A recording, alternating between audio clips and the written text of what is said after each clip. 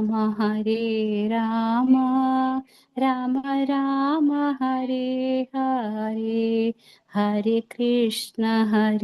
कृष्ण कृष्ण कृष्ण हरे हरे हरे राम राम राम हरे हरे हरे कृष्ण कृष्ण कृष्ण हरे हरे हरे राम राम राम हरे हरे हरे कृष्ण कृष्ण कृष्ण हरे हरे हरे राम राम राम हरे हरे हरे कृष्ण माताजी ಧನ್ಯವಾದಗಳು. ಹರೇ ಕೃಷ್ಣ ಮಾತಾಜಿ, ತುಂಬಾ ಧನ್ಯವಾದಗಳು ಮಾತಾಜಿ. ಬರೋದ್ ಲೇಟ್ ಆಯ್ತು, ಕ್ಷಮಿಸಿ ಹರೇ ನಿಮ್ಮನ್ನ. ಕೃಷ್ಣ ಹರೇ ಕೃಷ್ಣ ಮಾತಾಜಿ. ಹರೇ ಕೃಷ್ಣ ಹರೇ ಕೃಷ್ಣ ಮಾತಾಜಿ ಹರೇ ಕೃಷ್ಣ ಮಾತಾಜಿ. ಹರೇ ಕೃಷ್ಣ ಹರೇ ಕೃಷ್ಣ ಮಾತಾಜಿ. ಹರೇ ಕೃಷ್ಣ ಮಾತಾಜಿ.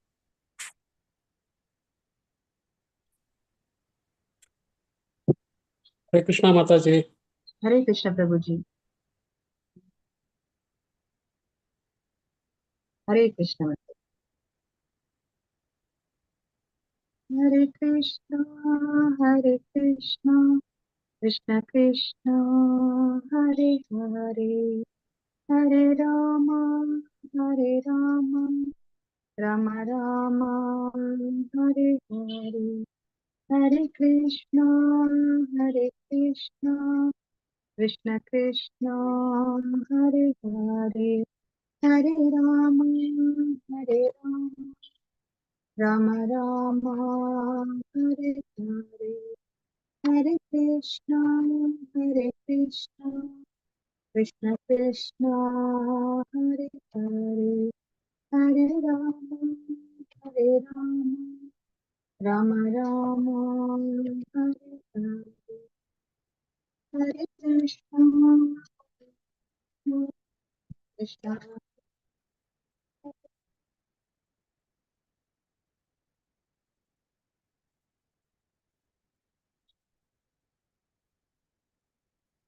ಹರೇ ಕೃಷ್ಣ ಮಾತಾಜಿಗಳ ಎಲ್ಲರಿಗೂ ಈ ಕಾರ್ಯಕ್ರಮಕ್ಕೆ ಸ್ವಾಗತವನ್ನ ಕೋರ್ತಾ ಇದ್ದೀನಿ. ಓಂ ನಮೋ ಭಗವತೆ ವಾಸುದೇವಾಯ, ಓಂ ನಮೋ ಭಗವತೆ ವಾಸುದೇವಾಯ, ಓಂ ನಮೋ ಭಗವತೆ ವಾಸುದೇವಾಯ.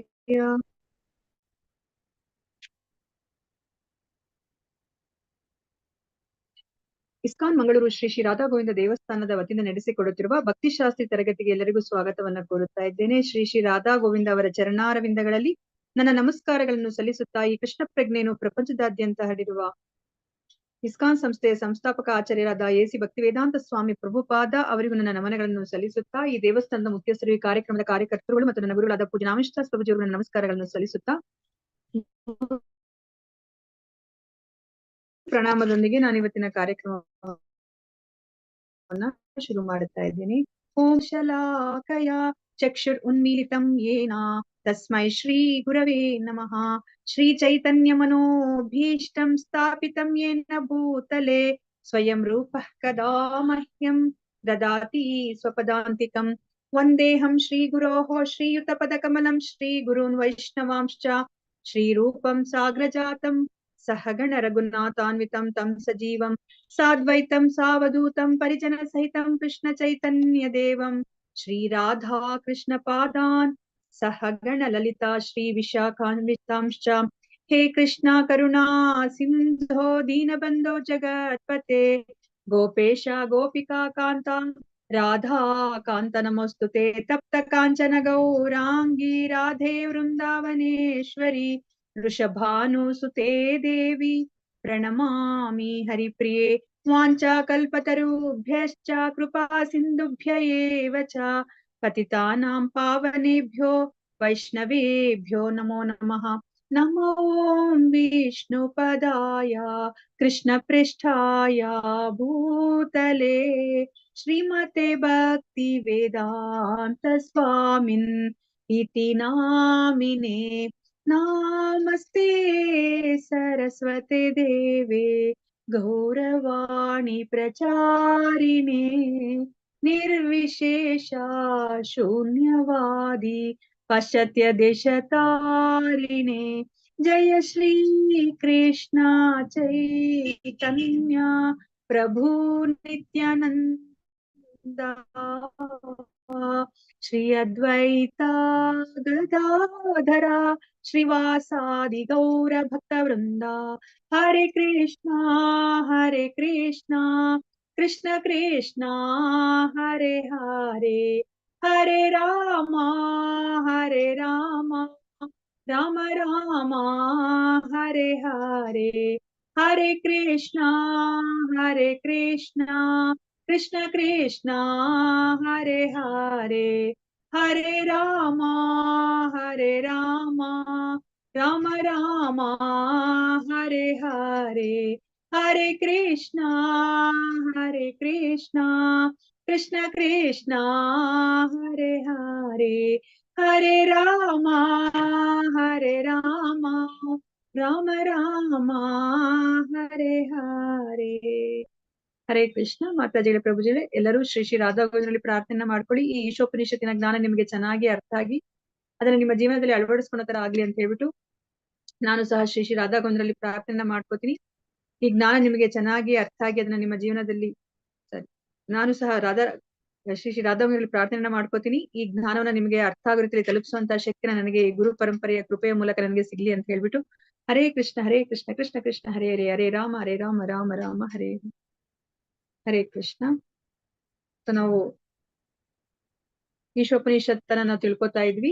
ಸೊ ಈಗ ಕೊನೆಯ ಪಾಠಕ್ಕೆ ಬಂದಿದೀವಿ, 6ನೇ ಪಾಠಕ್ಕೆ ಬಂದಿದೀವಿ. ಸೊ ನಾವ್ ಇಲ್ಲಿ ತನಕ ನಾವು ಆ ಪಾಠ ಒಂದರಲ್ಲಿ ಪರಿಚಯ, ಪ್ರಭುಪಾದರು ನಮ್ಗೆ ಆ ಜ್ಞಾನದ ಆ ಮಹತ್ವವನ್ನ, ವೇದಗಳು ಅಂದ್ರೇನು, ವೇದ ಅಂದ್ರೇನು, ಆ ಜ್ಞಾನದ ಮಹತ್ವ ಅಂದ್ರೇನು, ಜ್ಞಾನವನ್ನ ಯಾರಿಂದ ನಾವು ಪಡ್ಕೋಬೇಕು ಅನ್ನೋದನ್ನ ನಾವು ತಿಳ್ಕೊಂಡ್ವಿ. ಸೊ ಅದಾದ್ಮೇಲೆ ಆಮಂತ್ರಣ ಮಂತ್ರದಲ್ಲಿ ನಮ್ಗೆ ದೇವೋತ್ತಮ ಪರಮ ಪುರುಷ ಅಥವಾ ಪರಮ ಸತ್ಯ ಅವರು ಪರಿಪೂರ್ಣರಾಗಿದ್ದಾರೆ. ಅವರಿಂದ ಏನೇ ಹೊರಹೊಮ್ಮಿದ್ರು ಸಹ ಅದು ಪರಿಪೂರ್ಣವಾಗಿರುತ್ತೆ. ಮತ್ತೆ ಅವರು ಪರಿಪೂರ್ಣವಾದದ್ದು ಅವರಿಂದ ಹೊರಹೊಮ್ಮಿದ್ರು ಸಹ ಅವರು ಪರಿಪೂರ್ಣವಾಗಿ ಉಳಿತಾರೆ ಅಂತ ಹೇಳ್ಬಿಟ್ಟು ನಾವು ತಿಳ್ಕೊಂಡ್ವಿ. ಅದಾದ್ಮೇಲೆ 3ನೇ ಪಾಠದಲ್ಲಿ 3 ಮಂತ್ರಗಳಲ್ಲಿ ನಮ್ಗೆ ಈಶಾವಾಸ್ಯ ತತ್ವವನ್ನು ನಮ್ಗೆ ತಿಳಿಸಿಕೊಟ್ರು. ನಾವು ಈಶಾವಾಸ್ಯ ತತ್ವದಲ್ಲಿ ನಾವು ಜೀವನವನ್ನ ಮಾಡಿದ್ರೆ ಎಷ್ಟು ವರ್ಷಗಳ ಕಾಲ ಬೇಕಾದ್ರೂ ನಾವು ಜೀವನವನ್ನ ನಾವು ಈ ಭೌತಿಕ ಜಗತ್ತಿನಲ್ಲಿ ನಾವು ಮಾಡ್ಬೋದು. ಅದಾದ್ಮೇಲೆ ನಾವು ದೇಹವನ್ನ ಬಿಟ್ಟ ಮೇಲೆ ನಾವು ಭಗವಂತನ ಬಳಿಗೆ ಹೋಗ್ತೀವಿ ಅಂತ ನಮ್ಗೆ ತಿಳಿಸಿಕೊಟ್ರು. ನಾವು ಈಶಾವಾಸ್ಯ ತತ್ವದಲ್ಲಿ ನಾವು ಜೀವನವನ್ನ ಮಾಡ್ಲಿಲ್ಲ ಅಂದ್ರೆ ನಾವು ಅದೋ ಗತಿಗೆ ಹೋಗ್ತೀವಿ, ನಾವು ಅಂಧ ಲೋಕಕ್ಕೆ ಹೋಗ್ತೀವಿ, ನಮ್ಮನ್ನ ಆತ್ಮಹ ಅಂದ್ರೆ ನಾವು ನಮ್ಮ ಅವನತಿನ ನಾವೇ ತಂದ್ಕೋತೀವಿ ಅಂತ ಹೇಳ್ಬಿಟ್ಟು ಹೇಳಿದ್ರು. ಅದಾದ್ಮೇಲೆ ಪಾಠ 4ರಲ್ಲಿ 4ರಿಂದ 8 ಆ ಮಂತ್ರಗಳಲ್ಲಿ ಸೊ ನಾವು ಈ ಈಶ್ವರನನ್ನ ನಾವು ಯಾವ ದೃಷ್ಟಿಯಿಂದ ನಾವು ನೋಡ್ಬೇಕು, ಆಧ್ಯಾತ್ಮಿಕ ದೃಷ್ಟಿಯಿಂದ ನಾವು ಹೇಗೆ ಅರ್ಥ ಮಾಡ್ಕೋಬೇಕು, ಮತ್ತೆ ಉತ್ತಮ ಅಂತ ನಾವು ತಿಳ್ಕೊಂಡ್ವಿ. ಅದಾದ್ಮೇಲೆ ಆ ಈಶ್ವರನನ್ನ ನಾವು ಅರ್ಥ ಮಾಡ್ಕೋಬೇಕು ಅಂತಂದ್ರೆ ನಾವು ಅವಿದ್ಯೆ ಮತ್ತೆ ಅವಿದ್ಯೆ ಎರಡೂ ಬೇಕು ಅಂತ ನಾವು ತಿಳ್ಕೊಂಡ್ವಿ. ನಿಜವಾದ ನಾವು ತಿಳ್ಕೊಂಡ್ವಿ. ಅದಾದ್ಮೇಲೆ ವಿದ್ಯೆ ಅದೇ ತರ ಈಶ್ವರನ ನಾವು ಪೂಜಿಸ್ಬೇಕು ಅಂತಂದ್ರೆ ಯಾವ ಉಪಾಸನ ಮಾರ್ಗ ಸರಿಯಾದ ಮಾರ್ಗ ಅಂತ ನಾವು ತಿಳ್ಕೊಂಡ್ವಿ. ಅದಾದ್ಮೇಲೆ 6ನೇ ಮಂತ್ರ, ಅದು ಕೊನೆಯ ಮಂತ್ರ. ಅದ್ರಲ್ಲಿ ನಾವು ವಾರ 2 ಏನು ಶ್ಲೋಕಗಳನ್ನ ನಾವು ತಿಳ್ಕೊಂಡ್ವಿ. ಈಗ ಇನ್ನ 2 ಇದೆ. ಸೊ ಅದು ನಮ್ಗೆ ಅಲ್ಲಿ ಪ್ರಾರ್ಥನೆ ಮಾಡಿ. ಮಾತಾಜಿ ಕಟ್ ಬರ್ತಾ ಇದೆ ಮಾತಾಜಿ, ಕ್ಲಿಯರ್ ಇಲ್ಲ.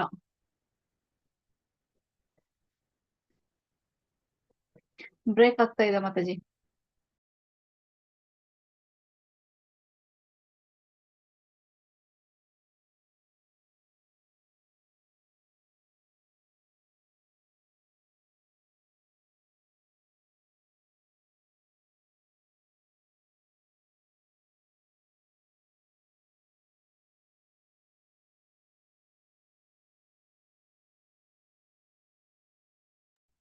ಹರೇ ಕೃಷ್ಣ ಮಾತಾಜಿ, ವಾಯ್ಸ್ ಬರ್ತಾ ಇಲ್ಲ.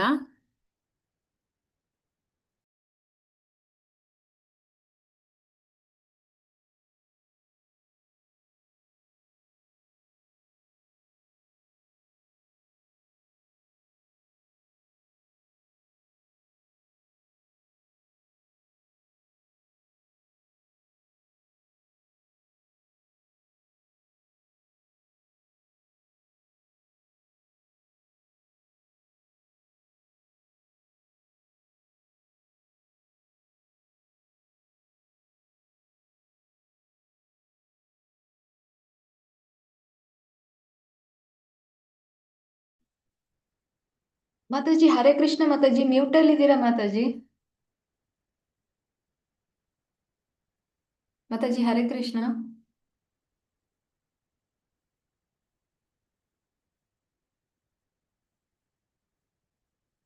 ಮ್ಯೂಟ್ ಅಲ್ಲಿ ಇದ್ದೀರಾ ಮಾತಾಜಿ?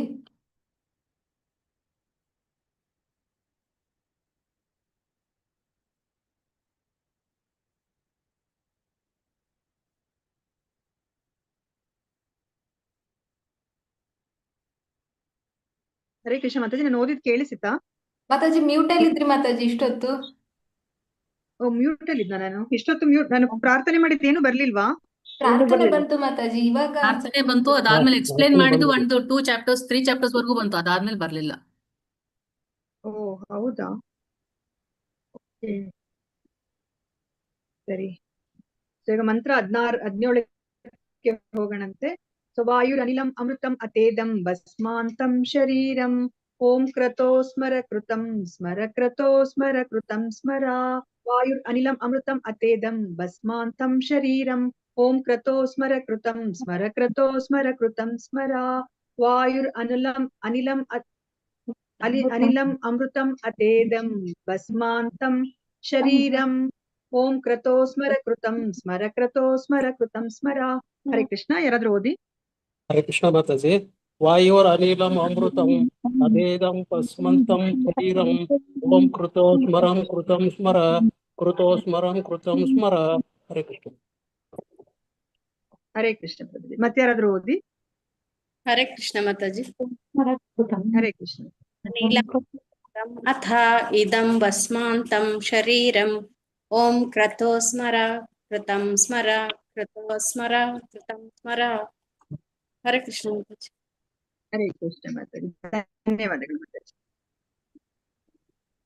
ಓದಿ ಪ್ರಭುಜಿ. ಹರೇ ಕೃಷ್ಣ. ಕೇಳಿಸ್ತಾ ಇಲ್ವಾ ಮಾತಾಜಿ? ಕೃಷ್ಣ ಮಾತಾಜಿ.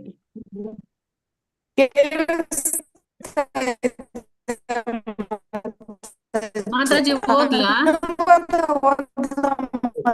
ಹರೇ ಕೃಷ್ಣ ಮಾತಾಜಿ ಓದ್ಲಾ?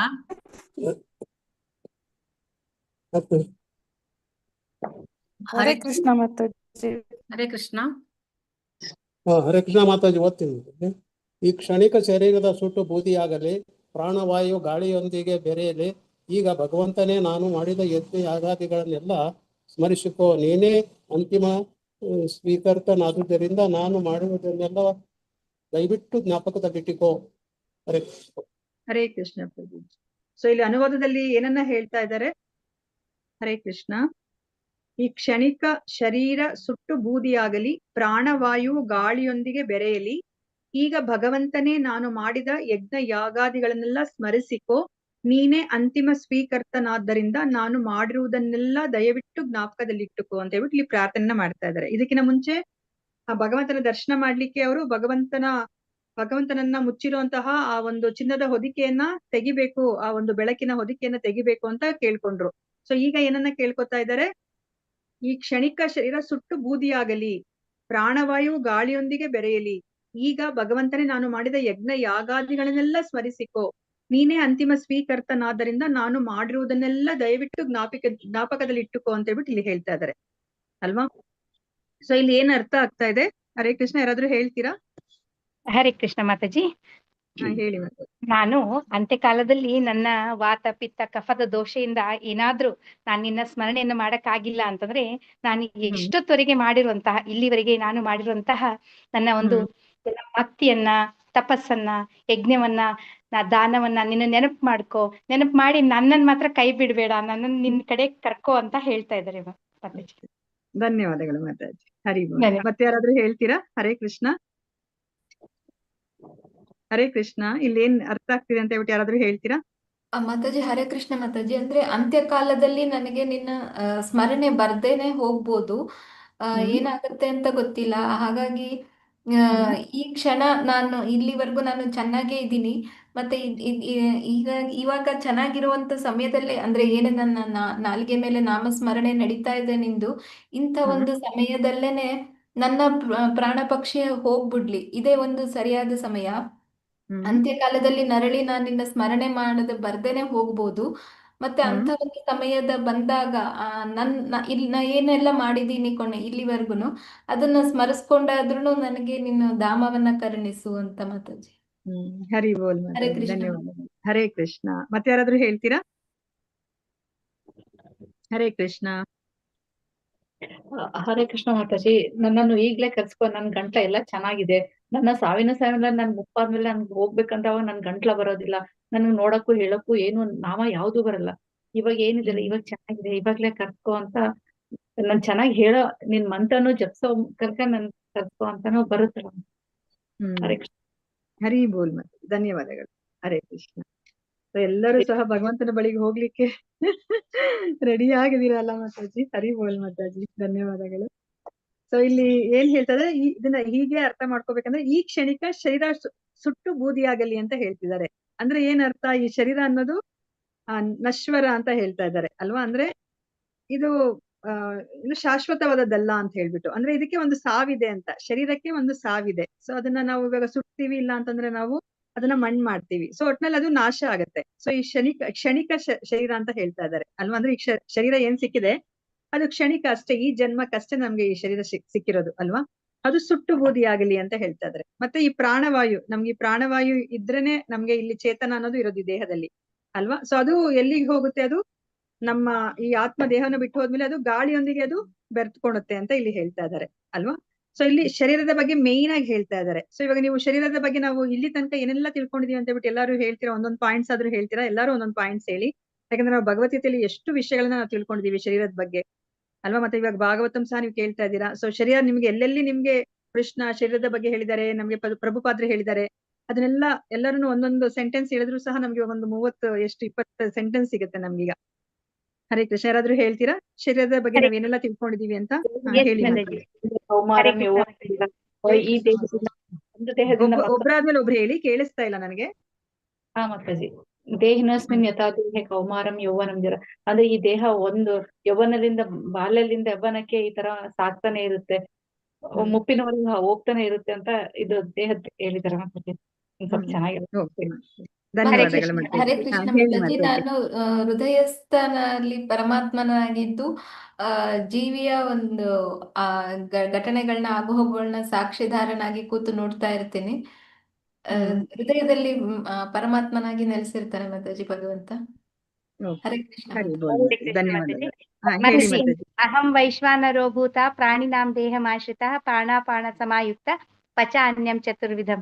ನಾನು ಜಠರಾಗ್ನಿ ಅಂತ ಹೇಳ್ತಾರೆ, ನಾನು ಮನಸ್ಸು ಅಂತ ಹೇಳ್ತಾರೆ ಮಾತಾಜಿ. ಹರೇ ಕೃಷ್ಣ. ಹರೇ ಕೃಷ್ಣ ಮಾತಾಜಿ. ಈ ಶರೀರ ಪಂಚಭೂತಗಳಿಂದ ಆಗಿದೆ, ಇದು ಶಾಶ್ವತವಲ್ಲ ಅಂತ ತಿಳ್ಕೊಬಹುದು. ಹರಿ ಬೋಲ್ ಮಾತಾಜಿ, ಧನ್ಯವಾದ. ಹರೇ ಕೃಷ್ಣ. ಕೇಳಿಸ್ತಾ ಇಲ್ಲ ಮಾತಾಜಿ. ಕವಿತಾ ಮಾತಾಜಿ ಜೋರಾಗಿ ಹೇಳಿ, ಕೇಳಿಸ್ತಿಲ್ಲ. ಮಾತಾಜಿ.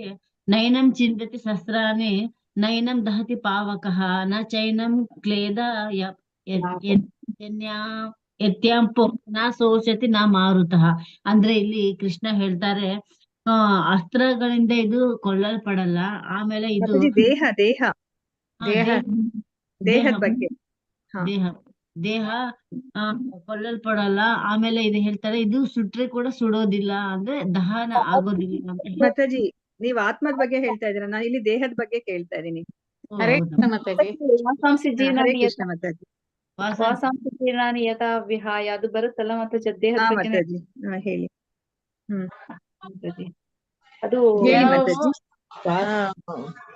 ಶಾಶ್ವತವಲ್ಲ ಮಾತಾಜಿ. ಅದು ಒಂದು ಬಟ್ಟೆ ಹೇಗೆ ನಾವು ಬದಲಾಯಿಸ್ತೇವ ಹಾಗೆ ಒಂದೊಂದು ಜನ್ಮಕ್ಕೂ ನಮಗೆ ಭಗವಂತ ಅನೇಕ ದೇಹಗಳನ್ನು ಕೊಡ್ತಾನೆ. ದೇಹ ಯಾವಾಗ್ಲೂ ಶಾಶ್ವತವಲ್ಲ ಮಾತಾಜಿ. ಪಂಚಭೂತಗಳಲ್ಲಿ ಅದು ಆತ್ಮ ಇರೋವರೆಗೆ ಇರ್ತದೆ. ಆಮೇಲೆ ಆತ್ಮ ಹೋದ್ಮೇಲೆ ಬುದ್ಧಿ ಮನಸ್ಸು ಅಹಂಕಾರ ಹೋದ್ಮೇಲೆ ಆ ದೇಹ ಬಂದು ಮತ್ತೆ ಪಂಚಭೂತಗಳಲ್ಲಿ ಸೇರ್ಕೊಂಡ್ಬಿಡ್ತದೆ ಮಾತಾಜಿ. ಓಕೆ ಮಾತಾಜಿ, ಧನ್ಯವಾದಗಳು ಮಾತಾಜಿ. ಹರೇ ಕೃಷ್ಣ. ಮತ್ತೆ ಯಾರಾದ್ರೂ? ಮಾತಾಜಿ ಇದು ಹಾ ಆತ್ಮ ನಮ್ಮ ಶರೀರದಲ್ಲಿ ಇರುತ್ತಲ್ಲ, ಇದು ನಮ್ಗೆ ಭಗವಂತ ಕೊಟ್ಟಿರೋ ಒಂದು ವಾಹನ ಅಂತ ಹೇಳ್ಬಹುದು. ಮತ್ತೆ ಹಾ ಇದು ಸುಟ್ಟು ಬೂದಿ ಆದ್ಮೇಲೆ ಮತ್ತೆ ನಾವು ಆತ್ಮ ಅದ್ರ ಪಡೆಗೆ ಅದು ಹೋಗುತ್ತೆ ಅಂತ ಹೇಳ್ತಾರೆ ಮಾತಾಜಿ. ಅದು ಒಟ್ನಲ್ಲಿ ಇದು ಇನ್ನೊಂದು ಒಂದ್ ರಥ ದೇಹಕ್ಕೆ ತರ, ಹೋಗುತ್ತೆ. ಒಂದ್ ರಥ ತರ ಅಂತ, ಈ ದೇಹನ ಒಂದ್ ರಥ, ಹ್ಮ್ ಆತ್ಮ ಇದ್ರಲ್ಲಿ ಇರುತ್ತೆ ಅಂತ, ಓಡಿಸುವ ಚಾಲಕನು ಆತ್ಮ ಹ್ಮ್ ಅಂತ ಹ್ಮ್ ಹೇಳ್ತಾ ಹ್ಮ್ ಇದ್ದಾರೆ ಮಾತಾಜಿ. ಓಕೆ, ಹರಿ ಬೋಲ್ ಮಾತಾಜಿ. ಹರಿ ಯಂತ್ರಾರೂಢಾನಿ ಮಾಯಯ. ನಾವು ಒಂದು ಯಂತ್ರದಲ್ಲಿ ಕುತ್ಕೊಂಡಿದೀವಿ. ಈ ಹಾ ದೇಹನವನ್ನ ನಡೆಸಲಿಕ್ಕೆ ನಮ್ಗೊಂದು ವಾಹನ ಬೇಕು, ಅದು ಈ ದೇಹ ಅಂತ ಹೇಳ್ತಾ ಇದ್ದೀರಾ. ಈ ಹರಿ ದೇಹ ಬೋಲ್ ಅಂತ ಹೇಳ್ತಾ ಇದ್ದಾರೆ. ಹಾ ಎಸ್ ಹರೇ ಮಾತಾಜಿ. ಕೃಷ್ಣ. ಮತ್ತೆ ಯಾರಾದ್ರೂ? ಹರೇ ಕೃಷ್ಣ. ಮಾತಾಜಿ, ದೇಹಕ್ಕೆ 6 ಬಗೆಯ ಪರಿವರ್ತನೆಗಳು ಉಂಟು ಮಾತಾಜಿ. ಹಾ ಅದು ಹೇಳಿ ಹುಟ್ಟುತ್ತದೆ, ಮಾತಾಜಿ. ಸ್ವಲ್ಪ ಹರಿ ಕಾಲ ಬೋಲ್. ಇರ್ತದೆ, ಬೆಳೆಯುತ್ತದೆ, ಹಾ ಕೆಲವು ಪರಿಣಾಮ ಹ್ಮ್ ಮಾಡ್ತದೆ, ಆಮೇಲೆ ಕ್ಷೀಣಿಸ್ತದೆ, ಹ್ಮ್ ಕಡೆಗೆ ಮಾಯ ಆಗ್ತದೆ ಮಾತಾಜಿ. ಹರಿ ಬೋಲ್. ಓಕೆ, ಮತ್ತೆ ಇನ್ಯಾವ್ದಾದ್ರು ದೇಹದ ಬಗ್ಗೆ ಎಷ್ಟೊಂದು ನಾಪಿಸ್ಕೊಂಡ್ರಿ ಅಲ್ಲ, ಒಂದು ದೊಡ್ಡ ಆನ್ಸರ್ 28 ಘಟಕಗಳಿಂದ ಆಗಿರೋ ಶರೀರ ಮಾತಾಜಿ. ಹಾ ಹೌದು ಪ್ರಭುಜಿ. ಮತ್ತೆ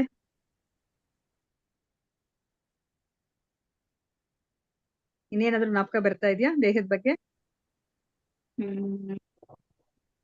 ಮಾತಾಜಿ, ಬನ್ನಿ ಎಲ್ಲ ನೋಡೋಣ. ಭೂತಗಳನ್ನು ಮಾಡುವುದು ಈ ದೇಹ. ಮಾತಾಜಿ ಕೇಳಿಸ್ತಾ ಇಲ್ಲ? ಲೋಕಜೀವಿನಿ ಮಾತಾಜಿ ಹೇಳಿ ಮಾತಾಜಿ. ಪಂಚಭೂತಗಳಿಂದ ಆಗಿದೆ ಮಾತಾಜಿ. ಭೂಮಿ, ನೀರು, ಆಕಾಶ, ಅದು ಗಾಳಿ. ಹೇಳಿದ್ರು ಮಾತಾಜಿ. 24 ಘಟಕಾಂಶಗಳಿಂದ ಆಗಿದೆ ಅಂತ ಹೇಳಿದ್ರು. ಅದು ಬಿಟ್ಟು ಬೇರೆ ಇನ್ನೇನಾದ್ರು? ಹಾ ದೇಹವು ಭಗವಂತನ ಹತ್ರ ನಾವು ಸೇರ್ಲಿಕ್ಕೆ ಒಂದು ಈ ಸಂಸಾರ ಸಾಗರ ಸಾಗ್ಲಿಕ್ಕೆ, ದಾಟಲಿಕ್ಕೆ ಒಂದು ದೋಣಿ ಆಗಿ ಬಳಸ್ಕೊಳ್ಬಹುದು. ಹರಿ ಬೋಲ್, ಭಗವಂತನ ಹರಿ ಭಕ್ತಿ ಬೋಲ್ ಮಾಡಿ. ಮಾತಾಜಿ. ದೋಣಿ ತರ ಅಂತ ಹೇಳ್ಬಿಟ್ಟು ನಮ್ಗೆ ಇದಕ್ಕಿಂತ ಮುಂಚೆ ಇಲ್ಲೇನೆ ಹೇಳಿದ್ದಾರೆ ಅಲ್ವಾ? ಈಶೋಪನಿಷತ್ತಲ್ಲೇ ನಾವು ತಿಳ್ಕೊಂಡ್ವಿ. ಹರಿ ಬೋಲ್ ಮಾತಾಜಿ. ಸೊ ಧನ್ಯವಾದಗಳು. ಸೊ ಅದಾದ್ಮೇಲೆ ಇಲ್ಲೇನ್ ಹೇಳ್ತಾರೆ, ನಾನು ಮಾಡಿದ ಯಜ್ಞ ಯಾಗಾದಿಗಳನ್ನೆಲ್ಲ ಸ್ಮರಿಸಿಕೋ, ನೀನೇ ಅಂತಿಮ ಸ್ವೀಕರ್ತನಾದ್ರಿಂದ ನಾನು ಮಾಡಿರುವುದನ್ನೆಲ್ಲ ದಯವಿಟ್ಟು ಜ್ಞಾಪಕದಲ್ಲಿ ಇಟ್ಕೋ ಅಂತ ಹೇಳ್ಬಿಟ್ಟು ಇಲ್ಲಿ ಬೇಡ್ಕೋತಾ ಇದ್ದಾರೆ ಅಲ್ವಾ? ಸೊ ಆಮೇಲೆ ಪ್ರಭುಪಾದ್ರು ಇದ್ರ ಕುರಿತಾಗಿ ನಮ್ಗೆ ಏನನ್ನ ಹೇಳ್ತಾರೆ ಅಂತ ಬಿಟ್ಟು ನೋಡೋಣ ಅಂತ. ನಾವ್ ಈ ತರ ಬೇಡ್ಕೋಬೇಕಾ ಭಗವಂತನಿಗೆ, ನಾನ್ ಮಾಡೋದನ್ನೆಲ್ಲ ನಿಂಗ್ ಜ್ಞಾಪಿಸ್ಕೋ ಅಂತ ಹೇಳ್ಬಿಟ್ಟು ನಾವು ಬೇಡ್ಕೋಬೇಕಾ, ಅಥವಾ ಏನ್ ಮಾಡ್ಬೇಕು ಅನ್ನೋದನ್ನ ನಮ್ಗೆ ನೆಕ್ಸ್ಟ್ ಪ್ರಭುಪಾದ್ರು ಹೇಳ್ತಾರೆ, ನೋಡೋಣಂತೆ ಈಗ. ಸೊ ಇವಾಗ ನಮ್ಗೆ ಇಲ್ಲಿ ಶರೀರದ ಬಗ್ಗೆ ನೀವೆಲ್ಲ ತುಂಬಾ ಹೇಳಿದ್ರಿ ಅಲ್ವಾ? ಎಷ್ಟು ವಿಷಯಗಳನ್ನ ನಾವು ತಿಳ್ಕೊಂಡಿದೀವಿ. ಈಗ ನಾವು ಶರೀರದಿಂದ ನಾವು ಗುರುತಿಸ್ಕೊಂಡ್ಬಿಟ್ಟಿದ್ವಿ ಇಷ್ಟ ದಿವಸ ಅಲ್ವಾ? ನಮ್ಗೆ ಕೃಷ್ಣ ಮೊದ್ಲೇ ನಮ್ಗೆ ತಿಳಿಸ್ಕೊಟ್ಟಿರೋದು ಆತ್ಮಜ್ಞಾನ ಅಲ್ವಾ? ಅರ್ಜುನನ ಮುಖಾಂತರ ನಮ್ಗೆ ನಾವ್ ಯಾರು ಅಂತ ತಿಳಿಸಿಕೊಟ್ರು. ನಾವ್ ಇಷ್ಟ ದಿವಸ ನಾವ್ ಎಷ್ಟು ಭ್ರಮೆಯಲ್ಲಿ ಇದ್ವಿ ಅಲ್ವಾ? ನಮ್ಮನ್ನ ಈ ಶರೀರದಿಂದ ನಾವು ಗುರುತಿಸ್ಕೊಂಡ್ಬಿಡ್ತಾ ಇದ್ವಿ. ಆದ್ರೆ ನಾವು ಆತ್ಮ ಅಲ್ವಾ? ಸಚ್ಚಿದಾನಂದ ಸ್ವರೂಪಿಗಳು ಅಂತಾನೆ ನಮ್ಗೆ ಗೊತ್ತಿರ್ಲಿಲ್ಲ. ಭಗವಂತನ ಅಂಶ, ಭಗವಂತನ ಉನ್ನತ ಶಕ್ತಿ ಅಂತಾನೂ ಸಹ ನಮ್ಗೆ ಗೊತ್ತಿರ್ಲಿಲ್ಲ. ನಾವು ನಮ್ಮನ್ನ ಈ ಶರೀರದಿಂದ ನಾವು ಗುರುತಿಸ್ಕೊಂಡಿದ್ವಿ ಅಲ್ವಾ? ಸೊ ಇವಾಗ ಅದಕ್ಕೆ ನಮ್ಗೆ ಇಲ್ಲಿ ಏನನ್ನ ಹೇಳ್ತಾರೆ ಆಚಾರ್ಯರು ಅಂತಂದ್ರೆ, ಈ ಶರೀರವನ್ನ ಕರ್ಮಿಗಳು, ಜ್ಞಾನಿಗಳು, ಭಕ್ತಿಗಳು ಅಂದ್ರೆ ಭಕ್ತರು ಅವರು ಹೇಗೆ ಇದನ್ನ ಉಪಯೋಗಿಸ್ಕೋತಾರೆ ಅಂತ ಹೇಳ್ಬಿಟ್ಟು. ಸೊ ಕರ್ಮಿಗಳು ಅವ್ರು ಏನ್ ಮಾಡ್ತಾರೆ ಅಂದ್ರೆ, ಈ ಶರೀರವನ್ನ ಅವರು ಎಂಜಾಯ್ ಮಾಡ್ಲಿಕ್ಕೆ, ಅಂದ್ರೆ ಆನಂದವನ್ನ ಪಡ್ಲಿಕ್ಕೆ ಅವರು ಉಪಯೋಗಿಸ್ಕೋತಾರೆ ಅಲ್ವಾ? ಇವಾಗ ಮಾತಾಜಿ ಜಸ್ಟ್ ಹೇಳಿದ್ರು ಅಲ್ವಾ, ಭಗವಂತ ಈ ಶರೀರವನ್ನ ಯಾಕೆ ಕೊಟ್ಟಿರೋದು ಅಂತ. ಹರೇ ಕೃಷ್ಣ ಮಾತಾಜಿ. ವಿನೀತಾ ಮಾತಾಜಿ ಏನ್ ಹೇಳಿದ್ರಿ ನೀವು? ಅದೇ ನಾವು ಭಗವಂತನ ಹತ್ರ ಮತ್ತೆ ಹೋಗಿ ಸೇರಕ್ಕೆ ಇದನ್ನ ಭಗವಂತನ ಹತ್ರ ಹೋಗಿ ಸೇರ್ಲಿಕ್ಕೆ ಈ ಶರೀರವನ್ನ ಕೊಟ್ಟಿದ್ದಾರೆ ಅಲ್ವಾ? ಆದ್ರೆ ಇಲ್ಲಿ ಕರ್ಮಿಗಳು ಏನ್ ಮಾಡ್ತಾ ಇದಾರೆ, ಈ ಶರೀರವನ್ನ ಉಪಯೋಗಿಸ್ಕೊಂಡು ಆನಂದ ಪಡ್ತಾ ಪಡ್ತಾ ಅವ್ರು ಏನ್ ಮಾಡ್ತಾ ಇದಾರೆ, ಅವರ ಸ್ವಂತ ಇಂದ್ರಿಯಗಳಿಗೆ ಅಂದ್ರೆ ತನ್ನ ಸ್ವ ಇಚ್ಛೆಗಳನ್ನ, ಸ್ವ ಇಂದ್ರಿಯಗಳನ್ನ ತೃಪ್ತಿಪಡಿಸ್ಲಿಕ್ಕೆ ಅವರು ತಮ್ಮನ್ನ ತಾವು ಏನ್ ಮಾಡ್ಕೋತಾ ಇದಾರೆ, ಅವರು ಇನ್ನ ಹೆಚ್ಚು ಹೆಚ್ಚು ಬಂಧನದಲ್ಲಿ ಸಿಕ್ಕಾಕೋತಾ ಇದ್ದಾರೆ ಅಲ್ವಾ? ಸೊ ನಮ್ಗೆ ಒಂದು ದಾರಿ ಮಾರ್ಗ ಇದ್ದಾಗ ಆ ದಾರಿಯಲ್ಲಿ ಹೋಗಿ ನಾವು ಗುರಿಯನ್ನ ಮುಟ್ಬೇಕು. ಅದ್ರ ಬದಲು ಆ ದಾರಿಯಲ್ಲೇ ನಮ್ಗೆ ಅಡ್ಡ ಆಗ್ಬಿಟ್ರೆ ಏನಾಗುತ್ತೆ, ನಾವು ಗುರಿಯನ್ನ ಮುಟ್ಲಿಕ್ಕೆ ಹೋಗ್ಲಿಕ್ಕೆ ಆಗಲ್ಲ. ಅದೇ ತರ ನಮ್ಗೆ ಈ ಶರೀರವನ್ನ ಭಗವಂತ ಕೊಟ್ಟಿರೋದು ಈ ಒಂದು ಭವಸಾಗರವನ್ನ ದಾಟ್ಲಿಕ್ಕೆ ಅಲ್ವಾ? ನಮ್ಗೆ ಎಷ್ಟೊಂದು ಶರೀರಗಳನ್ನ ಕೊಟ್ಟಿದ್ದಾರೆ. 84 ಲಕ್ಷ ಶರೀರಗಳನ್ನ ಕೊಟ್ಟಿದ್ದಾರೆ. ಅದ್ ಯಾವುದೇ ಒಂದು ಶರೀರದಲ್ಲಿ ನಾವು ಭಗವಂತರ ಬಳಿಗೆ ಹೋಗ್ಲಿಕ್ಕೆ ಆಗೋದಿಲ್ಲ, ಗುರಿಯನ್ನ ಮುಟ್ಲಿಕ್ಕೆ ಆಗೋದಿಲ್ಲ ಅಲ್ವಾ? ಇದೊಂದೇ ಶರೀರ, ಮಾನವ ಶರೀರ ಒಂದ್ರಲ್ಲೇನೆ ನಾವು ನಮ್ಮ ದಾರಿಯನ್ನ ಅಂದ್ರೆ ನಮ್ಮ ಗುರಿಯನ್ನ ಮುಟ್ಲಿಕ್ಕೆ ಸರಿಯಾದ ದಾರಿಯಲ್ಲಿ ನಡೆದು ನಾವು ಭಗವಂತನ ಲೋಕಕ್ಕೆ ಅಥವಾ ಗುರಿಯನ್ನ ಮುಟ್ಲಿಕ್ಕೆ ಸಾಧ್ಯ ಆಗುತ್ತೆ. ಆದ್ರೆ ಇಲ್ಲಿ ಕರ್ಮಿಗಳು ಏನ್ ಮಾಡ್ತಾ ಇದಾರೆ, ಶರೀರವನ್ನ ಏನ್ ಮಾಡ್ಕೋತಾ ಇದಾರೆ ಅಲ್ಲಿ, ಇಂದ್ರಿಯ ಸುಖಕ್ಕಾಗಿ ಇಂದ್ರಿಯ ಸುಖಕ್ಕಾಗಿ ಅವರು ಉಪಯೋಗಿಸ್ಕೋತಾ ಇದ್ದಾರೆ ಅಲ್ಲ. ಉಪಯೋಗಿಸ್ಕೊಂಡ್ರೆ ಏನಾಗುತ್ತೆ, ನಮ್ಮ ಇಂದ್ರಿಯ ಸುಖಕ್ಕೆ ಉಪಯೋಗಿಸ್ಕೊಂಡ್ರೆ ನಾವು ಮತ್ತೆ ಜನ್ಮ ಮೃತ್ಯು ಜರಾವಧಿಯಲ್ಲಿ ಮತ್ತೆ ಇಲ್ಲಿ ಹುಟ್ಟು ಸಾವಿನ ಚಕ್ರದಲ್ಲಿ ನಾವು ಸಿಕ್ಕಾಕೊಂಡು ಇಲ್ಲೇ ಇರ್ಬೇಕಾಗತ್ತೆ. ಈ ಭೌತಿಕ ಪ್ರಪಂಚದಲ್ಲಿ ನಾವ್ ಇರ್ಬೇಕಾಗತ್ತೆ. ಇಲ್ಲೇ ಭವಬಂಧನಲ್ಲಿ ನಾವು ಸಿಕ್ಕಾಕೋಬೇಕಾಗತ್ತೆ ಅಲ್ವಾ? ಮತ್ತೆ ಇವಾಗ ಜ್ಞಾನಿಗಳು ಏನ್ ಮಾಡ್ತಾರೆ, ಈ ಶರೀರವನ್ನ ಅವ್ರು ಏನ್ ಮಾಡ್ತಾರೆ, ಜ್ಞಾನಿಗಳು ಅವ್ರು ಉಪಯೋಗಿಸ್ಕೋತಾ ಇದಾರ ಶರೀರವನ್ನ? ಅವರು ವೈರಾಗ್ಯದಿಂದ ಇರ್ತಾ ಇದ್ದಾರೆ ಮಾತಾಜಿ. ಅವ್ರು ಬೇಡ ಅನ್ಕೋತಾರೆ ಅಲ್ವಾ, ಯಾವ್ದನ್ನು ಅಯ್ಯೋ ಇದು ಬೇಡ ಬೇಡ, ಇದನ್ನ ಮುಟ್ಟಿದ್ರೆ ಇದನ್ನ ಉಪಯೋಗಿಸ್ಕೊಂಡ್ರೆ ನಾನು ಬಂಧನಕ್ಕೆ, ಯಾಕಂದ್ರೆ ಅವ್ರಿಗೆ ಜ್ಞಾನ ಇದೆ ಅವ್ರಿಗೆ, ಇಲ್ಲಿ ಏನೇ ಇರೋದನ್ನ ನಾವು ನಮ್ಮ ಒಂದು ಇಂದ್ರಿಯ ಸುಖಕ್ಕೆ ಉಪಯೋಗಿಸ್ಕೊಂಡ್ರೆ ನಾವು ಬಂಧನಕ್ಕೆ ಸಿಕ್ಕಾಕೊಂಡ್ಬಿಡ್ತೀವಿ ಅಂತ ಅವ್ರಿಗೆ ಗೊತ್ತಿದೆ. ಅವ್ರಿಗೆ ಇವಾಗ ಇಲ್ಲಿ ಭೌತಿಕ ಪ್ರಪಂಚದಲ್ಲಿ ಅವ್ರಿಗೆ ಸಿಕ್ಕಾಕೊಂಡ್ಲಿಕ್ಕೆ ಇಷ್ಟ ಇಲ್ಲ ಅವ್ರಿಗೆ, ಯಾಕಂದ್ರೆ ಗೊತ್ತಾಗ್ಬಿಟ್ಟಿದೆ ಇದು ಈ ಭೌತಿಕ ಪ್ರಪಂಚ ದುಃಖಾಲಯಂ ಅಶಾಶ್ವತಂ ಅಂತ ಗೊತ್ತಾಗಿದೆ. ನಾವಿಲ್ಲಿ ಏನೇ ಒಂದು ಕರ್ಮವನ್ನ ಮಾಡಿದ್ರೆ ಅದಕ್ಕೆ ಒಂದು ಪ್ರತಿಕ್ರಿಯೆ ಇದೆ ಅಂತ ಗೊತ್ತಾಗಿದೆ. ಸೊ ಅದಕ್ಕೆ ಅವ್ರು ಏನ್ ಮಾಡ್ತಾರೆ, ಎಲ್ಲ ಕರ್ಮಗಳನ್ನ ಅವರು ತ್ಯಜಿಸ್ತಾ ಹೋಗ್ತಾರೆ, ತ್ಯಜಿಸ್ತಾರೆ ಅಲ್ವಾ. ಎಲ್ಲವನ್ನ ಕಣ್ಣುಗಳಿಂದ ಏನನ್ನ ನೋಡ್ಬೇಕು ಅದನ್ನ ನೋಡೋದಿಲ್ಲ, ಕಿವಿಗಳಿಂದ ಏನನ್ನ ಕೇಳಿಸ್ಕೋಬೇಕು ಅದನ್ನ ಕೇಳಿಸ್ಕೊಳ್ಳೋದಿಲ್ಲ, ಎಲ್ಲವೂ ಸಹ ಭೌತಿಕ ಬೇಡ ಬೇಡ ಅಂತ ಅನ್ಕೊಂಡು ಅವರು ಇರ್ತಾರೆ. ಅವರು ಭಗವಂತ ಕೊಟ್ಟಿರೋ ಒಂದು ಈ ಶರೀರವನ್ನ ಉಪಯೋಗಿಸ್ಕೊತಾ ಇದಾರೆ ಜ್ಞಾನಿಗಳು.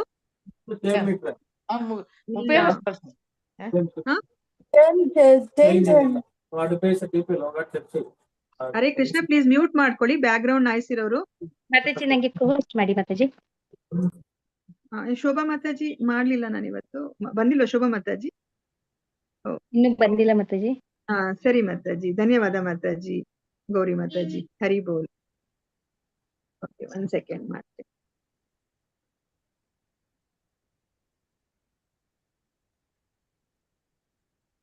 ಓಕೆ ಮಾತಾಜಿ, ಕೋಸ್ಟ್ ಆಗಿದೆ. ಹರೇ ಕೃಷ್ಣ, ಧನ್ಯವಾದಗಳು ಮಾತಾಜಿ. ಹರೇ ಕೃಷ್ಣ. ಸೊ ಇವಾಗ ಜ್ಞಾನಿಗಳು ಏನ್ ಮಾಡ್ತಿದ್ದಾರೆ, ಅವರು ಅಂದ್ರೆ ಈ ಶರೀರವನ್ನ ಅವರು ಸದ್ಬಳಕೆ ಮಾಡ್ಕೋತಿಲ್ಲ. ಭಗವಂತ ಕೊಟ್ಟಿರುವಂತಹ ಈ ಒಂದು ಶರೀರವನ್ನ ಹೇಗೆ ಉಪಯೋಗಿಸ್ಕೋಬೇಕು ಅದನ್ನ ಅವ್ರು ಆತರ ಉಪಯೋಗಿಸ್ಕೋತಾ ಇಲ್ಲ ಅಲ್ವಾ. ಅವರು ಬೇಡ ಬೇಡ ಇದರಿಂದ ನಾನು ಬಂಧನದಲ್ಲಿ ಸಿಕ್ಕಾಕೋತೀನಿ ಅಂತ ಹೇಳ್ಬಿಟ್ಟು ಅವ್ರು ಅದನ್ನ ಸದ್ಬಳಕೆ ಮಾಡ್ಕೋತಾ ಇಲ್ಲ ಅಲ್ವಾ. ಆದ್ರೆ ಭಕ್ತರು ಏನ್ ಮಾಡ್ತಾ ಇದಾರೆ, ಉಪಯೋಗಿಸ್ತಾರೆ ಇಂದ್ರಿಯಗಳ. ನಮ್ಗೆ ಇವಾಗ ಇದಕ್ಕಿಂತ ಮುಂಚೆ ನಾವು ಶ್ಲೋಕಗಳಲ್ಲಿ ಏನನ್ನ ತಿಳ್ಕೊಂಡ್ವಿ ನಾವು, ಈ ಈಶೋಪನಿಷತ್ ಶ್ಲೋಕದಲ್ಲಿ ನಾವ್ ಏನನ್ನ ತಿಳ್ಕೊಂಡ್ವಿ ನಾವು, ಇದಕ್ಕಿಂತ ಮುಂಚೆ ಇರೋ ಶ್ಲೋಕಗಳಲ್ಲಿ ನಾವೇನನ್ನ ತಿಳ್ಕೊಂಡ್ವಿ ನಾವು, ಹೇಗೆ ಆರಾಧನೆಯನ್ನ ಮಾಡ್ಬೇಕು, ಮತ್ತೆ ಸರಿಯಾಗಿರುವಂತಹ ವಿದ್ಯೆ ಅಂತಂದ್ರೆ ನಾವೇನನ್ನ ತಿಳ್ಕೊಂಡ್ವಿ.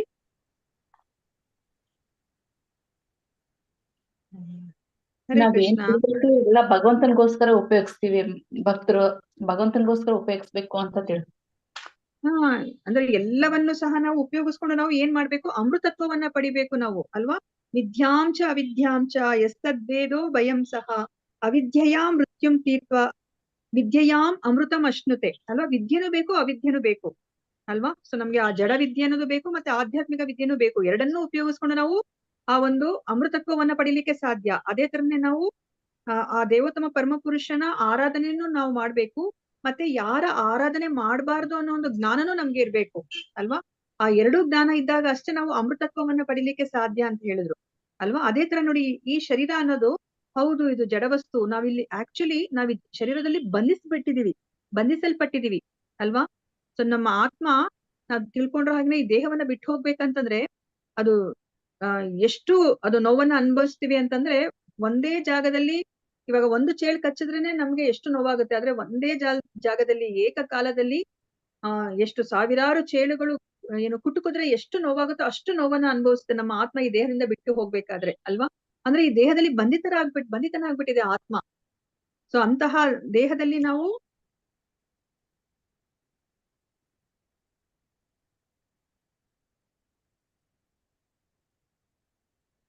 ಮಾತಾಜಿ ಕೇಳಿಸ್ತಾ ಇಲ್ಲ. ಮಾತಾಜಿ ಇಲ್ಲೇನೋ ಮೆಸೇಜ್ ಬಂದಿತ್ತು ಅದಕ್ಕೋಸ್ಕರ. ಸರಿ ಮತ್ತೆ. ಸೊ ನಾವು ಇಲ್ಲಿ ಬಂಧಿತರಾಗ್ಬಿಟ್ಟಿದೀವಿ ಅಲ್ವಾ. ಸೊ ಇವಾಗ ಏನ್ ಮಾಡ್ಬೇಕಾಗಿರೋದು, ನಾವು ಈ ದೇಹದಿಂದ ನಾವು ಬಿಡುಗಡೆ ಹೊಂದ್ಬೇಕು ಅಲ್ವಾ. ಸೊ ನಾವು ಬಿಡುಗಡೆ ಹೊಂದ್ಬೇಕು ಅಂತಂದ್ರೆ ನಾವು ಏನನ್ನ ಮಾಡ್ಬೇಕು ಅನ್ನೋ ಒಂದು ಜ್ಞಾನವನ್ನ ನಾವು ಇಟ್ಕೋಬೇಕೇ ಹೊರತು ನಾವ್ ಈ ದೇಹವನ್ನ ಅಯ್ಯೋ ಬೇಡ ಈ ದೇಹದಲ್ಲಿ ನಾನು ಬಂಧಿತರಾಗ್ಬಿಟ್ಟಿದೀವಿ, ಇದೊಂದು ಪಂಜರ ಅಂತ ಹೇಳ್ಬಿಟ್ಟು ನಾವ್ ಇದನ್ನ ದೇಹವನ್ನ ನಾವು ದ್ವೇಷ ಮಾಡೋ ಹಾಗಿಲ್ಲ ಅಲ್ವಾ.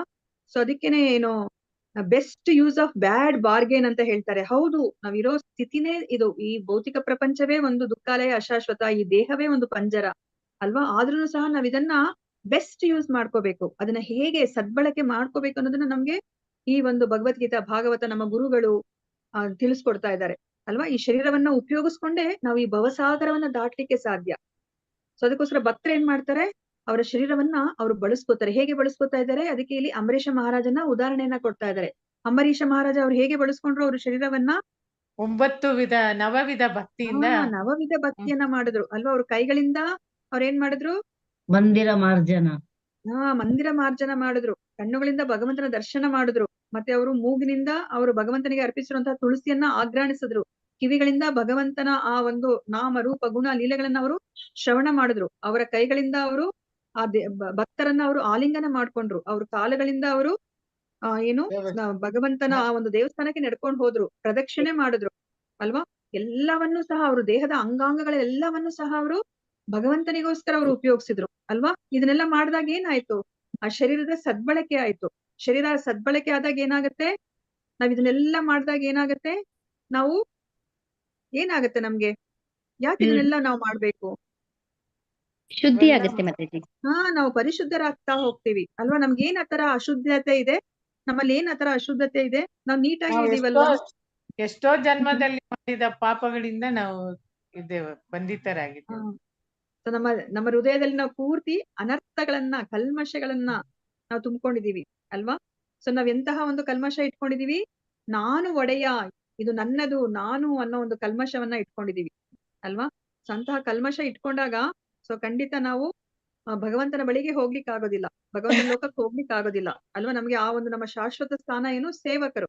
ಅಂತಹ ಒಂದು ಮನಸ್ಥಿತಿಗೆ ಬಂದ್ರೆ ಅಷ್ಟೇ ನಾವು ಭಗವಂತನ ಲೋಕಕ್ಕೆ ಹೋಗ್ಲಿಕ್ಕೆ ಸಾಧ್ಯ ಆಗುತ್ತೆ. ಸೊ ಅದಕ್ಕೋಸ್ಕರನೇ ಈ ಭಕ್ತರು ಮಾತ್ರನೇ ಈ ಶರೀರವನ್ನ ಸದ್ಬಳಕೆ ಮಾಡ್ಕೊಂಡು ಅವರು ಆ ಭಗವಂತನ ಲೋಕಕ್ಕೆ ಅವ್ರು ಹೋಗ್ಲಿಕ್ಕೆ ಉಪಯೋಗಿಸ್ತಾರೆ. ಸೊ ಇದು ತುಂಬಾ ಮುಖ್ಯವಾಗಿ ನಾವು ಶರೀರದ ಬಗ್ಗೆ ನಾವು ಅರ್ಥ ಮಾಡ್ಕೋಬೇಕಾಗಿರೋದು. ಜ್ಞಾನಿಗಳು, ಕರ್ಮಿಗಳು, ಭಕ್ತರು ಹೇಗೆ ಈ ಶರೀರವನ್ನ ಉಪಯೋಗಿಸ್ಕೊತಾರೆ ಅನ್ನೋದನ್ನ ನಾವು ಅರ್ಥ ಮಾಡ್ಕೋಬೇಕು. ಸೊ ಈಗ ನಮಗೆ ಪ್ರಭುಪಾದರು ಈ ಶರೀರದ ಬಗ್ಗೆ ನಮ್ಗೆ ಹಲವಾರು ಪ್ಯಾರಾಗ್ರಾಫ್ ಅಲ್ಲಿ ಇನ್ಫಾರ್ಮೇಶನ್ ಅನ್ನ ಕೊಡ್ತಾ ಇದ್ದಾರೆ. ಅದೇನು ಹೇಳ್ತಾರೆ ಅಂತ ಹೇಳ್ಬಿಟ್ಟು ನಾವು ನೋಡೋಣಂತೆ.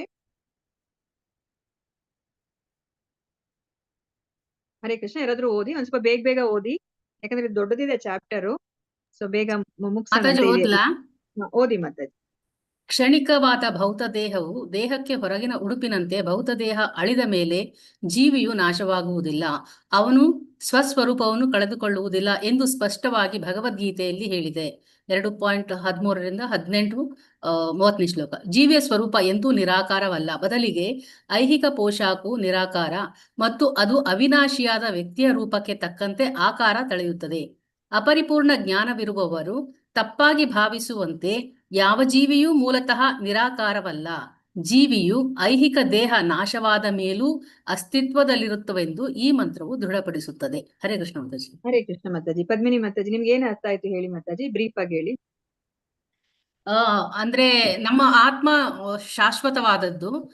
ಇದು ಈ ಭೌತಿಕ ದೇಹ ಏನು ನಾವು ಹಿಂದಿನ ಜನ್ಮದಲ್ಲಿ ನಾವೇನು ಕರ್ಮಗಳನ್ನ ಮಾಡಿರ್ತೀವಿ ಅದಕ್ಕೆ ತಕ್ಕಂಗೆ ನಾವು ಒಂದು ಭೌತಿಕ ದೇಹನ ಪಡಿತೇವೆ. ಮತ್ತೆ ಇದನ್ನ ಈ ಭೌತಿಕ ದೇಹ ನಾಶವಾದರೂ ಕೂಡ ನಮ್ಮ ಕರ್ಮಗಳ ಅನುಸಾರವಾಗಿ ಪುನಃ ನಾವು ಬೇರೆ ಬೇರೆ ದೇಹಗಳು ಸಿಗುತ್ತೆ ಅಂತ ಭಗವದ್ಗೀತೆಯಲ್ಲಿ 2ನೇ ಅಧ್ಯಾಯದಲ್ಲಿ ಮತ್ತು 18ನೇ ಅಧ್ಯಾಯದಲ್ಲಿ 2ನೇ ಅಧ್ಯಾಯ ಇದೆ ಮಾತಾಜಿ. ಅದು 2ನೇ ಅಧ್ಯಾಯದೇನೆ 13ರಿಂದ 18ನೇ ಶ್ಲೋಕ, ಅದಾದ್ಮೇಲೆ 30ನೇ ಶ್ಲೋಕ. ಓಕೆ ನಾನು 18ನೇ ಚಾಪ್ಟರ್ ಸಾರಿ. ಮತ್ತೆ ಅದೇ ಈ ಜೀವ ಸ್ವರೂಪ ಯಾವತ್ತೂ ನಿರಾಕಾರವಾಗಿರೋಲ್ಲ. ಯಾಕಂದ್ರೆ ಒಂದು ದೇಹ ಹೋದ್ಮೇಲೆ ಅವನಿಗೆ ಇನ್ನೊಂದು ದೇಹ, ಬೇರೆ ಯಾವ್ದಾದ್ರು ದೇಹ ಖಂಡಿತ ಬಂದೇ ಬರುತ್ತೆ. ಸೊ ಹಾಗಾಗಿ ನಮ್ಮ ಯಾವ್ದಾದ್ರೂ ಜೀವಿ ಇದು ಸ್ವರೂಪ ನಿರಾಕಾರ ಅಲ್ಲ, ಬದಲಿಗೆ ಅವನಿಗೆ ಯಾವಾಗ ಒಂದು ಆಕಾರ ಸಿಗ್ತಾ ಇರತ್ತೆ ಅಂತ ಹೇಳ್ಬೋದು. ಮತ್ತೆ ಅದು ಅವಿನಾಶಿ.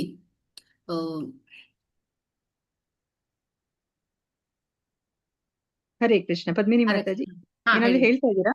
ಕೇಳಿಸ್ತಾ ಇಲ್ಲ. ಅದೇ ಮಾತಾಜಿ, ಅದೇ ಯಾವುದು ಮನುಷ್ಯನ ಅಥವಾ ಜೀವಿಯ ಒಂದು ಪಾಪ ಪುಣ್ಯ ಕರ್ಮಗಳ ಫಲವಾಗಿ ಅವನಿಗೆ ಬೇರೆ ಬೇರೆ ದೇಹಗಳು ಸಿಗ್ತಾ ಇದೆ ಅಂತ ಹೇಳ್ಬೋದು ಮಾತಾಜಿ. ಓಕೆ ಮಾತಾಜಿ, ಧನ್ಯವಾದಗಳು ಮಾತಾಜಿ. ಹರೇ ಕೃಷ್ಣ. ಹರೇ ಕೃಷ್ಣ. ಅಲ್ವಾ, ನಾವ್ ಇವಾಗ ಇಲ್ಲಿ ಶ್ಲೋಕವನ್ನ ನೋಡಿದಾಗ ನಮ್ಗೆ ಏನ್ ಗೊತ್ತಾಯ್ತು ಅಂದ್ರೆ, ಈ ಶರೀರ ಸುಟ್ಟು ಬೂದಿಯಾಗಲಿ ಅಂತ ಹೇಳ್ತಿದ್ದಾರೆ. ಅಂದ್ರೆ ಅದ್ರಲ್ಲೇ ನಮ್ಗೆ ಗೊತ್ತಾಗ್ತದೆ ಈ ಶರೀರ ಅನ್ನೋದು ಅದು ಕ್ಷಣಿಕವಾಗಿರುವಂತದ್ದು, ಅದು ನಾಶ ಆಗುವಂತದ್ದು ಅಂತ ಗೊತ್ತಿದೆ ಅಲ್ವಾ. ಆದ್ರೂ ನಾವ್ ಇವಾಗ ಏನಕ್ಕೆ ಕೇಳ್ಕೋಬೇಕು ಭಗವಂತನಿಗೆ? ಯಾಕೆ ನಾವ್ ಏನನ್ನಾದ್ರೂ ಕೇಳ್ಕೋಬೇಕು? ಇವಾಗ ಶರೀರ ನಾವೇ ಅಂತಂದ್ರೆ ನಾವು ಸುಟ್ಟು ಬೂದಿ ಆದ್ಮೇಲೆ ಎಲ್ಲವೂ ಅಂದ್ರೆ ಅದು ಶೂನ್ಯ ಆಗೋಗುತ್ತೆ ಅಲ್ವಾ. ನಾವ್ ಏನ್ರ ಬಗ್ಗೆ ನಾವ್ ಯೋಚನೆ ಮಾಡ್ಬೇಕು ಅಲ್ವಾ? ಯಾಕೆ ಯಾರನ್ನಾದ್ರೂ ಪ್ರಾರ್ಥನೆ ಮಾಡ್ಬೇಕು? ಆತ್ಮದ ಬಗ್ಗೆ ಯೋಚನೆ ಮಾಡ್ಬೇಕು ಮಾತಾಜಿ. ಅದರಿಂದ ನಮ್ಗೆ ಗೊತ್ತಾಗ್ತಾ ಇದೆ ಇಲ್ಲಿ, ನಮ್ಗೇನ್ ಗೊತ್ತಾಗ್ತದೆ, ನಾವು ಶರೀರ ಅಲ್ಲ, ನಾವು ಆತ್ಮ ಅಂತ ಗೊತ್ತಾಗ್ತಾ ಇದೆ ಅಲ್ವಾ. ಈ ಒಂದು ಶ್ಲೋಕದಿಂದ ನಮ್ಗೆ ಅದು ಗೊತ್ತಾಗ್ತಾ ಇದೆ ಅಲ್ಲ. ಈ ಕ್ಷಣಿಕ ಶರೀರ ಸುಟ್ಟು ಬೂದಿ ಆಗ್ಲಿ ಅಂತ ಹೇಳ್ತಾ ಇದ್ದಾರೆ, ಆದ್ರೂ ನಾವು ಪ್ರಾರ್ಥನೆ ಮಾಡ್ತಿದ್ದಾರೆ ಎಲ್ಲ ಶೂನ್ಯ ಆಗುತ್ತೆ ಅಂತ ಅಂದ್ಮೇಲೆ, ಶರೀರವೇ ಹೊರಟೋದ್ಮೇಲೆ ಅಲ್ಲಿ ಏನು ಅಸ್ತಿತ್ವದಲ್ಲಿ ಏನೂ ಇಲ್ಲ ಅಂದಾಗ ನಾವ್ ಯಾಕೆ ವರಿ ಮಾಡ್ಕೋಬೇಕು ಅಲ್ವಾ? ನಮ್ಮ ಕರ್ಮದ ಬಗ್ಗೆನೂ ವರಿ ಮಾಡ್ಕೋಬಾರ್ದು, ಮತ್ತೆ ಮುಂದೆ ನನ್ಗೆ ಏನಾಗುತ್ತೆ ಅನ್ನೋದ್ರ ಬಗ್ಗೆನೂ ವರಿ ಮಾಡ್ಕೋಬಾರ್ದು ಅಲ್ವಾ? ಈಗ ಯಾಕೆ ಇಲ್ಲಿ ಪ್ರಾರ್ಥನೆಯನ್ನ ಮಾಡ್ತಾ ಇದ್ದಾರೆ ಅಂತಂದ್ರೆ, ಇದರಿಂದ ಗೊತ್ತಾಗ್ತಾ ಇದೆ ನಾವು ಈ ಶರೀರ ಅಲ್ಲ, ಶರೀರದಲ್ಲಿ ವಾಸ ಮಾಡ್ತಿರೋಂತಹ ಆತ್ಮ ಅಂತ ಗೊತ್ತಾಗ್ತಿದೆ. ಮತ್ತೆ ಹಾಗಾದ್ರೆ ಈ ಶರೀರ ಏನು? ಈ ಶರೀರ ಅನ್ನೋದು ನಮ್ಗೆ ಈ ತತ್ಕಾಲಕ್ಕೆ ಕೊಟ್ಟಿರುವಂತದ್ದು ಭಗವಂತ. ಈ ಒಂದು ಜೀವನವನ್ನ ನಡೆಸ್ಲಿಕ್ಕೆ ಕೊಟ್ಟಿರುವಂತಹ ಒಂದು ಬಟ್ಟೆ ಅಂತ ಅನ್ಕೋಬಹುದು, ಅಥವಾ ಒಂದು ವಾಹನ ಅಂತ ಅನ್ಕೋಬಹುದು, ಒಂದು ಯಂತ್ರ ಅಂತ ಅನ್ಕೋಬಹುದು ಅಲ್ವಾ? ಸೊ ಅದಕ್ಕೋಸ್ಕರ ಇವಾಗ ನಾವ್ ಏನನ್ನ ಅರ್ಥ ಮಾಡ್ಕೋಬೇಕು? ಸೊ ನಾವ್ ಇವಾಗ ಮತ್ತೆ ಮತ್ತೆ ಈ ಶರೀರವನ್ನ ನಾನು ಪಡಿಕೂಡ್ದು ಅಂತ ಅರ್ಥ ಮಾಡ್ಕೋಬೇಕು ಅಲ್ವಾ? ನಾನು ಮತ್ತೆ ಮತ್ತೆ ಈ ಶರೀರವನ್ನ ನಾನು ಪಡ್ಕೋಬಾರ್ದು ಅಂತ ಅರ್ಥ ಮಾಡ್ಕೋಬೇಕು ಅಲ್ವಾ? ಸೊ ಇಲ್ಲಾಂದ್ರೆ ನಾವೇನಂತ ಅರ್ಥ ಮಾಡ್ಕೊಂಡ್ಬಿಡ್ತೀವಿ, ಮತ್ತೆ ಮತ್ತೆ ಪಡಿಬೇಕು ಅಂತ ಮಾಡ್ಕೊಂಡಿದ್ದೀವಿ. ಮತ್ತೆ ಮತ್ತೆ ಪಡಿಬೇಕು ಅಂತ ಅನ್ಕೊಂತೀವಿ ನಾವು ಅಲ್ವಾ? ನಾವೇನ್ ಯೋಚನೆ ಮಾಡ್ತೀವಿ ನೋಡಿ, ನಮ್ಗೆ ಭಗವದ್ಗೀತೆ ಜ್ಞಾನ ಇಲ್ಲ ಅಂದ್ರೆ ನಾನು ಮುಂದಿನ ಜನ್ಮದಲ್ಲಾದ್ರೂ ಚೆನ್ನಾಗ್ ಹುಟ್ಟಿದ್ರೆ ಸಾಕಪ್ಪ, ನನ್ಗೆ ಏನೆಲ್ಲ ಆಸೆಗಳಿದೆಯಲ್ಲ ಅದೆಲ್ಲ ತೀರ್ಸ್ಕೊಳ್ಳೋ ಅಂತ ಒಂದು ನನಗೆ ಸನ್ನಿವೇಶ ಸಿಕ್ಕಿದ್ರೆ ಸಾಕಪ್ಪ ಅಂತ ನಾವ್ ಅನ್ಕೋತಾ ಇದ್ವಿ. ಇವಾಗ ನಾವೇ ಅನ್ಕೊಂತಿದ್ವಿ ಅಲ್ವಾಪ್ಪ, ಇಂಥ ಜನ್ಮ ಮಾತ್ರ ಬೇಡ, ಅಂದ್ರೆ ಹುಟ್ಟಿದ್ರೆ ಚೆನ್ನಾಗಿ ಹುಟ್ಬೇಕು ನಾವು ಅಂತ ಅನ್ಕೋತಿದ್ವಿ ಹೊರತು ಹುಟ್ಲೇಬಾರ್ದು ಅಂತ ಅನ್ಕೋತೀವಿ. ಆದ್ರೂ ಸಹ ನಮ್ಗೆ ಹುಟ್ಟಬೇಕು ಅಂತಾನೆ ಅನ್ಸುತ್ತೆ. ಯಾಕಂದ್ರೆ ನಮ್ಗೆ ಯಾವಾಗ್ಲೂ ನಾಶವಾಗ್ಬಿಡ್ಬೇಕು ಅಂತ ನಮ್ಗೆ ಯಾವಾಗ್ಲೂ ಅನ್ಸೋದಿಲ್ಲ. ಎಂತಹ ಸ್ಥಿತಿಲಿ ಇದ್ರೂ ಸಹ ಒಂದು ಜೀವಿಗೆ ಯಾವಾಗ್ಲೂ ಬದುಕ್ಬೇಕಂತಾನೆ ಅನ್ಸೋದು ಅಲ್ವಾ?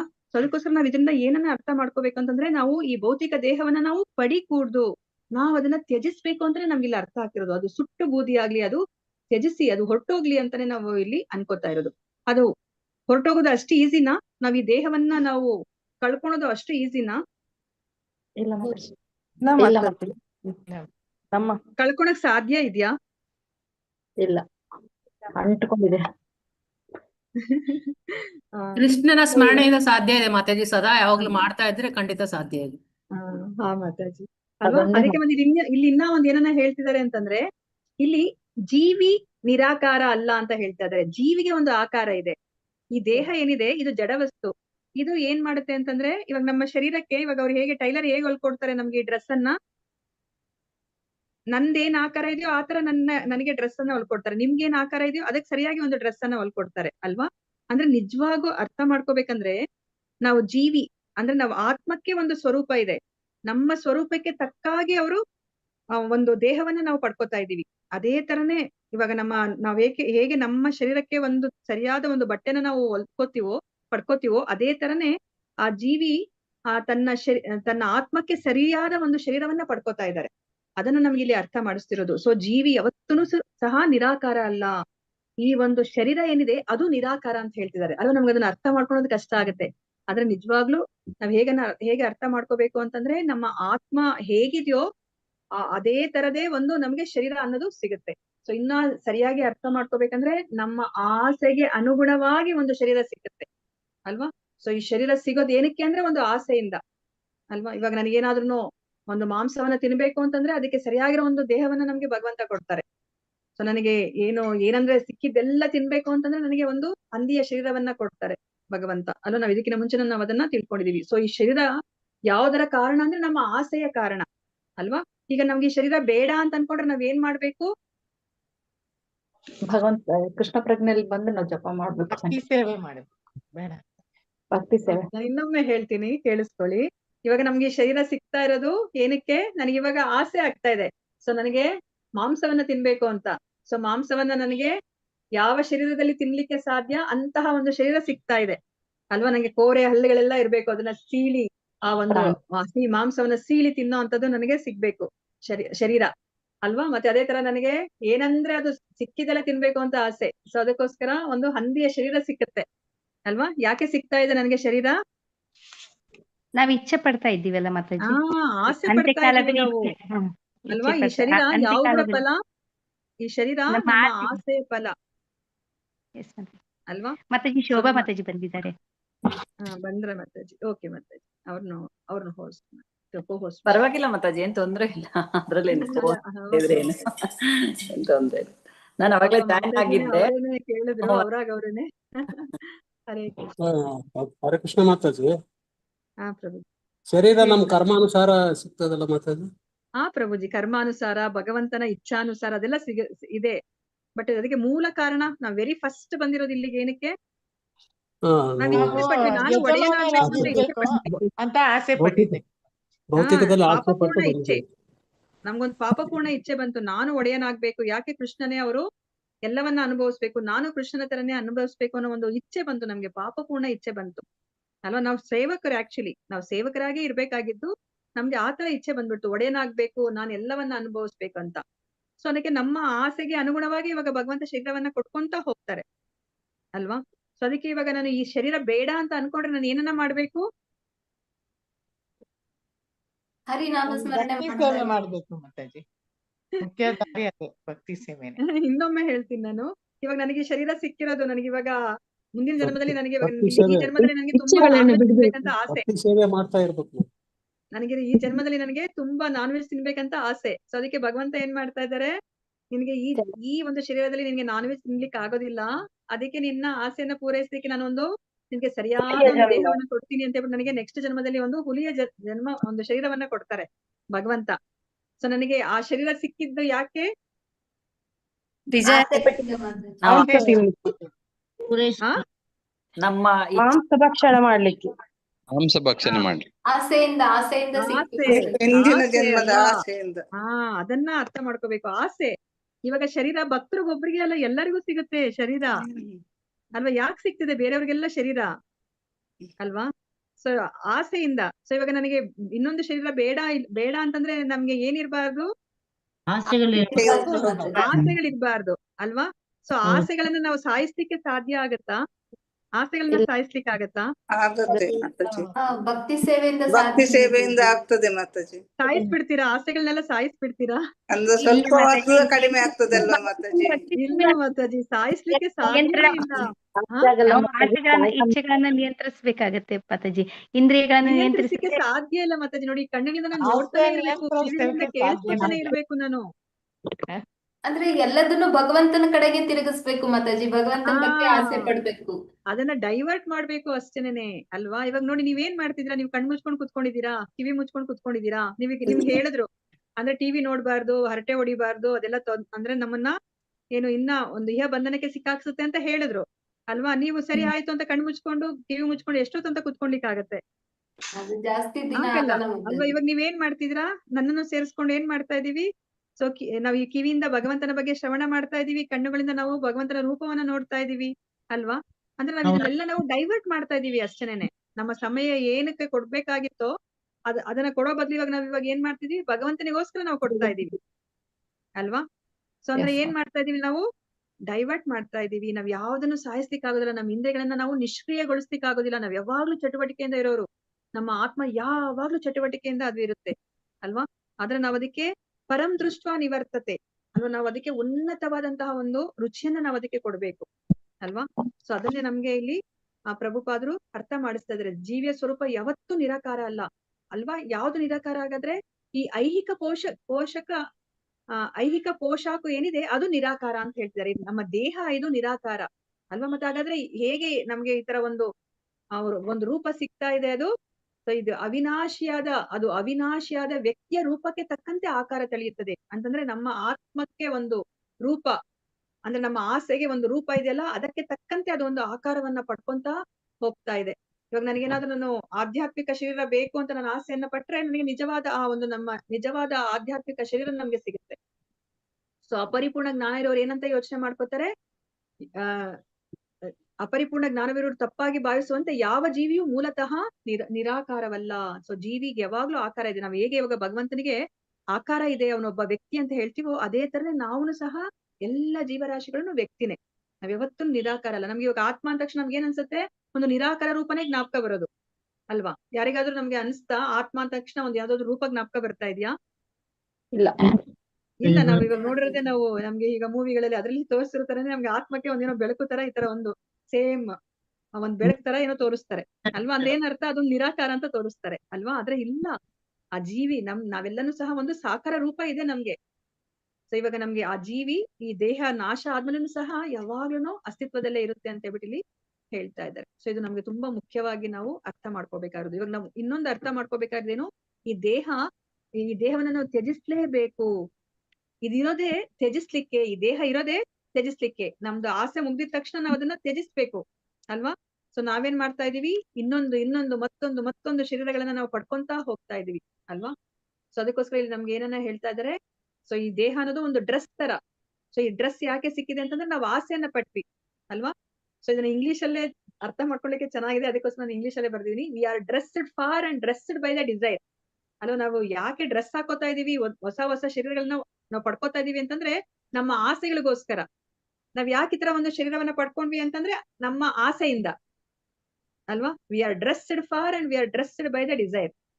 ನಾವ್ ಈ ಡ್ರೆಸ್ ಹಾಕೊಂಡಿರೋದೇ ಆಸೆಗಳನ್ನ ಅನುಭವಿಸ್ಲಿಕ್ಕೆ, ಮತ್ತೆ ಈ ಶರೀರ ಸಿಕ್ಕಿರೋದೇ ನಮ್ಮ ಆಸೆಯಿಂದ ಅಂತ ಹೇಳ್ಬಿಟ್ಟು ಇಲ್ಲಿ ಹೇಳ್ತಿದ್ದಾರೆ. ಹಾಗಾದ್ರೆ ನಾವ್ ಹೇಗೆ ಈ ದೇಹವನ್ನ ನಾವು ಬಿಡ್ಬೇಕು, ಹೇಗೆ art of living the body ಹೇಗೆ.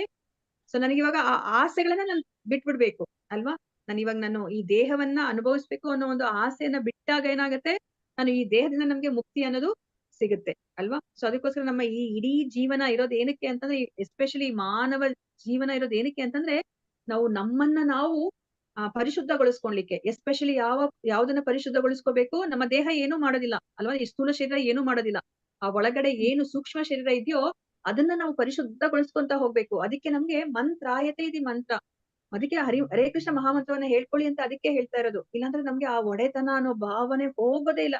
ಕೊನೆ ಸಾಯೋ ಗಳಿಗೆ ತರನು ಮನುಷ್ಯನಿಗೆ ಇನ್ನೂ ಆಸೆ ಅಲ್ವಾ. ಚಕ್ಲಿ ತಿನ್ನಕ್ಕೆ ಆಗಲ್ಲ, ಅಲ್ಲೆಲ್ಲ ಬಿದ್ದೋಗಿರುತ್ತೆ, ಆದ್ರೂ ಸಹ ಆ ಕುಟ್ಟಾಣಿಯಲ್ಲಿ ಹಾಕೊಂಡು ಕುಟ್ಕೊಂಡು ಅಥವಾ ಮಿಕ್ಸಿಗೆ ಹಾಕೊಂಡು ಆ ಚಕ್ಲಿಯ ಪುಡಿಯ ಆ ಒಂದು ರುಚಿಯನ್ನ ಅದು ಅಂದ್ರೆ ಆ ಮನುಷ್ಯ ತಿನ್ಬೇಕು ಅಂತ ಯೋಚನೆ ಮಾಡ್ತಿರ್ತಾನೆ. ಕೊನೆ ಗಳಿಗೆ ತನಕ ಅವನಿಗೆ ಸಾಯ್ಬೇಕು ಅಂತಾನು ಅನ್ಸೋದಿಲ್ಲ, ಈ ದೇಹವನ್ನ ಬಿಡ್ಬೇಕು ಅಂತಾನು ಅನ್ಸೋದಿಲ್ಲ ಅಲ್ವಾ. ಸೊ ಅದಕ್ಕೋಸ್ಕರ ಇವಾಗ ನಾವು ಪರಿಶುದ್ಧ ಮಾಡ್ಕೋಬೇಕಂತ ನಾವು ನಮ್ಮ ಎಲ್ಲಾ ಈ ದೇಹವನ್ನ ಉಪಯೋಗಿಸ್ಕೊಂಡು ನಾವು ಭಗವಂತನಿಗೆ ಸೇವೆಯನ್ನ ಮಾಡ್ಬೇಕು, ಮತ್ತೆ ಹರಿನಾಮವನ್ನ ಹೇಳ್ಕೋಬೇಕು. ಅವಾಗಷ್ಟೇನೆ ನಮ್ಮ ಈ ಒಂದು ಸೂಕ್ಷ್ಮ ಶರೀರ ಅನ್ನೋದು ಪರಿಶುದ್ಧವಾಗತ್ತೆ ಅಲ್ವಾ. ಯಾಕಂದ್ರೆ ನಮ್ಮೆಲ್ಲಾ ಏನೆಲ್ಲಾ ಒಂದು ಜೀವನದಲ್ಲಿ ನಾವು ಈ ಅನುಭವಗಳನ್ನ ಪಡ್ಕೊಂಡಿರ್ತೀವೋ ಅದೆಲ್ಲ ಎಲ್ಲಿ ಸ್ಟೋರ್ ಆಗಿರುತ್ತೆ ಅಂತಂದ್ರೆ ನಮ್ಮ ಈ ಸೂಕ್ಷ್ಮ ಶರೀರದಲ್ಲಿ ಸ್ಟೋರ್ ಆಗಿರುತ್ತೆ ಅಲ್ವಾ.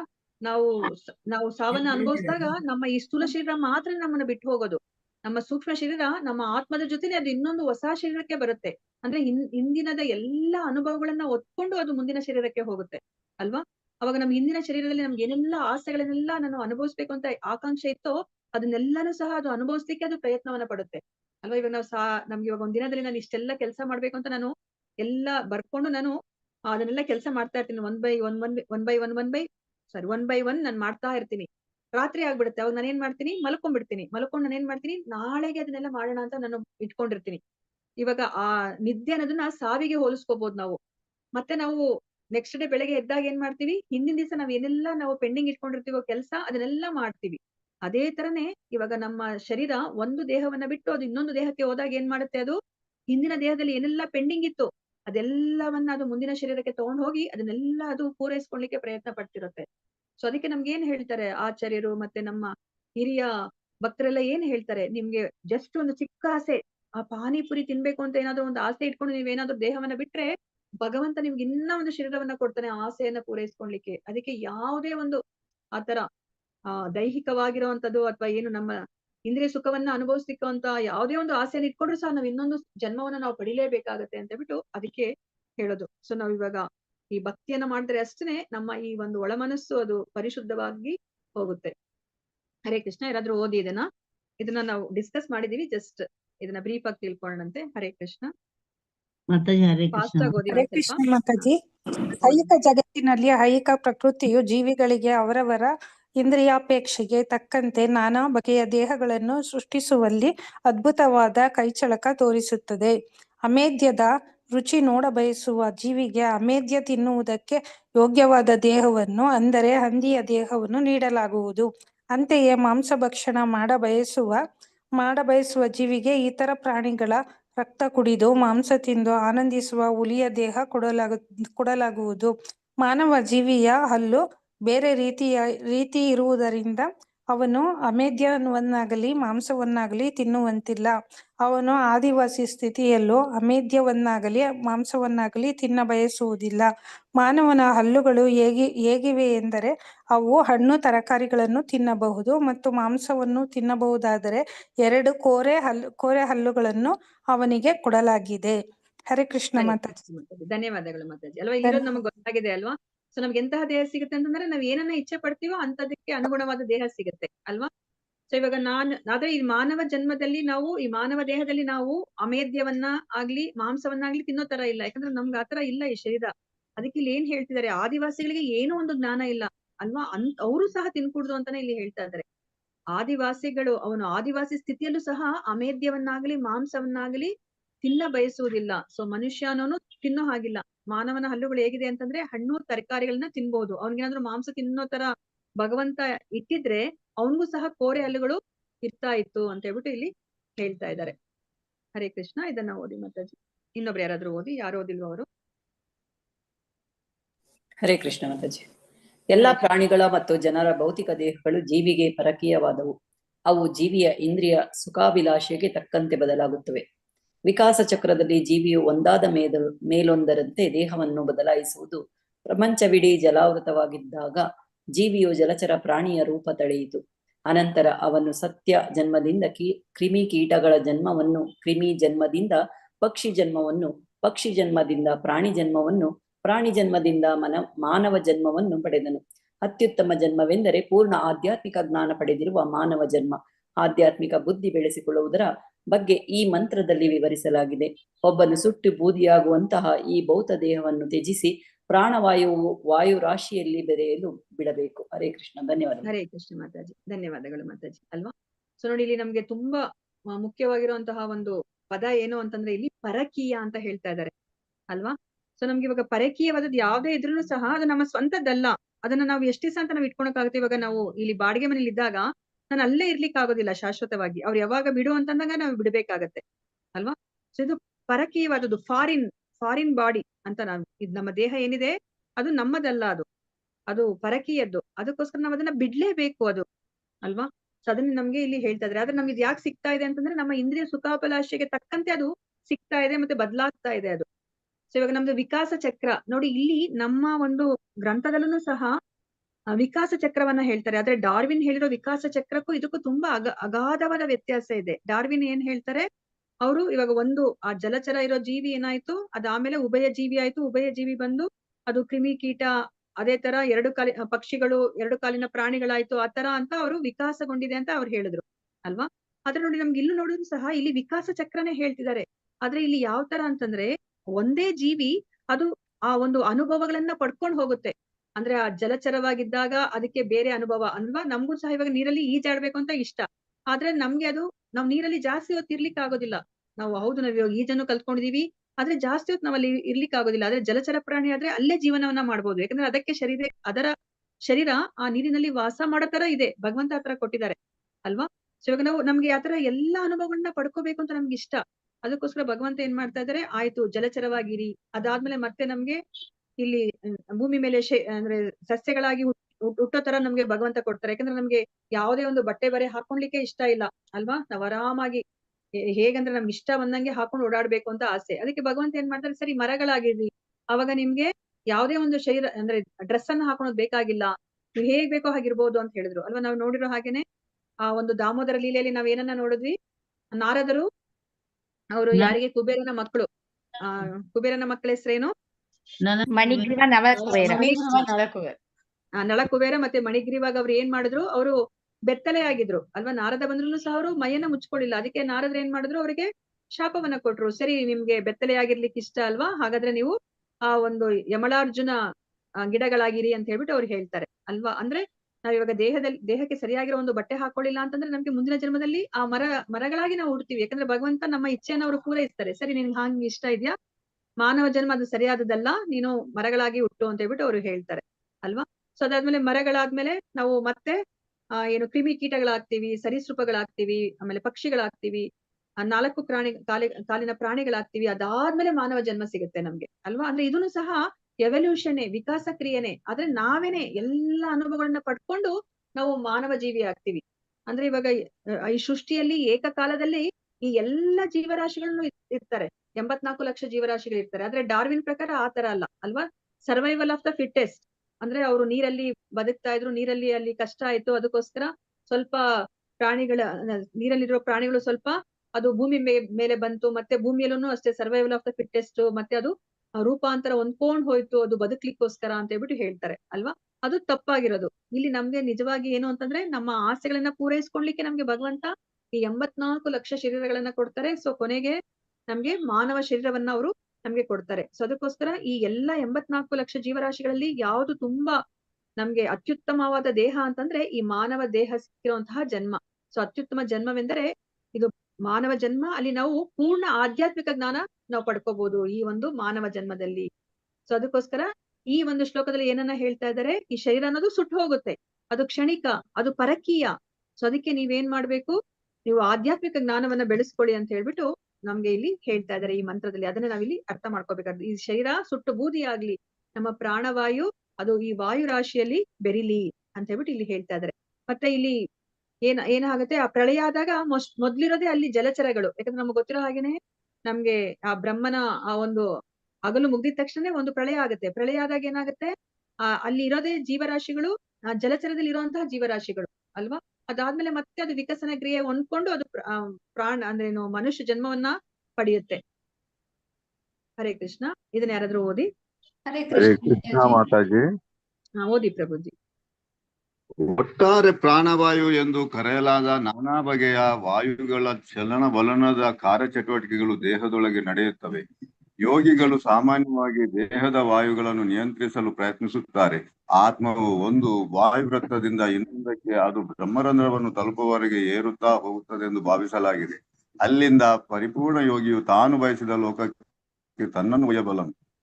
ಇಲ್ಲಿನ ಪ್ರಕ್ರಿಯೆ ಎಂದರೆ ಒಂದು ಭೌತ ದೇಹವನ್ನು ತೊರೆದು ಇನ್ನೊಂದಕ್ಕೆ ಹೋಗುವುದು. ಆದರೆ ಅಂತ ಬದಲಾವಣೆಗಳಿಂದ ಪರಮ ಪರಿಪೂರ್ಣ ಸ್ಥಿತಿಯನ್ನು ಯಾವಾಗ ತಲುಪಬಹುದೆಂದರೆ ಈ ಮಂತ್ರದಲ್ಲಿ ಸೂಚಿಸಿರುವಂತೆ ಜೀವಿಯು ಭೌತ ದೇಹವನ್ನು ಸಂಪೂರ್ಣವಾಗಿ ತೊರೆಯಲು ಸಾಧ್ಯವಾದಾಗ ಮಾತ್ರ. ಆಗಲೀಗ ಅವನು ಆಧ್ಯಾತ್ಮಿಕ ಆಕಾಶವನ್ನು ತಲುಪಬಹುದು. ಅಲ್ಲಿ ಅವನು ಸಂಪೂರ್ಣವಾಗಿ ಬೇರೆಯೇ ಆದ ದೇಹವನ್ನು, ಸಾವನ್ನಾಗಲಿ ಬದಲಾವಣೆಯನ್ನಾಗಲಿ ಹೊಂದದ ದೇಹವನ್ನು ಹೊಂದಬಹುದು. ಹರೇ ಕೃಷ್ಣ. ಹರೇ ಕೃಷ್ಣ ಪ್ರಭುಜಿ, ಧನ್ಯವಾದಗಳು. ನಮ್ಗೆ ಇವಾಗ ಹಿಂದಿನ ಒಂದು ಪ್ಯಾರಾದಲ್ಲಿ ಏನ್ ಹೇಳಿದ್ರು ಪ್ರಭುಪಾದ್ರು, ಈ ದೇಹ ಪರಕೀಯ, ನಾವ್ ಅದನ್ನ ತೊರಿಲೇಬೇಕು ಅಲ್ವಾ. ಸೊ ತೊರಿಬೇಕು ಅಂತಂದ್ರೆ ಏನ್ ಮಾರ್ಗಗಳಿದೆ? ಹರೇ ಕೃಷ್ಣ. ಈ ದೇಹವನ್ನ ತೊರಿಲಿಕ್ಕೆ ಏನ್ ಮಾರ್ಗಗಳಿದೆ? ಆಸೆ ತ್ಯಜಿಸ್ಬೇಕು ಮಾತಾಜಿ. ಆಸೆನ ನಾವು ತ್ಯಜಿಸ್ಬೇಕು. ಮತ್ತೆ ಇನ್ನೇನಾದ್ರೂ ಮಾರ್ಗಗಳಿದ್ಯಾ? ಭಗವಂತನಿಗೆ ಶರಣಾಗಬೇಕು ಮಾತಾಜಿ. ಅಂದ್ರೆ ಭಗವಂತನಿಗೆ ಶರಣಾಗ್ಬೇಕು. ಮತ್ತೆ ಇನ್ನೊಬ್ರು ಮಾತಾಜಿ ಏನೋ ಹೇಳ್ತಾ ಇದ್ರು, ನವವಿಧ ಭಕ್ತಿ ಮಾಡ್ಬೇಕು ಮಾತಾಜಿ. ನವವಿಧ ಭಕ್ತಿ ಮಾಡ್ಬೇಕು. ಸದಾ ಭಗವಂತನ ಸ್ಮರಣೆಯಲ್ಲಿ ಇರಬೇಕು ಮಾತಾಜಿ. ಭಗವಂತನ ಸ್ಮರಣೆಯಲ್ಲಿ ಇರ್ಬೇಕು. ಆಮೇಲೆ ಹರೇ ಕೃಷ್ಣ. ಇನ್ನೊಬ್ರು ಮಾತಾಜಿ ಹೇಳ್ತಾ ಇದ್ರು ಅದನ್ನ. ಮಾತಾಜಿ ಯೋಗಿಗಳಾಗಿ. ಯೋಗಿಗಳು ಅಲ್ವಾ. ಯೋಗಿಗಳು ಏನ್ ಮಾಡ್ತಾರೆ, ಅವ್ರಿಗೆ ಗೊತ್ತು ಈ ಶರೀರವನ್ನ ಹೇಗೆ ತ್ಯಜಿಸೋದು ಅಂತ ಹೇಳ್ಬಿಟ್ಟು. ಅವರು ಪ್ರಾಣವಾಯುವನ್ನ ಏನ್ ಮಾಡ್ತಾರೆ, ಅವರು ನವರಂಧ್ರಗಳನ್ನ ಮುಚ್ಕೊಂಡ್ಬಿಟ್ಟು ಅವ್ರೇನ್ ಮಾಡ್ತಾರೆ, ಅವ್ರ ಹಿಮ್ಮಡಿಯಿಂದ ಕೆಳಗಿನ ರಂಧ್ರವನ್ನ ಅವರು ಮುಚ್ಕೊಂಡು ಆ ಒಂದು ಪ್ರಾಣವಾಯುವನ್ನ ಮೇಲೆ ಮೇಲೆ ಮೇಲೆ ಮೇಲಕ್ಕೆ ಕಳಿಸ್ಕೊಂತ ಅವರು ಆ ಒಂದು ಬ್ರಹ್ಮರಂಧ್ರದಿಂದ ಅವ್ರ ಅದನ್ನ ಹೊರಗಡೆ ಬರೋ ತರ ಅವ್ರು ಮಾಡ್ತಾರೆ. ಅವಾಗ ಏನಾಗುತ್ತೆ, ಅವ್ರು ಇಚ್ಛೆ ಪಟ್ಟಿರುವಂತಹ ಒಂದು ಜಾಗಕ್ಕೆ ಅವರು ಹೋಗ್ಲಿಕ್ಕೆ ಸಾಧ್ಯ ಆಗುತ್ತೆ. ಅಂದ್ರೆ ಅವ್ರಿಗೆ ಈ ದೇಹವನ್ನು ತ್ಯಜಿಸೋದು ಹೇಗೆ ಅಂತ ಹೇಳ್ಬಿಟ್ಟು ಅವ್ರಿಗೆ ಗೊತ್ತಿದೆ ಅಲ್ವಾ. ಬಟ್ ನಾವೇನಾದ್ರೂ ಇವಾಗ ನಮ್ಮ ಇಚ್ಛಾನುಸಾರ ನಾವೇನಾದ್ರೂ ದೇಹವನ್ನ ತ್ಯಜಿಸಿದ್ರೆ ಏನಾಗುತ್ತೆ, ಸೊ ನಮ್ಗೆ ನಾವ್ ಏನು ಒಂದು ಇಚ್ಛೆನ ಇಟ್ಕೊಂಡಿದೀವೋ ಅದಕ್ಕೆ ಪೂರೈಸ್ಲಿಕ್ಕೆ ಸಾಧ್ಯವಾಗುವಂತಹ ಇನ್ನೊಂದು ದೇಹವನ್ನ ನಾವು ಪಡೆದ್ ಬಿಡ್ತೀವಿ ಅಲ್ವಾ. ನಮ್ದು ಇವಾಗ ಏನು ಇಚ್ಛೆ ಇದೆ, ಈ ದೇಹನೇ ಬೇಡ. ಸೊ ಹಾಗಾದ್ರೆ ನಾವು ಈ ಒಂದು ಯೋಗಿ ಏನ್ ಮಾಡ್ತಾ ಇದ್ರು, ಆ ಒಂದು ಮಾರ್ಗವನ್ನ ಅನುಸರಿಸಿದ್ರೆ ಏನಾಗುತ್ತೆ, ಸೊ ನಾವು ಮೇಲಿನ ಲೋಕಕ್ಕೆ ಹೋಗ್ಬೋದು, ಇಲ್ಲ ಅಂತಂದ್ರೆ ನಾವು ಆ ಬ್ರಹ್ಮ ಜ್ಯೋತಿಗೆ ಹೋಗ್ಬೋದು ಅಲ್ವಾ. ಸೊ ಬ್ರಹ್ಮ ಜ್ಯೋತಿಗೆ ಹೋಗೋದು ಸರಿಯಾದಂತಹ ಒಂದು ಏನು ಗುರಿನ, ಬ್ರಹ್ಮ ಜ್ಯೋತಿಗೆ ಹೋಗೋದು ಸರಿಯಾದಂತಹ ಗುರಿನ? ಇಲ್ಲ ಅಲ್ವಾ. ಏನಂತ ತಿಳ್ಕೊಂಡ್ವಿ ನಾವು, ಬ್ರಹ್ಮ ಜ್ಯೋತಿಗೆ ಹೋಗೋದು ನಾವ್ ಇದಕ್ಕಿಂತ ಮುಂಚೆ ನಾವು ತಿಳ್ಕೊಂಡ್ವಿ ಅಲ್ವಾ. ಸೊ ನಮ್ಗೆ ಗೊತ್ತಿರೋ ಹಾಗೇನೆ ಬ್ರಹ್ಮ ಜ್ಯೋತಿ ಅನ್ನೋದು ಆಧ್ಯಾತ್ಮಿಕ ಲೋಕದಲ್ಲೇ ಇದೆ. ಆದ್ರೂ ಸಹ ಭಗವಂತ ಏನ್ ಹೇಳಿದ್ರು, ಸೊ ಅದು ಸರಿಯಾದ ಅಂದ್ರೆ ಏನು ಆರಾಧನೆಯಲ್ಲಿ ಅದನ್ನ ಮಾಡ್ಕೂಡ್ದು ಅಂತಾನೆ ಹೇಳಿದ್ರು. ಅಂತಹ ಆರಾಧನೆ ಅದು ಸರಿಯಾದ ಆರಾಧನೆ ಅಲ್ಲ ಅಂತಾನೆ ಹೇಳಿದ್ರು ಅಲ್ವಾ. ಸೊ ನಾವು ಬ್ರಹ್ಮ ಜ್ಯೋತಿಗೆ ಹೋಗುವಂತಹ ಆರಾಧನೆ ಅದು ಸರಿಯಾದ ಆರಾಧನೆ ಅಲ್ಲ ಅಂತ ಹೇಳಿದ್ರು. ಅಂದ್ರೆ ನಮ್ಗೆ ಬ್ರಹ್ಮ ಜ್ಯೋತಿಗೆ ಹೋದ್ರುನು ಸಹ ಅದು ಪರಿಪೂರ್ಣವಾದ ಗತಿ ಅಲ್ಲ, ಪರಿಪೂರ್ಣವಾದ ಗುರಿ ಅಲ್ಲ. ಯಾಕೆ ಅದು ಗುರಿ ಅಲ್ಲ ಅಂತ ತಿಳ್ಕೊಂಡ್ವಿ ನಾವು? ಏನ್ ಪ್ರಾಬ್ಲಮ್ ಬ್ರಹ್ಮ ಜ್ಯೋತಿಗೆ ಹೋದ್ರೆ? ಮತ್ತೆ ರಿಟರ್ನ್ ಭೌತಿಕ ಜಗತ್ತಿಗೆ ಬರ್ತೇವೆ. ಮತ್ತೆ ರಿಟರ್ನ್ ಇಲ್ಲಿ ಭೌತಿಕ ಜಗತ್ತಿಗೆ ಹೋಗ್ತೀವಿ. ನಮ್ಮ ನಿಜವಾದ ಸ್ಥಾನ ಏನು? ನಮ್ಮ ನಿಜವಾದ ಸ್ಥಾನ ಏನು? ಗೋಲೋಕ ಗೋಲೋಕರ ಬೃಂದಾವನಕ್ಕೆ ಹೋಗುದು. ನಮ್ಮ ಶಾಶ್ವತ ಸ್ಥಾನ ಏನು? ನಾವು ಜೀವೇರ ಸ್ವರೂಪವೇ ಕೃಷ್ಣರ ನಿತ್ಯದಾಸ. ದಿವ್ಯರ ಸ್ವರೂಪವೇ ಕೃಷ್ಣರ ನಿತ್ಯದಾಸ. ನಾವು ಯಾವಾಗ್ಲೂ ಸೇವಕರು. ಆ ಬ್ರಹ್ಮಜ್ಯೋತಿಯಲ್ಲಿ ಏನಾದ್ರೂ ಸೇವೆ ಮಾಡ್ಲಿಕ್ಕೆ ಆಗತ್ತಾ ನಿಮ್ಗೆ? ಆಗಲ್ಲ. ಇಲ್ಲ. ಅಲ್ಲ, ನಾವ್ ಹೆಚ್ಚು ದಿನ ಇರ್ಲಿಕ್ಕೆ ಆಗತ್ತಾ ಏನು ಸೇವೆ ಮಾಡ್ದಲೆ? ಇಲ್ಲ. ಆಗೋದಿಲ್ಲ. ಅದಕ್ಕೋಸ್ಕರ ನಾವೇನ್ ಮಾಡ್ತೀವಿ, ಫಸ್ಟ್ ಮತ್ತೆ ನಾವು ಈ ಭೌತಿಕ ಜಗತ್ತಿಗೆ ಬಂದ್ಬಿಡ್ತೀವಿ. ಸೊ ಅದಕ್ಕೋಸ್ಕರ ನಾವ್ ಇಷ್ಟು ಕಷ್ಟಪಟ್ಟು ನಾವು ಈ ಮಾರ್ಗವನ್ನ ಅನುಸರಿಸಿದ್ರು ಸಹ, ಹೌದು ನಾವ್ ಇವಾಗ ಶರೀರವನ್ನ ಬಿಟ್ಬಿಡ್ತಾ ಇದೀವಿ ಅಲ್ವಾ, ಆದ್ರೆ ಬ್ರಹ್ಮ ಜೊತೆಗೆ ಹೋಗ್ತೀವಿ. ಸೊ ಬ್ರಹ್ಮ ಜೊತೆಗೆ ಹೋದ್ರೂ ಸಹ ಅದು ಪರಿಪೂರ್ಣವಾದಂತಹ ಗುರಿ ಅಲ್ಲ. ಅದಕ್ಕೋಸ್ಕರ ನಾವು ಇವಾಗ ದೇಹವನ್ನ ಬಿಡ್ಬೇಕು ಅಂತ ನಾವು ಹೇಗೂ ಇವಾಗ ನಾವು ಅರ್ಥ ಮಾಡ್ಕೊಂಡಿದೀವಿ. ಹಾಗಾದ್ರೆ ಅದಕ್ಕೊಂದು ಸರಿಯಾದ ಒಂದು ರೀತಿಯಲ್ಲಿ ನಾವು ದೇಹವನ್ನ ನಾವು ಬಿಡ್ಬೇಕು. ಎಂತಹ ರೀತಿಯಲ್ಲಿ ಬಿಡ್ಬೇಕು ಅಂತಂದ್ರೆ, ನಾವು ಮತ್ತೆ ಈ ಭೌತಿಕ ಪ್ರಪಂಚಕ್ಕೆ ವಾಪಸ್ಸು ಬರಬಾರ್ದು ಅಲ್ವಾ. ನಾವು ಆ ಆಧ್ಯಾತ್ಮಿಕ ಪ್ರಪಂಚಕ್ಕೆ, ಆ ಕೃಷ್ಣನ ಗೋಲೋಕ ವೃಂದಾವನಕ್ಕೆ ಹೋಗಿ ನಮ್ಮ ಆ ಒಂದು ಶಾಶ್ವತ ಸ್ಥಾನವನ್ನ ನಾವು ಪಡಿಬೇಕು ಅಲ್ವಾ. ಸೊ ಅದನ್ನೇ ನಮ್ಗೆ ಇಲ್ಲಿ ಹೇಳ್ತಾ ಇದ್ದಾರೆ ಇಲ್ಲಿ. ಸೊ ನಾವಿವಾಗ ಈ ಭೌತ ಶರೀರವನ್ನ ಇವರು ಇಲ್ಲಿ ಯೋಗಿ ಏನ್ ಮಾಡ್ತಾರೆ, ಅವರು ದೇಹವನ್ನ ಬಿಡ್ತಾರೆ. ಆದ್ರೆ ಅವ್ರು ಎಲ್ಲಿಗೆ ಹೋಗ್ತಾರೆ? ಅವರು ಬ್ರಹ್ಮ ಜ್ಯೋತಿಗೆ ಹೋಗ್ತಾರೆ. ಆದ್ರೆ ನಾವು ಇವಾಗ ನಾವು ಬೌದ್ಧ ದೇವನ ಬಿಟ್ಟಾಗ ನಾವು ಆಧ್ಯಾತ್ಮಿಕ ಆಕಾಶವನ್ನ ತಲುಪಬಹುದು. ಅಲ್ಲಿ ನಾವು ಎಂತಹ ಒಂದು ಆಧ್ಯಾತ್ಮಿಕ ಆಕಾಶಕ್ಕೆ ನಾವು ತಲುಪಬೇಕು ಅಂತಂದ್ರೆ, ಅಲ್ಲಿ ನಾವು ಸಂಪೂರ್ಣವಾಗಿ ಬೇರೆಯೇ ಆದ ದೇಹವನ್ನ, ಸಾವನ್ನಾಗಲಿ ಬದಲಾವಣೆಯನ್ನಾಗಲಿ ಹೊಂದದ ದೇಹವನ್ನ ನಾವು ಹೊಂದಬಹುದು ಅಂತ ಹೇಳ್ತಾ ಇದ್ದಾರೆ. ಸೊ ನಾವು ಎಲ್ಲಿಗೆ ಹೋಗ್ಬೇಕು? ನಾವು ಗೋಲೋಕ ವೃಂದಾವನಕ್ಕೆ ನಾವು ಹೋಗ್ಬೇಕೆ ಹೊರತು ಬ್ರಹ್ಮ ಜ್ಯೋತಿಗೆ ನಾವು ಯಾವತ್ತೂ ಹೋಗ್ಕೂಡ್ದು ಅನ್ನೋದನ್ನ ನಮ್ಗೆ ಇಲ್ಲಿ ಅರ್ಥ ಮಾಡಿಸ್ತಾ ಇದ್ದಾರೆ ಪ್ರಭುಪಾದ್ರು. ಹರೇ ಕೃಷ್ಣ. ಇದನ್ನ ಓದಿ. ಹರೇ ಕೃಷ್ಣ. ಹರೇ ಕೃಷ್ಣ ಮಾತಾಜಿ. ಭೌತ ಜಗತ್ತಿನಲ್ಲಿ ಭೌತ ಪ್ರಕೃತಿಯು ಮಾನವನು ತನ್ನ ಇಂದ್ರಿಯ ಸುಖಾಪೇಕ್ಷೆಗೆ ತಕ್ಕಂತೆ ತನ್ನ ದೇಹವನ್ನು ಬದಲಿಸುವಂತೆ ಮಾಡುತ್ತದೆ. ಈ ಬಯಕೆಗಳು ಕ್ರಿಮಿ ಕೀಟಗಳಿಂದ ಹಿಡಿದು ಅತ್ಯಂತ ಪರಿಪೂರ್ಣ ಭೌತ ದೇಹಗಳಾದ ಬ್ರಹ್ಮ ಮತ್ತು ದೇವತೆಗಳವರೆಗೆ ನಾನಾ ಜೀವಜಾತಿಗಳಲ್ಲಿ ಕಂಡುಬರುತ್ತವೆ. ಈ ಜೀವಗಳಿಗೆಲ್ಲ ಭೌತ ದ್ರವ್ಯದ ನಾನಾ ರೂಪಗಳಿವೆ. ವಿವೇಕಿಯಾದವನು ಭೌತ ದೇಹಗಳ ವೈವಿಧ್ಯದಲ್ಲಿ ಏಕತೆಯನ್ನು ಕಾಣದೆ ಆಧ್ಯಾತ್ಮಿಕ ಸ್ವರೂಪಗಳಲ್ಲಿ ಏಕತೆಯನ್ನು ಕಾಣುತ್ತಾನೆ. ಪರಮ ಪ್ರಭುವಿನ ವಿಭಿನ್ನಾಂಶವಾದ ಆಧ್ಯಾತ್ಮಿಕ ಕಿಡಿಯು ಹಂದಿಯ ದೇಹದಲ್ಲಿರಲಿ ದೇವತೆಯ ದೇಹದಲ್ಲಿರಲಿ ಒಂದೇ. ಜೀವಿಯು ತನ್ನ ಪುಣ್ಯ ಕಾರ್ಯ ಅಥವಾ ಪಾಪ ಕಾರ್ಯಗಳಿಗೆ ತಕ್ಕಂತೆ ಬೇರೆ ಬೇರೆ ದೇಹಗಳನ್ನು ಪಡೆಯುತ್ತಾನೆ. ಮಾನವ ಜನ್ಮ. ಹರೇ ಕೃಷ್ಣ ಮಾತಾಜಿ. ಧನ್ಯವಾದಗಳು ಮಾತಾಜಿ.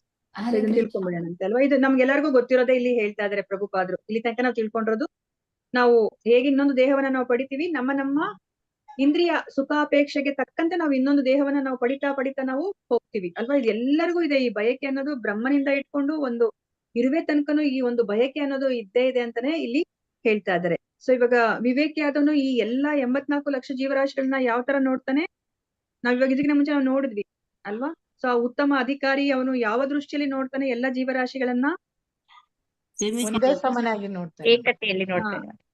ಏಕತೆ ಅಂದ್ರೆ ಯಾವ ಅದ್ರಲ್ಲಿ ಏಕತೆ? ಅವನಿಗೆ ದೇಹದ ಕುರಿತಾದ ಏಕತೆನೋ ಅಥವಾ ಆತ್ಮದ ಆತ್ಮ ಅಲ್ವಾ. ಅವನು ಏಕತೆನ ನೋಡೋದು ಎಲ್ಲಾ ಜೀವಿಗಳಿರುವಂತ ಆ ಆಧ್ಯಾತ್ಮಿಕ ಸ್ವರೂಪದಲ್ಲಿ ಅವರು ಏಕತೆನ ನೋಡ್ತಾರೆ. ಎಲ್ಲರನ್ನು ಸಹ ಭಗವಂತನ ಅಂಶ ಅಂತ ಹೇಳ್ಬಿಟ್ಟು ಅವರು ನೋಡ್ತಾರೆ ಅಲ್ವಾ. ದೇಹಗಳು ಬೇರೆ ಬೇರೆ ಇರ್ಬೋದು ಅಲ್ವಾ. ಆ ಒಂದು ಜೀವಿ ಭಗವಂತ ತನಗೆ ಕೊಟ್ಟಿರುವಂತಹ ಒಂದು ಚಿಕ್ಕ ಸ್ವತಂತ್ರವನ್ನ ಅದು ತಪ್ಪಾಗಿ ಉಪಯೋಗಿಸ್ಕೊಂಡಿದ್ದಕ್ಕೆ ಅವನಿಗೆ ಬೇರೆ ಬೇರೆ ಶರೀರ ಸಿಕ್ಕಿದೆ ಅಂತ ಹೇಳ್ಬಿಟ್ಟು ಆ ಒಂದು ಉತ್ತಮ ಅಧಿಕಾರಿಗೆ ಗೊತ್ತಿರುತ್ತೆ. ಅವನು ಎಲ್ಲಾ ಜೀವರಾಶಿಗಳನ್ನ ಅವನು ಅದೇ ದೃಷ್ಟಿಯಲ್ಲಿ ಅವನು ನೋಡ್ತಾನೆ. ಸೊ ಇಲ್ಲಿ ಪರಮ ಪ್ರಭುವಿನ ವಿಭಿನ್ನಾಂಶವಾದ ಆಧ್ಯಾತ್ಮಿಕ ಕಿಡಿಯು ಅದು ಯಾವ್ದ್ರಲ್ಲೇ ಇರ್ಲಿ, ನಾವೆಲ್ಲನೂ ಸಹ ದೇವೋತ್ತಮ ಪರಮ ಪುರುಷನ ಉನ್ನತ ಶಕ್ತಿ. ನಾವು ಆಧ್ಯಾತ್ಮಿಕ ಕಿಡಿ, ಭಗವಂತನ ಆಧ್ಯಾತ್ಮಿಕ ಕಿಡಿ ಅದ್ ಯಾವುದೇ ಒಂದು ಶರೀರದಲ್ಲಿರ್ಲಿ, ಹಂದಿಯ ಶರೀರದಲ್ಲಿ, ದೇವತ ದೇಹದಲ್ಲೇ ಇರ್ಲಿ, ಅದು ಒಂದೇ ಅಂತ ಹೇಳ್ಬಿಟ್ಟೆ ಆ ಉತ್ತಮ ಅಧಿಕಾರಿ ಅಥವಾ ಅವನ ವಿವೇಕಿ ಅಂತ ಕರೀತಾ ಇದ್ದಾರೆ ಇಲ್ಲಿ ಪ್ರಭುಪಾದರು. ವಿವೇಕಿ ಆದವನು ಅಂತಹ ಒಂದು ದೃಷ್ಟಿಯಲ್ಲಿ ಅವನು ನೋಡ್ತಾನೆ. ಸೊ ಈಗ ಹೇಗೆ ಸಿಗ್ತಾ ಇದೆ ಜೀವಿಗೆ ಈ ಶರೀರ? ತನ್ನ ಪುಣ್ಯ ಪಾಪಗಳ ಅನುಸಾರ ಆ ದೇಹವನ್ನ ಅವನು ಪಡಿತಾ ಹೋಗ್ತಾ ಇದ್ದಾನೆ. ಹರೇ ಕೃಷ್ಣ ಮಾತಾಜಿ. ಯಾರಾದ್ರೂ ಓದಿ ಮಾತಾಜಿಲಿಂದ. ಮಾನವ ಜನ್ಮ ದೊಡ್ಡದು. ಹರೇ ಕೃಷ್ಣ ಮಾತಾಜಿ. ಕಿಡಿಯ ಮಾನವ ಜನ್ಮ ದೊಡ್ಡದು. ಮೇಲೆ ಇಲ್ಲ ಮಾತಾಜಿ, ಅಲ್ಲಿ ಮಾತಾಜಿ. ಮಾನವ ಜನ್ಮ ದೊಡ್ಡದು ಮತ್ತು ಪೂರ್ಣ ಪ್ರಜ್ಞೆಯುಳ್ಳದ್ದು. ಕಾಣಿಸ್ತಾ ಇಲ್ವಾ ಮಾತಾಜಿ? ಇಲ್ಲ ಮಾತಾಜಿ. ಮಾನವ ಜನ್ಮ ದೊಡ್ಡದು ಮತ್ತು ಪೂರ್ಣ ಪ್ರಜ್ಞೆಯುಳ್ಳದು. ವೇದಶಾಸ್ತ್ರಗಳ ಪ್ರಕಾರ ಪರಿಪೂರ್ಣ ಮಾನವನು ಅನೇಕಾನೇಕ ಜನ್ಮಗಳಲ್ಲಿ ಉತ್ತಮ ಜ್ಞಾನ ಪಡೆದ ನಂತರ ಭಗವಂತನಿಗೆ ಶರಣಾಗುತ್ತಾನೆ. ಅವನು ಪರಮ ಪ್ರಭುವಾದ ವಾಸುದೇವನಿಗೆ ಶರಣಾಗುವಂತ ಸ್ಥಿತಿಗೆ ಬಂದಾಗ ಮಾತ್ರ ಜ್ಞಾನವು ಪರಿಪೂರ್ಣತೆಯನ್ನು ತಲುಪುತ್ತದೆ. ತನ್ನ ಆಧ್ಯಾತ್ಮಿಕ ಸ್ವರೂಪದ ಬೆಳಗಿನ ಜ್ಞಾನವನ್ನು ಸಂಪಾದಿಸಿದ ಮೇಲೂ ಜೀವಿಗಳು ಎಂದಿಗೂ ಪೂರ್ಣನ ವಿಭಿನ್ನಾಂಶಗಳು ಮತ್ತು ಎಂದಿಗೂ ರಾಗಲಾರರು ಎಂಬ ತಿಳುವಳಿಕೆ ಬರದಿದ್ದರೆ ಅವರು ಮತ್ತೆ ಐಹಿಕ ವಾತಾವರಣಕ್ಕೆ ಬೀಳಬೇಕಾಗುತ್ತದೆ. ನಿಜವಾಗಿ ಹೇಳುವುದಾದರೆ ಅವನು ಬ್ರಹ್ಮಜ್ಯೋತಿಯೊಂದಿಗೆ ಒಂದಾಗಿದ್ದರೂ ಸಹ ಬೀಳಬೇಕು. ಹರೇ ಕೃಷ್ಣ ಮಾತಾಜಿ, ಧನ್ಯವಾದಗಳು. ಸೊ ಇವಾಗ ನಿಮ್ಗೆ ಪರಿಪೂರ್ಣತೆ ಅಂತಂದ್ರೆ ಏನಂತ ಅರ್ಥ ಆಗ್ತಾ ಇದೆ ಮಾತಾಜಿ ಇಲ್ಲಿ? ಪರಿಪೂರ್ಣತೆ ಅಂದ್ರೆ ಮಾತಾಜಿ, ನಾವು ಭಗವಂತನಲ್ಲಿ ಆದಾಗ ನಾವು ಪರಿಪೂರ್ಣತೆಯನ್ನು ಹೊಂದುತ್ತೇವೆ ಅಂತ ನಾವು ತಿಳ್ಕೊಬಹುದು ಮಾತಾಜಿ. ಸೊ ನಾವು ಭಗವಂತನಲ್ಲಿ ಒಂದಾಗೋದನ್ನ ಪರಿಪೂರ್ಣತೆ ಅಂತ ನಾವು ತಿಳ್ಕೊಂಡ್ರೆ ಏನಾಗುತ್ತೆ, ನಾವು ಮತ್ತೆ ಇಲ್ಲಿ ಬಿದ್ಬಿಡ್ತೀವಿ. ಯಾಕಂದ್ರೆ ಅದು ಬ್ರಹ್ಮಜ್ಯೋತಿಯಲ್ಲಿ ಒಂದಾದಂಗೆ ಲೆಕ್ಕ. ನಾವು ಯಾವಾಗ್ಲೂ ಭಗವಂತನೊಳಗಡೆ ಒಂದಾಗ್ಲಿಕ್ಕೆ ಸಾಧ್ಯನೇ ಇಲ್ಲ ಅಲ್ವಾ? ಸೊ ನಾವು ಪರಿಪೂರ್ಣತೆ ಅಂದ್ರೆ ಏನರ್ಥ? ನಮ್ಮ ಆ ಶಾಶ್ವತ ಸ್ಥಾನವನ್ನ ಪಡೆಯೋದು ಅಲ್ವಾ? ನಾವು ಯಾವಾಗ್ಲೂ ಸಹ ಭಗವಂತನ ಸೇವಕರು, ಜೀವ್ಯರ ಸ್ವರೂಪ ಹೈ ಕೃಷ್ಣರ ನಿತ್ಯದಾಸ, ಆ ಸ್ಥಾನವನ್ನ ಪಡಿಬೇಕು. ಅದೇ ನಮ್ಮ ಪರಿಪೂರ್ಣತೆ. ಅದ್ ಬಿಟ್ಬಿಟ್ಟು ನಾನೇ ದೇವರಾಗ್ತೀನಿ ಅಥವಾ ದೇವರಲ್ಲಿ ಒಂದಾಗ್ಬಿಡ್ತೀನಿ ಅಂತ ಅನ್ಕೊಂಡ್ರೆ ಅದು ನಮ್ಮ ಪರಿಪೂರ್ಣತೆ ಅಲ್ಲ. ಸೊ ಇವಾಗ ಜ್ಞಾನಿಗಳಿಗೆ ಏನಾಗುತ್ತೆ, ಸೊ ಇವಾಗ ಅವ್ರಿಗೆ ಅಂದ್ರೆ ಅವ್ರಿಗೆ ಗೊತ್ತಾಗುತ್ತೆ ಈ ಮಾನವ ಜನ್ಮ ದೊಡ್ಡದು ಮತ್ತೆ ಅಂತ ಹೇಳ್ಬಿಟ್ಟು ಅವರು ಎಲ್ಲ ಜ್ಞಾನವನ್ನ ಪಡ್ಕೋತಾರೆ. ನಾನ್ ಯಾರು, ಮತ್ತೆ ಈ ದೇಹ ಏನು, ಭಗವಂತ ಯಾರು, ಅದೆಲ್ಲನೂ ಅವ್ರು ಅಂದ್ರೆ ಅದೆಲ್ಲನೂ ಜ್ಞಾನ ಅವ್ರಿಗಿದೆ. ಆದ್ರೆ ಅವ್ರೇನ್ ಮಾಡ್ತಾರೆ, ಅದು ಇದು ಯಾವಾಗ ಸಿಗುತ್ತೆ? ಬಹುನಾಮ್ ಜನ್ಮನಾಮಂತೆ ಜ್ಞಾನವಾನ್ ಮಾಂ ಪ್ರಪದ್ಯತೆ ವಾಸುದೇವಂ ಸರ್ವಮಿತಿ ಸಮಹಾತ್ಮ ಸುದುರ್ಲಭ ಅಲ್ವಾ? ಸೊ ಅಂದ್ರೆ ಆ ಜ್ಞಾನಿಗೂ ಸಹ ಇದೆಲ್ಲನೂ ಗೊತ್ತಾಗುತ್ತೆ. ಆದ್ರೆ ಅವ್ನಿಗೆ ಏನ್ ಇಚ್ಛೆ ಇರುತ್ತೆ? ನಾನು ಆ ಬ್ರಹ್ಮ ಜ್ಯೋತಿಯಲ್ಲಿ ನಾನು ಲೀನ ಆಗ್ಬೇಕು, ನಾನು ಸಹ ಆ ಭಗವಂತನೊಳಗಡೆ ಐಕ್ಯ ಆಗ್ಬೇಕು ಅಂತ ಒಂದು ಆಸೆ ಇರುತ್ತೆ. ಅವಾಗ ಏನಾಗುತ್ತೆ, ಮತ್ತೆ ಅವನು ವಾಪಸ್ಸು ಇಲ್ಲಿ ಕೆಳಗಡೆ ಬೀಳ್ತಾನೆ ಅಲ್ವಾ? ಇದು ಸರಿಯಾದ ಒಂದು ಮಾರ್ಗ ಅಲ್ಲ. ನಾವು ಈ ಶರೀರವನ್ನ ಬಿಡ್ಲಿಕ್ಕೆ ಈ ಒಂದು ಜ್ಞಾನ ಬೆಳೆಸ್ಕೊಂಡು ಆ ಬ್ರಹ್ಮ ಜ್ಯೋತಿಗೆ ಹೋಗೋದು ಸರಿಯಾದ ಜ್ಞಾನ ಅಲ್ಲ ಅಂತ ಹೇಳ್ಬಿಟ್ಟು ನಮ್ಗೆ ಪ್ರಭುಪಾದರು ಅರ್ಥ ಮಾಡಿಸ್ತಾ ಇದ್ದಾರೆ. ನೋಡಿ, ನಾವಿಲ್ಲಿ ಆ ಜೀವಿಗಳು ಎಂದಿಗೂ ಪೂರ್ಣನ ವಿಭಿನ್ನಾಂಶಗಳು. ತನ್ನ ಆಧ್ಯಾತ್ಮಿಕ ಸ್ವರೂಪದ ಬಗೆಗೆ ಜ್ಞಾನವನ್ನು ಸಂಪಾದಿಸಿದ ಮೇಲೂ ಜೀವಿಗಳು ಎಂದಿಗೂ ಪೂರ್ಣನ ವಿಭಿನ್ನಾಂಶಗಳು ಮತ್ತು ಎಂದಿಗೂ ಪೂರ್ಣರಾಗಲಾರರು ಎಂಬ ತಿಳುವಳಿಕೆ ಬರದಿದ್ದರೆ ಅವರು ಮತ್ತೆ ಐಹಿಕ ವಾತಾವರಣಕ್ಕೆ ಬೀಳಬೇಕಾಗುತ್ತದೆ. ನಿಜವಾಗಿ ಹೇಳುವುದಾದರೆ ಅವನು ಬ್ರಹ್ಮ ಜ್ಯೋತಿಯೊಂದಿಗೆ ಒಂದಾಗಿದ್ದರೂ ಸಹ ಬೀಳಲೇಬೇಕು. ಅದು ನಾವು ಇಷ್ಟೆಲ್ಲ ಜ್ಞಾನ ಪಡ್ಕೊಂಡು ಆಧ್ಯಾತ್ಮಿಕವಾಗಿ ಮುಂದುವರ್ಕೊಂಡು, ಸೊ ನಾನು ಯಾರು, ಭಗವಂತ ಯಾರು ಅಂತ ಅರ್ಥ ಮಾಡ್ಕೊಂಡೂ ಸಹ ನಾನು ಆ ಒಂದು ಪರಿಪೂರ್ಣತೆ ಅಂದ್ರೆ ನನ್ನ ಪ್ರಕಾರ ಆ ಒಂದು ಭಗವಂತನೊಳಗಡೆ ಐಕ್ಯ ಆಗ್ಬಿಡೋದು ಅಂತ ಅರ್ಥ ಮಾಡ್ಕೊಂಡು ನಾನು ಆ ಬ್ರಹ್ಮ ಜೊತೆಗೆ ಹೋಗೋ ಒಂದು ಅರ್ಹತೆನ ನಾನು ಪಡ್ಕೊಂಡ್ರೆ ಮತ್ತೆ ಬೀಳ್ಲೇಬೇಕಾಗುತ್ತೆ. ಅದಕ್ಕೆ ಬ್ರಹ್ಮ ಜೊತೆಗೆ ಹೋಗ್ಬೇಕು ಅಂತ ಇಚ್ಛೆ ಪಡೋದು, ಈ ಶರೀರವನ್ನ ತ್ಯಜಿಸ್ಲಿಕ್ಕೆ ಬ್ರಹ್ಮ ಜೊತೆಗೆ ಹೋಗ್ಬೇಕು ಅಂತ ಇಚ್ಛೆ ಪಡೋದು ಸರಿಯಾದ ಒಂದು ಚಾಯ್ಸ್ ಅಲ್ಲ, ಮಾರ್ಗ ಅಲ್ಲ ಅಂತ ಹೇಳ್ಬಿಟ್ಟು ನಮ್ಗೆ ಪ್ರಭುಪಾದರು ಅರ್ಥ ಮಾಡಿಸ್ತಾ ಇದ್ದಾರೆ. ಮತ್ತೆ ಏನ್ ಮಾಡ್ಬೇಕು ನೋಡೋಣಂತೆ. ಹರೇ ಕೃಷ್ಣ. ಪ್ರಭುಪಾದ್ರು ಏನ್ ಹೇಳ್ತೀನಿ ಅಂತ ಹೇಳ್ಬಿಟ್ಟು ನೋಡೋಣ. ಹರೇ ಕೃಷ್ಣ. ಮುಂದಿದ್ದ ಓದಿ.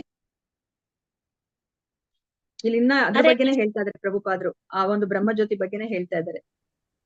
ಹರೇ ಕೃಷ್ಣ ಮಾತಾಜಿ. ಭಗವಂತನ ಶರೀರದಿಂದ ಹೊರಹೊಮ್ಮುವ ಬ್ರಹ್ಮಜ್ಯೋತಿಯು ಆಧ್ಯಾತ್ಮಿಕ ಕಿಡಿಗಳಿಂದ ತುಂಬಿದೆ. ಆ ಕಿಡಿಗಳೆಂದರೆ ಸಂಸಾರ ಪ್ರಜ್ಞೆಯುಳ್ಳ ಜೀವಿಗಳು. ಕೆಲವು ವೇಳೆ ಈ ಜೀವಿಗಳು ಇಂದ್ರಿಯ ಸುಖಗಳಾಗಲು ಬಯಸುತ್ತಾರೆ. ಆದ್ದರಿಂದ ಅವರನ್ನು ಇಂದ್ರಿಯಗಳು ಹೇಳಿದಂತೆ ಕೇಳಿಕೊಂಡು ಭೌತ ಜಗತ್ತಿನಲ್ಲಿ ಹುಸಿ ಪ್ರಭುಗಳಾಗಿ ಇರಿಸಲಾಗುವುದು. ಪ್ರಭುತ್ವ ನಡೆಸುವ ಆಸೆ ಜೀವಿಯ ಐಹಿಕ ಕಾಯಿಲೆ. ಏಕೆಂದರೆ ಇಂದ್ರಿಯ ಸುಖದ ಸಮ್ಮಿಲನಕ್ಕೆ ಒಳಗಾಗಿ ಅವನು ಭೌತ ಜಗತ್ತಿನಲ್ಲಿ ಪ್ರಕಟವಾಗುವ ನಾನಾ ಶರೀರಗಳಲ್ಲಿ ಹುಟ್ಟುತ್ತಾನೆ. ಬ್ರಹ್ಮ ಜ್ಯೋತಿಯೊಂದಿಗೆ ಲೀನವಾಗುವುದು ಪರಿಪಕ್ವ ಜ್ಞಾನದ ಲಕ್ಷಣವಲ್ಲ. ಭಗವಂತನಿಗೆ ಸಂಪೂರ್ಣವಾಗಿ ಶರಣಾಗುವುದು ಮತ್ತು ಆಧ್ಯಾತ್ಮಿಕ ಸೇವಾ ಮನೋಭಾವವನ್ನು ಬೆಳೆಸಿಕೊಳ್ಳುವುದರಿಂದ ಮಾತ್ರ ಒಬ್ಬನು ಪರಮ ಪರಿಪೂರ್ಣ ಹಂತವನ್ನು ತಲುಪುತ್ತಾನೆ. ಹರೇ ಕೃಷ್ಣ. ಹರೇ ಕೃಷ್ಣ ಮಾತಾಜಿ. ನೋಡಿ, ಅದಕ್ಕೆ ಪ್ರಭುಪಾದಲ್ಲಿ ನಮ್ಗೆ ಅರ್ಥ ಮಾಡಿಸ್ತಾ ಇದಾರೆ. ಅಂದ್ರೆ ಫಸ್ಟ್ ಇಂದ ಸ್ಟಾರ್ಟಿಂಗ್ ಇಂದ ಹೇಳ್ತಾ ಇದಾರೆ, ನಾವ್ಯಾರು, ನಾವ್ ಯಾಕೆ ಇಲ್ಲಿಗೆ ಬಂದ್ವಿ ಅಲ್ವಾ? ನಾವ್ ಯಾಕೆ ಇಲ್ಲಿ ಬೇರೆ ಬೇರೆ ಶರೀರವನ್ನ ನಾವು ಪಡಿತಾ ಇದೀವಿ, ಮತ್ತೆ ಇದರಿಂದ ಹೊರಗಡೆ ಹೋಗ್ಲಿಕ್ಕೆ ಇಲ್ಲಿ ಬ್ರಹ್ಮ ಜೊತೆಗೆ ಹೋಗ್ಬೇಕು ಅಂತ ಅನ್ಕೊಂಡ್ರೆ ಅದು ಸರಿಯಾದ ಪರಿಪಕ್ವವಾದ ಜ್ಞಾನದ ಲಕ್ಷಣವಲ್ಲ. ಮತ್ತೆ ಏನ್ ಮಾಡ್ಬೇಕು? ಹಾಗಾದ್ರೆ ನಾವು ಬೇರೆ ಏನು ಮಾಡೋದ್ ಬೇಡ, ಭಗವಂತನಿಗೆ ಸಂಪೂರ್ಣವಾಗಿ ಶರಣಾಗ್ಬೇಕು. ಮತ್ತೆ ನಾವು ಸೇವಾ ಮನೋಭಾವವನ್ನ ಬೆಳೆಸ್ಕೋಬೇಕು. ಆವಾಗಷ್ಟೇ ನಾವು ನಮ್ಮ ಪರಿಪೂರ್ಣ ಹಂತವನ್ನ ನಾವು ಪಡಿತೀವಿ. ಸೇವಾ ಮನೋಭಾವ ಬೆಳೆಸ್ಕೊಳೋದಂದ್ರೆ ಏನರ್ಥ? ನಮ್ಮ ಆ ಒಂದು ಶಾಶ್ವತ ಸೇವಕನ ಸ್ಥಾನವನ್ನ ನಾವು ಪಡ್ಕೊಳೋದು ಅಂತ ಅಲ್ವಾ? ಹರೇ ಕೃಷ್ಣ ಮಹಾಮಂತ್ರದ ಅರ್ಥ ಏನು? ಹರೇ ಕೃಷ್ಣ. ಹರೇ ಕೃಷ್ಣ ಮಹಾಮಂತ್ರದ ಅರ್ಥ ಏನು? ಹರೇ ಕೃಷ್ಣ ಮಾತಾಜಿ. ಹೇಳಿ engaging in the service of Lord Krishna. ಭಗವಂತ ಮಾತಾಜಿ. ನನ್ನನ್ನು ರಾಧಾರಾಣಿ ನನ್ನನ್ನು ಭಗವಂತನ ಸೇವೆಯಲ್ಲಿ ತೊಡಗಿಸುವಂತ ನಾವು ಪ್ರಾರ್ಥನೆ ಕೇಳ್ತಾ ಇದೀವಿ. ಬಟ್ ಇವಾಗ ಏನಾದ್ರು ಇಲ್ಲಿ ನಮ್ಗೆ ಪ್ರಭುಜಿಗಳು ಅಥವಾ ಯಾರಾದ್ರೂ ಕೆಲಸ ಕೊಟ್ರೆ ನಾವೇನ್ ಮಾಡ್ತೀವಿ? ಈ ಕೆಲಸ ಮಾಡಿ ಆ ಕೆಲಸ ಮಾಡಿ ಅಂದ್ರೆ ನಾವೇನ್ ಮಾಡ್ತೀವಿ? ಮಾಡಲ್ಲ. ಬಟ್ ಕೇಳ್ಕೊತಾ ಇರೋದೇನು ನಾವು ದಿನ ಬೆಳಗ್ಗೆಯಿಂದ ರಾತ್ರಿ ತನಕ ಏನ್ ಕೇಳ್ಕೊತಾ ಇದೀವಿ ಕೃಷ್ಣನಲ್ಲಿ? ಸೇವೆ ಕೊಡು ಅಂತ ಕೇಳ್ಕೊತಾ ಇದೀವಿ. ಇಲ್ಲಿ ಯಾವ್ದಾದ್ರು ಒಂದು ಕೋಹೋಸ್ ಕೆಲ್ಸನೋ ಅಥವಾ ಇನ್ನೇನೋ ಅಡ್ಮಿನ್ ಕೆಲ್ಸನೋ ಅಥವಾ ಇನ್ಯಾವುದೋ ಅದು ಇದು ಮಾಡಿ ಅಂತಂದ್ರೆ ಆಗಲ್ಲ ತುಂಬಾ ಬಿಸಿ ಅಂತ ಹೇಳ್ತೀವಿ ಅಲ್ವಾ? ಅಲ್ವಾ ಮಾತಾಜಿ? ಸೊ ಅಂದ್ರೆ ಇವಾಗ ನಾವ್ ಆಗ್ತಾ ಇಲ್ಲ, ನಮ್ಗಿನ್ನ ಸೀರಿಯಸ್ನೆಸ್ ನಾವು ತಗೋತಾ ಇಲ್ಲ ಅಲ್ವಾ? ಸೊ ಇವಾಗ ನಾವ್ ಕೇಳ್ಕೊಂತಾ ಇರೋದೊಂದು, ನಾವ್ ಮಾಡ್ತಾ ಇರೋದೊಂದು ಅಲ್ವಾ? ನಾವ್ ಏನ್ ಕೇಳ್ಕೊತಾ ಇದೀವೋ ನಾವ್ ಇಲ್ಲೇ ಮಾಡ್ತಿಲ್ಲ ಅಂದ್ರೆ ಭಗವಂತನ ಲೋಕಕ್ಕೆ ಹೋಗಿ ಮಾಡೋದಾದ್ರೂ ಏನು ನಾವು ಅಲ್ವಾ? ಸೊ ಅದಕ್ಕೆ ನೋಡಿ ನಾವ್ ಅನ್ಕೋತಾ ಇದ್ವಿ, ಇದೇನ್ ನಾವ್ ಎಷ್ಟೊಂದು ವರ್ಷದಿಂದ ನಾವ್ ಇಲ್ಲೇ ಇದೀವಿ, ಕೃಷ್ಣ ಪ್ರಜ್ಞೆಲ್ ಇದೀವಿ, ಏನು ಒಂದು ಏನು ನಮ್ಗೆ ಇಲ್ಲಿ ಒಂದು ಬೆಳವಣಿಗೆ ಇದೆ ಅಂತ ನಮ್ಗೆ ಅನ್ನಿಸ್ತಾನೆ ಇಲ್ಲ, ಒಂಥರ ಏನೋ ಸ್ಟ್ಯಾಟಿಕ್ ಆಗ್ಬಿಟ್ಟಿದೀವಿ ಅಂತ ಅನ್ಸುತ್ತೆ ಅಲ್ವಾ? ಸೊ ಯಾಕೆ ಅಂತಂದ್ರೆ ನಾವ್ ಕೇಳ್ಕೊಂತಾ ಇರೋದೊಂದು, ಮಾಡ್ತಾ ಇರೋದೊಂದು ಅಲ್ವಾ? ಸೊ ನಾವ್ ಅಷ್ಟು ಬ್ಯುಸಿ ಆಗಿದೀವಿ. ನಾವ್ ಎಷ್ಟು ಒಂದು ಕಾಲು ಈ ಆಧ್ಯಾತ್ಮಿಕ ಕಡೆ, ಒಂದು ಕಾಲು ಈ ಒಂದು ನಮ್ ಸಂಸಾರದಲ್ಲಿ ನಾವ್ ಇಡ್ತಾ ಇದೀವಿ. ಸೊ ಹೇಗೋ ಈಚ್ಕೊಂಡ್ ಹೋಗೋಣ ಅಂತ ನಾವ್ ಪ್ರಯತ್ನ ಪಡ್ತಿದ್ವಿ. ಖಂಡಿತ ಭಗವಂತ ನಮ್ಮ ಪ್ರಯತ್ನಕ್ಕೆ ಅವರು ಯಾವತ್ತೂ ಸಹ ನಮ್ಗೆ ಅವರು ಏನು ಏನ್ ಹೇಳ್ತಾರೆ ಅದನ್ನ ಮರೆಯೋದಿಲ್ಲ. ಅವರು ಹೇಗೆ ಇಲ್ಲಿ ಪ್ರಾರ್ಥನೆ ಮಾಡ್ಕೋತಾ ಇದಾರೋ ಅದೇ ತರನೇ ನಾವ್ ಏನೇ ಒಂದು ಸ್ವಲ್ಪಮಪ್ಯಸ ಧರ್ಮಸ್ಯ ತ್ರಾಯತೋ ಮಹತೋ ಭಯಾತ್ ಅಲ್ವಾ? ಸೊ ನಮ್ಗೆ ಈ ಜನ್ಮದಲ್ಲಿ ಇಲ್ಲ ಅಂದ್ರೂ ಮುಂದಿನ ಜನ್ಮದಲ್ಲಿ ಸೊ ನಮ್ಗೆ ಒಂದು ಮಾರ್ಗ ಸಿಗುತ್ತೆ. ಬಟ್ ಆದ್ರೆ ನಾವು ನಮ್ಮ ಸ್ಥಿತಿಯನ್ನ ನಾವು ಅರ್ಥ ಮಾಡ್ಕೋಬೇಕು ಅಲ್ವಾ? ನಾವ್ ಎಲ್ಲಿದೀವಿ, ಏನ್ ಮಾಡ್ಬೇಕು, ಸೊ ಇರೋ ಒಂದು ಅವಕಾಶವನ್ನ ಹೇಗೆ ಬೆಸ್ಟ್ ಆಗಿ ಉಪಯೋಗಿಸ್ಕೋಬೇಕು ಅನ್ನೋದನ್ನ ನಾವು ಅರ್ಥ ಮಾಡ್ಕೋಬೇಕು ಅಲ್ವಾ? ಸೊ ಇಲ್ಲಿ ಅದನ್ನೇ ಇಲ್ಲಿ ನಮ್ಗೆ ಹೇಳ್ತಾ ಇದಾರೆ. ಸೊ ನಾವೆಲ್ಲನೂ ಸಹ ಸಾಮಾನ್ಯರಾದವ್ರಲ್ಲ, ನಾವು ಭಗವಂತನ ಒಂದು ಅಂಶ, ಭಗವಂತನ ಅಂಶದಾದವರು ಹೇಗಿರ್ಬೇಕು ಅಲ್ವಾ? ಇವಾಗ ರಾಜನ ಮಗ ಹೇಗಿರ್ಬೇಕು, ಅವನಲ್ಲಿ ಆ ತಿಪ್ಪೆ ಹಾಕೊಂಡಿರೋ ಮಕ್ಕಳ ಜೊತೆ ಇದ್ರೆ ಎಷ್ಟು ನೋವಾಗತ್ತೆ ಅಲ್ವಾ? ಅದೇ ತರ ನಾವು ಭಗವಂತನ ವಿಭಿನ್ನ ಅಂಶಗಳು, ಅವನ ಕಿಡಿ, ಆಧ್ಯಾತ್ಮಿಕ ಕಿಡಿ. ನಾವ್ ಯಾಕೆ ಇಲ್ಲಿ ಬಂದ್ವಿ ಅಲ್ವಾ? ನಾವ್ ಇಚ್ಛೆ ಪಟ್ಟಿರೋದಕ್ಕೆ ಇಲ್ಲಿ ಬಂದು ನಾವು ಬೇರೆ ಬೇರೆ ದೇಹಗಳನ್ನೆಲ್ಲ ನಾವ್ ಇಲ್ಲಿ ಪಡ್ಕೊತಾ ಇದೀವಿ. ಸರಿ, ನಮ್ಗೆ ಒಂದು ಜ್ಞಾನ ಬಂತು. ಈಗ ಜ್ಞಾನ ಬಂದ್ಮೇಲೆ ನಾವು ಆಧ್ಯಾತ್ಮಿಕ ಜ್ಯೋತಿಗೆ ಹೋಗಿ ನಾನು ಲೀನ ಆಗ್ಬೇಕು ಅಂತ ಅನ್ಕೊಂಡ್ರೆ ಅದು ಪರಿಪಕ್ವ ಜ್ಞಾನದ ಲಕ್ಷಣವಲ್ಲ ಅಂತ ಹೇಳ್ತಾರೆ. ಬ್ರಹ್ಮ ಜ್ಯೋತಿಯೊಂದಿಗೆ ಲೀನವಾಗುವುದು ಪರಿಪಕ್ವ ಜ್ಞಾನದ ಲಕ್ಷಣವಲ್ಲ. ಮತ್ತೆ ಏನ್ ಮಾಡ್ಬೇಕು ನಾವು? ಇಲ್ಲಿ ನಮ್ಗೆ ಎರಡನ್ನ ಮಾಡ್ಬೇಕು ಅಂತ ಹೇಳ್ತಾರೆ. ನಾವು ಭಗವಂತನಿಗೆ ಶರಣಾಗ್ಬೇಕು, ಮತ್ತೆ ಸೇವಾ ಮನೋಭಾವವನ್ನ ಬೆಳೆಸ್ಕೋಬೇಕು. ಆಗ ಏನಾಗುತ್ತೆ, ನಾವು ಪರಿಪೂರ್ಣ ಹಂತವನ್ನ ನಾವು ಪಡಿತೀವಿ ಅಂತ ಹೇಳ್ಬಿಟ್ಟು ಇಲ್ಲಿ ಹೇಳ್ತಾ ಇದ್ದಾರೆ. ನಮ್ ಕಾಯಿಲೆ ಏನು? ನಾನು ಒಡೆಯನಾಗ್ಬೇಕು ಅನ್ನೋ ಒಂದು ಕಾಯಿಲೆ ಇದೆ ಅಂತ ಹೇಳ್ಬಿಟ್ಟು ಇಲ್ಲಿ ಹೇಳ್ತಾರೆ. ಪ್ರಭುತ್ವ ನಡೆಸುವ ಆಸೆ ಜೀವಿಯ ಐಹಿಕ ಕಾಯಿಲೆ ಅಲ್ವಾ?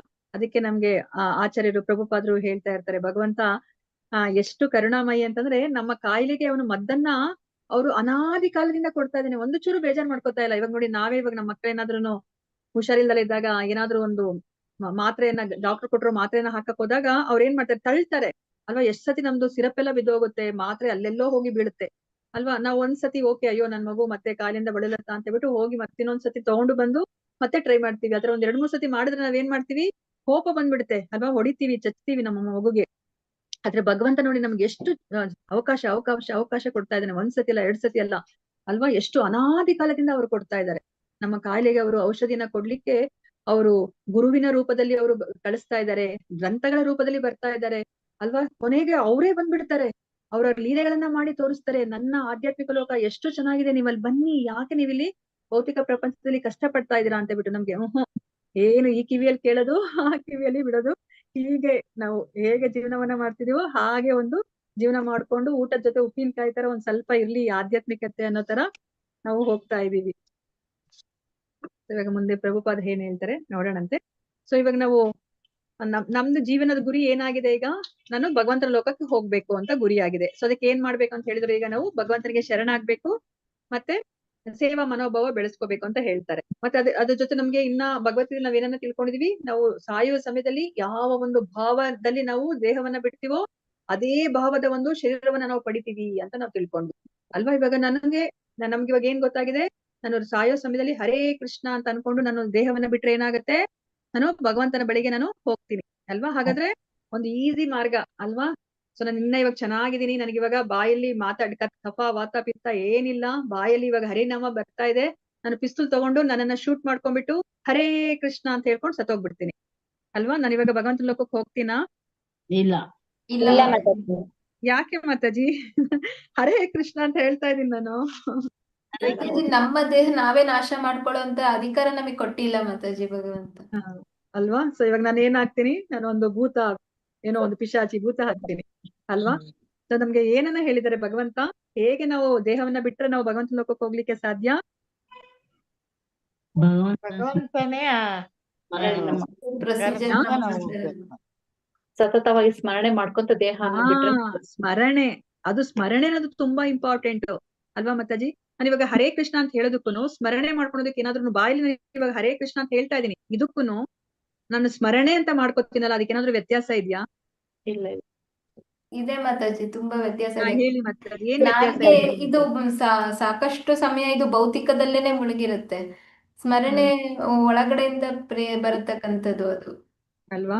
ಸೊ ಸ್ಮರಣೆಗೂನು ಬಾಯಲ್ಲಿ ನಾವು ಏನ್ ಹೇಳ್ತೀವಿ ಹೇಳೋದಕ್ಕೂ ತುಂಬಾನೇ ವ್ಯತ್ಯಾಸ ಇದೆ. ನಾನು ಇವಾಗ ಹರೇ ಕೃಷ್ಣ ಅಂತ ಹೇಳಿ ನಾನು ಸಾವನ್ನ ಅಪ್ಬೋದು, ಅವಾಗ ಭಗವಂತನ ಬಳಿಗೆ ನನ್ಗೆ ಹೋಗ್ಲಿಕ್ಕೆ ಸಾಧ್ಯ ಇಲ್ಲ ಅಲ್ವಾ? ನಾವ್ ಇವಾಗ ಅಜಮಿಳನನ್ನ ನೋಡಿದ್ವಿ ಅಲ್ವಾ? ಇದೇನ್ ಮಾತಾಜಿ ಹಿಂಗ್ ಹೇಳ್ತೀರಾ, ಅಜಮಿಳ ನಾರಾಯಣ ಅಂತ ಹೇಳಿದ ತಕ್ಷಣನೇ ಅವ್ನಿಗೆ ಇವಾಗ ಎರಡನೇ ಒಂದು ಚಾನ್ಸ್ ಸಿಕ್ತಲ್ಲ ಅಂತ ಹೇಳ್ಬಿಟ್ಟು ಅಲ್ವಾ? ಸೊ ಅವನು ನಾರಾಯಣ ಅಂತ ಹೇಳ್ಬಿಟ್ಟು ಅವನು ಇಡೀ ಅವನು ಆ ಮಗು ಹುಟ್ಟಿದಾಗಿಂದ ಅವನು ನಾರಾಯಣ ನಾರಾಯಣ ನಾರಾಯಣ ಅಂತ ಹೇಳ್ಬಿಟ್ಟು ಅವನು ಸ್ಮರಣೆ ಮಾಡಿದ್ರೆ ಅವನ ಮನಸ್ಸಲ್ಲಿ ಅದು ಉಳ್ಕೊಂಡ್ಬಿಟ್ಟಿದೆ ನಾರಾಯಣ ಅನ್ನೋದು. ಆ ಒಂದು ಚಿಕ್ಕ ಮಗುವಿನ ಮೇಲೆ ಅಷ್ಟು ಮೋಹ ಇದೆ ಅವನಿಗೆ. ಆ ನಾರಾಯಣನ್ಗೆ ಪ್ರತಿ ಸತಿ ಕರೀತಾನೆ, ನಾರಾಯಣ ಊಟ ಮಾಡಿದ್ಯಾ, ನಾರಾಯಣ ತಿಂಡಿ ತಿಂದ್ಯಾ, ನಾರಾಯಣ ನನ್ನ ಹತ್ರ ಬಾ, ನಾರಾಯಣ ಏನ್ ಮಾಡ್ತಾ ಇದ್ಯಾ ಅಂತ ಹೇಳ್ಬಿಟ್ಟು ನಾರಾಯಣ ನಾರಾಯಣ ನಾರಾಯಣ ಅಂತ ಬಿಟ್ಟು ಮನಸ್ಸಲ್ಲೇ ಇದೆ ಅಲ್ವಾ? ಅದು ಸ್ಮರಣೆ, ಅದು ನಮ್ಮ ಮನಸ್ಸಲ್ಲಿ ಅದು ಕುತ್ಕೊಂಡ್ಬಿಟ್ಟಿರುತ್ತೆ. ಇವಾಗ ಫಾರ್ ಎಕ್ಸಾಂಪಲ್ ಇವಾಗ ನಮ್ಗೇನಾದ್ರು ಕೆಳಗಡೆ ಬೀಳ್ತೀವಿ ಅನ್ಕೊಳ್ಳಿ, ನಮ್ಗೇನಾದ್ರೂ ಒಂದು ನೋವಾಗುತ್ತೆ ಅನ್ಕೊಳ್ಳಿ, ಅವಾಗ ನಾವೇನಂತೀವಿ, ಇಮಿಡಿಯೇಟ್ ಆಗಿ ನಾವೇನಂತೀವಿ, ಯಾರಾದ್ರೂ ಹೊಡಿತಾರೆ ಅಥವಾ ನಾನು ಬೀಳ್ತೀನಿ ಕೆಳಗಡೆ ಜೋರ್ ಬೀಳ್ತೀನಿ, ಅವಾಗ ನಾನು ಏನಂತೀನಿ, ನನ್ ಬಾಯಿಂದ ಏನ್ ಬರುತ್ತೆ ಫಸ್ಟ್? ಅಮ್ಮ ಅಂತೀವಿ. ಯಾಕಂದ್ರೆ ನಮ್ಮ ಅಮ್ಮ ಅನ್ನೋದು ನಮ್ಗೆ ಅಷ್ಟು ಮನಸ್ಸಲ್ಲಿ ಕೂತ್ಬಿಟ್ಟಿದೆ. ಅಮ್ಮನೇ ನಮ್ಗೆ ಯಾವಾಗ್ಲೂ ರಕ್ಷಣೆ ಕೊಡೋದು, ನನಗೆ ಏನೇ ಕಷ್ಟ ಸುಖ ಇದ್ರೂ ಅಮ್ಮನೇ ಬರೋದು ಅಂತ ನಮ್ಗೆ ಗೊತ್ತಾಗಿದೆ. ಅದಕ್ಕೆ ನಮ್ಮ ಅಮ್ಮನ ಸ್ಮರಣೆ ನಮ್ಮ ಮನಸ್ಸಲ್ಲಿ ಕೂತ್ಬಿಟ್ಟಿದೆ. ಅದು ಅದು ಜನ್ಮ ಜನ್ಮಾಂತರದಿಂದ ಅದು ಕೂತ್ಬಿಟ್ಟಿದೆ. ಇವಾಗ ಆ ಜಾಗದಲ್ಲಿ ಯಾರು ಬಂದು ಕೂತ್ಕೋಬೇಕು? ಕೃಷ್ಣ.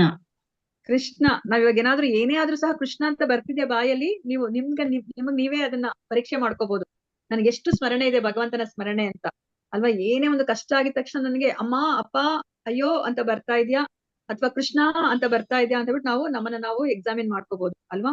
ಅದು ಸ್ಮರಣೆ, ಅದು ನಿಜವಾದ ಸ್ಮರಣೆ. ನಮ್ಗೆ ಏನೇ ಒಂದು ಆ ಒಂದು ಕಷ್ಟ ಕಾಲದಲ್ಲಿ ಅಥವಾ ಯಾವುದೇ ಒಂದು ಸಂತೋಷದ ಕಾಲದಲ್ಲೇ ಆಗ್ಲಿ, ಫಸ್ಟ್ ಬಾಯಿಂದ ಏನ್ ಬರುತ್ತೆ ಅದು ಹೇಗ್ ಬರ್ಲಿಕ್ಕೆ ಸಾಧ್ಯ ಅಂದ್ರೆ ಅಷ್ಟು ಟ್ರೈನಿಂಗ್ ಆಗಿರುತ್ತೆ ನಮ್ಗೆ. ಅದು ನಮ್ಮ ಮನಸ್ಸಲ್ಲಿ ಹೋಗಿ ಕೂತಿರುತ್ತೆ, ಅದೇ ನಮ್ಮ ಬಾಯಿಂದ ಹೊರಗಡೆ ಬರೋದು ಅಲ್ವಾ? ಅದು ನಿಜವಾದ ಸ್ಮರಣೆ. ಅದನ್ನೇ ನಮ್ಗೆ ಇಲ್ಲಿ ಮುಂದೆ ಪ್ರಭುಪಾದರು ತಿಳಿಸ್ಲಿಕ್ಕೆ ಹೊರಟಿದ್ದಾರೆ. ಹರೇ ಕೃಷ್ಣ. ಇದನ್ನ ಯಾರಾದ್ರೂ ಓದಿ, ಸ್ವಲ್ಪ ಬೇಗ ಓದಿ, ಇಲ್ಲಾಂದ್ರೆ ಇನ್ನ ಒಂದು ಇದು ಪಾಠ ಹಾಗೆ ಉಳ್ಕೊಂಡ್ಬಿಡುತ್ತೆ. ಈ ಮಂತ್ರದಲ್ಲಿ ಜೀವಿಯು ಭೌತ ದೇಹವನ್ನು ಪ್ರಾಣವಾಯುವನ್ನು ತ್ಯಜಿಸಿದ ನಂತರ ಭಗವಂತನ ಆಧ್ಯಾತ್ಮಿಕ ಸಾಮ್ರಾಜ್ಯವನ್ನು ಪ್ರವೇಶಿಸಲು ಪ್ರಾರ್ಥನೆ ಮಾಡುತ್ತಾನೆ. ತನ್ನ ಭೌತ ದೇಹವು ಬೂದಿಯಾಗುವುದಕ್ಕೆ ಮುಂಚೆ ತಾನು ಮಾಡಿದ ಕೆಲಸಗಳನ್ನು, ಯಜ್ಞ ಯಾಗಾದಿಗಳನ್ನು ನೆನೆಯಬೇಕೆಂದು ಭಕ್ತನು ಭಗವಂತನನ್ನು ಪ್ರಾರ್ಥಿಸುತ್ತಾನೆ. ಈ ಪ್ರಾರ್ಥನೆಯನ್ನು ಸಾಯುವಾಗ ತಾನು ಹಿಂದೆ ಮಾಡಿದ ಕೃತ್ಯಗಳು ಮತ್ತು ಅಂತಿಮ ಗುರಿಯ ಪೂರ್ಣ ಪ್ರಜ್ಞೆಯಿಂದಲೇ ಮಾಡುತ್ತಾನೆ. ಪೂರ್ಣವಾಗಿ ಐಹಿಕ ಪ್ರಕೃತಿಯ ಪ್ರಭುತ್ವಕ್ಕೊಳಪಟ್ಟವನು ತನ್ನ ಭೌತ ದೇಹವಿದ್ದಾಗ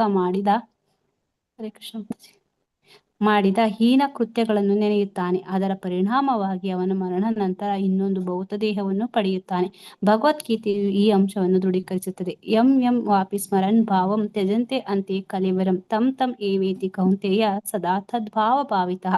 ದೇಹತ್ಯಾಗ ಮಾಡುವಾಗ ಅವನು ಯಾವ ಜನ್ಮವನ್ನು ನೆನೆಯುವನೋ ಆಯಾ ಜನ್ಮವನ್ನೇ ತಪ್ಪದೇ ಪಡೆಯುವವನು. ಗೀತಾ 8ನೇ ಅಧ್ಯಾಯ 6ನೇ ಶ್ಲೋಕ. ಹೀಗಾಗಿ ಮನಸ್ಸು ಸಾಯುತ್ತಿರುವ ಪ್ರಾಣಿ ಇಷ್ಟಗಳನ್ನು ಮುಂದಿನ ಜನ್ಮಕ್ಕೆ ಒಯ್ಯುತ್ತದೆ. ಹರೇ ಕೃಷ್ಣ. ಧನ್ಯವಾದ. ಇದೆಲ್ಲರಿಗೂ ನಿಮ್ಗೆ ಗೊತ್ತಿದೆ ಅಲ್ವಾ? ನಾವು ಹೇಗೆ ನಮ್ದು ಏನು ಮುಂದಿನ ಜನ್ಮದಲ್ಲಿ ನಾವು ದೇಹವನ್ನ ಪಡಿಲಿಕ್ಕೆ ಏನ್ ಕಾರಣ ಆಗತ್ತೆ? ಸೊ ನಾವು ಯಾವ ಭಾವನೆಯಲ್ಲಿ ನಾವು ದೇಹವನ್ನ ನಾವು ಬಿಡ್ತೀವೋ ಅದೇ ಕಾರಣ ಆಗತ್ತೆ ಅಲ್ವಾ?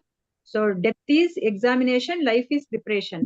ಸೊ ನಮ್ಗೆ ಆ ಒಂದು ಸಾವಿನ ಸಮಯದಲ್ಲಿ ಏನು ನೆನಪಿಗೆ ಬರ್ಲಿಕ್ಕೆ ಸಾಧ್ಯ?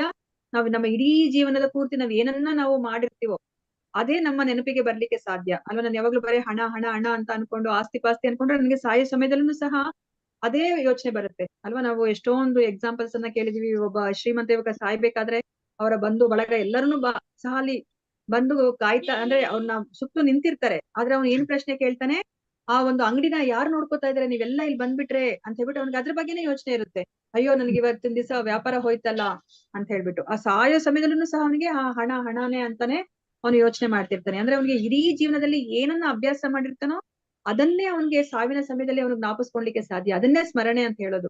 ನಾವ್ ಏನ್ ಮಾಡಿರ್ತೀವೋ ಅದೇ ಸ್ಮರಣೆ ಬರ್ಲಿಕ್ಕೆ ಸಾಧ್ಯ ಆಗುತ್ತೆ. ಸೊ ಇದು ನಮ್ಗೆ ಎಲ್ಲರಿಗೂ ಸಹ ಗೊತ್ತಿರೋದೆ. ಸೊ ಇದು ಏನು ತುಂಬಾ ಇಂಪಾರ್ಟೆಂಟ್. ನಾವು ದೇಹವನ್ನ ಬಿಡ್ಲಿಕ್ಕೆ ಅಥವಾ ಇನ್ನೊಂದು ದೇಹವನ್ನ ಪಡಿಲಿಕ್ಕೆ ನಾವು ಸಾಯುವ ಸಮಯದಲ್ಲಿ ಏನನ್ನ ಸ್ಮರಣೆ ಮಾಡ್ಕೋತೀವೋ ಅದಕ್ಕನುಗುಣವಾದ ಅಂತದೇ ಭಾವ ಇರುವಂತಹ ಒಂದು ದೇಹ ನಮ್ಗೆ ಸಿಗುತ್ತೆ. ಕೃಷ್ಣ ಏನ್ ಹೇಳ್ತಾರೆ, ನೀವು ನನ್ನನ್ನೇ ಸ್ಮರಣೆ ಮಾಡ್ಕೊಂಡು ನೀವು ದೇಹವನ್ನ ಬಿಟ್ರೆ ಆ ಆಧ್ಯಾತ್ಮಿಕ ಶರೀರವನ್ನ ನೀವು ಪಡಿತೀರಾ.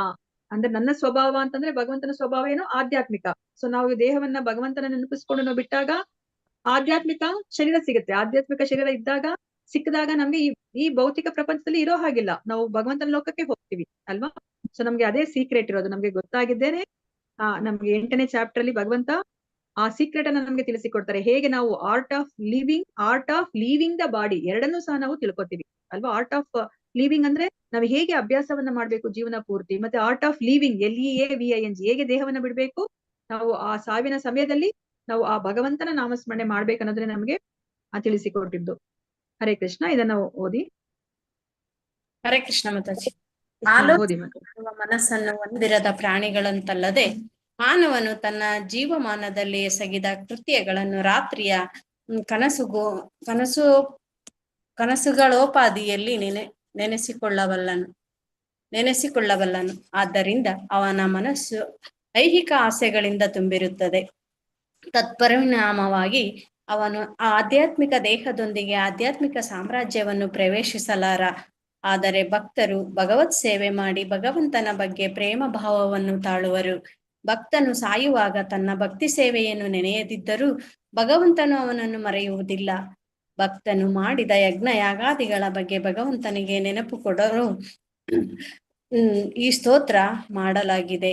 ಹಾಗೆ ನೆನಪು ಮಾಡದಿದ್ದರೂ ಭಗವಂತನು ತನ್ನ ಶುದ್ಧ ಭಕ್ತನ ಭಕ್ತಿ ಸೇವೆಯನ್ನ ಮರೆಯುವುದಿಲ್ಲ. ಹರೇ ಕೃಷ್ಣ ಮಾತಾಡ್ತಾರೆ. ಧನ್ಯವಾದಗಳು. ಹರೇ ಕೃಷ್ಣ. ಇಲ್ಲಿ ಏನನ್ನ ನಮ್ಗೆ ಹೇಳ್ತಾ ಇದಾರೆ.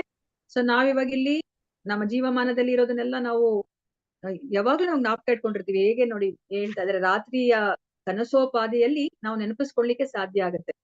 ಸೊ ಆದ್ರೆ ಇವಾಗ ನಾವು ಆ ಆಧ್ಯಾತ್ಮಿಕ ಏನ್ ಹೇಳ್ತಿದ್ದಾರೆ, ನಾವಿವಾಗ ಅಕಸ್ಮಾತ್ ಏನಾದ್ರು ನಮ್ಗೆ ಭಗವಂತನ ಸ್ಮರಣೆ ಬಂದ್ರೂ ಸಹ ನಮ್ಗೆ ಆಧ್ಯಾತ್ಮಿಕ ಆಸೆ ಅಲ್ದಲೆ ಈ ಐಹಿಕ ಆಸೆಗಳೇನಾದ್ರು ಇದ್ರೆ ನಾವು ಭಗವಂತನ ಲೋಕಕ್ಕೆ ಹೋಗ್ಲಿಕ್ಕೆ ಆಗೋದಿಲ್ಲ. ನಮ್ಗೆ ಆಧ್ಯಾತ್ಮಿಕ ಶರೀರ ಮತ್ತೆ ಈ ಒಂದು ಐಹಿಕ ಆಸೆ ಇರ್ಕೂಡ್ದು. ಸೊ ನಮ್ಗೆ ಆಧ್ಯಾತ್ಮಿಕ ಆಸೆ ಅಂತಂದ್ರೆ ನಮ್ಗೆ ಭಗವಂತನಿಗೆ ಸೇವೆ ಮಾಡ್ಬೇಕು ಅನ್ನೋ ಒಂದು ಆಸೆ ಇದ್ರೆ ಅಷ್ಟೇ ನಾವು ಭಗವಂತನ ಲೋಕಕ್ಕೆ ಹೋಗ್ಲಿಕ್ಕೆ ಸಾಧ್ಯ ಆಗುತ್ತೆ. ಮತ್ತೆ ಇಲ್ಲಿ ಏನನ್ನ ಹೇಳ್ತಾ ಇದಾರೆ, ಇಲ್ಲಿ ಏನ್ ಕೇಳ್ಕೊತಾ ಇದಾರೆ ಈ ಒಂದು ಶ್ಲೋಕದಲ್ಲಿ, ನೀನು ನಾನು ಹಿಂದೆ ಮಾಡಿರುವಂತಹ ಯಜ್ಞ ಯಾಗಾದಿಗಳ ಎಲ್ಲವನ್ನೂ ಸಹ ನೀನು ಜ್ಞಾಪಕದಲ್ಲಿ ಇಟ್ಕೋ ಅಂತ ಹೇಳ್ತಾ ಇದಾರೆ ಅಲ್ವಾ. ಆದ್ರೆ ಇಲ್ಲಿ ಭಗವಂತ ಯಾವ್ದನ್ನು ಮರೆಯೋದಿಲ್ಲ. ಅವರು ನಾವೊಂದು ಚಿಕ್ಕದೊಂದು ಸೇವೆ ಮಾಡಿದ್ರು ಸಹ ಭಗವಂತ ಅದನ್ನ ಜನ್ಮಾಂತರದಲ್ಲೂ ಜ್ಞಾಪಕ ಇಟ್ಕೋತಾರೆ. ನಾವೊಂದು ಗುಲಾಬಿ ಹೂವನ್ನ ಅರ್ಪಿಸಿದ್ರು ಸಹ, ಒಂದೇ ಒಂದು ಗುಲಾಬಿ ಹೂವನ್ನ ಅರ್ಪಿಸಿದ್ರು ಸಹ ಈ ಒಂದು ನನ್ನ ಭಕ್ತ ಈ ಜನ್ಮದಲ್ಲಿ ನನಗೆ ಗುಲಾಬಿ ಹೂವನ್ನ ಅವರು ಅರ್ಪಿಸಿದ್ದಾರೆ ಅಂತ ಬಿಟ್ಟು ಅವ್ರು ಜ್ಞಾಪಕದಲ್ಲಿ ಅವ್ರು ಇಟ್ಕೋತಾರೆ ಅಲ್ವಾ. ನಮ್ಗೆ ಹೇಳ್ತಾರೆ ಅಲ್ವಾ ಯಾವಾಗ್ಲೂ, ಅದು ಏನು ಕೃಷ್ಣನಿಗೆ ಒಂದ್ಸತಿ ಬೆರಳಿಗೆ ಏಟಾದಾಗ ಒಂದು ಅಂದ್ರೆ ರಕ್ತ ಬರುತ್ತೆ. ಆಗ ದ್ರೌಪದಿ ಅಲ್ಲೇ ಇರ್ತಾಳೆ. ಅವಳು ಹಿಂದೆ ಮುಂದೆ ಎಲ್ಲರೂ ಆ ಸಮಯದಲ್ಲಿ ಬೇರೆಯವರೆಲ್ಲ ಇರ್ತಾರೆ. ಆದ್ರೆ ದ್ರೌಪದಿ ಹಿಂದೆ ಮುಂದೆ ಏನೂ ನೋಡುದಿಲ್ಲ. ಅವಳು ತನ್ನ ಸೆರಗಿನ ಸೀರೆ ಅದನ್ನ ಹಂಚನ್ನ ಹರಿದ್ಬಿಟ್ಟು ಅದನ್ನ ತಗೊಂಡು ಬಟ್ಟೆ ತರ ಅವಳು ಕಟ್ಬಿಟ್ಟು ಆ ಒಂದು ರಕ್ತ ನಿಲ್ಲೋ ತರ ಅವಳು ಮಾಡ್ತಾಳೆ ಅಲ್ವಾ. ನೋಡಿ ಕೃಷ್ಣ ಅದನ್ನ ಅವರು ನೆನಪಲ್ಲಿ ಇಟ್ಕೋತಾರೆ ಅಲ್ವಾ. ಯಾವಾಗ ದ್ರೌಪದಿಗೆ ಆ ಒಂದು ಮಾನಾಪಹರಣ ಆಗತ್ತೆ ಆ ಸಮಯದಲ್ಲಿ ಅವರು ಅದನ್ನ ಹೇಗೆ ತೀರಿಸ್ತಾರೆ, ಅವರು ಅಷ್ಟೊಂದು ಅವರು ವಸ್ತ್ರವನ್ನ ಕೊಟ್ಟು ಅದನ್ನ ತೀರಿಸ್ತಾರೆ ಅಲ್ವಾ. ಭಗವಂತ ಯಾವತ್ತೂ ಸಹ ಅವರು ಒಂದು ಚಿಕ್ಕದೊಂದು ಸೇವೆ ಮಾಡಿದ್ರು ಸಹ ಅವರು ಮರೆಯೋದಿಲ್ಲ. ಅದಕ್ಕೆ ನಮ್ಗೆ ಜಗನ್ನಾಥನನ್ನ ಅವ್ರು ಎಕ್ಸಾಂಪಲ್ ಕೊಡ್ತಾರೆ ಅಲ್ವಾ. ಸೊ ಜಗನ್ನಾಥ ಏನ್ ಮಾಡ್ತಾ ಇದಾರೆ, ಅವ್ರಿಗೆ ರೆಪ್ಪೆನೇ ಇಲ್ಲ. ಅವರು ಕಣ್ಣನ್ನ ಯಾವಾಗ್ಲೂ ಅಗಲ ಬಿಟ್ಕೊಂಡು ನೋಡ್ತಾ ಇರ್ತಾರೆ. ಅವ್ರು ಮಲ್ಕೊಂಡು ಸಹ ಮಲ್ಕೊಂಡಿಲ್ಲ.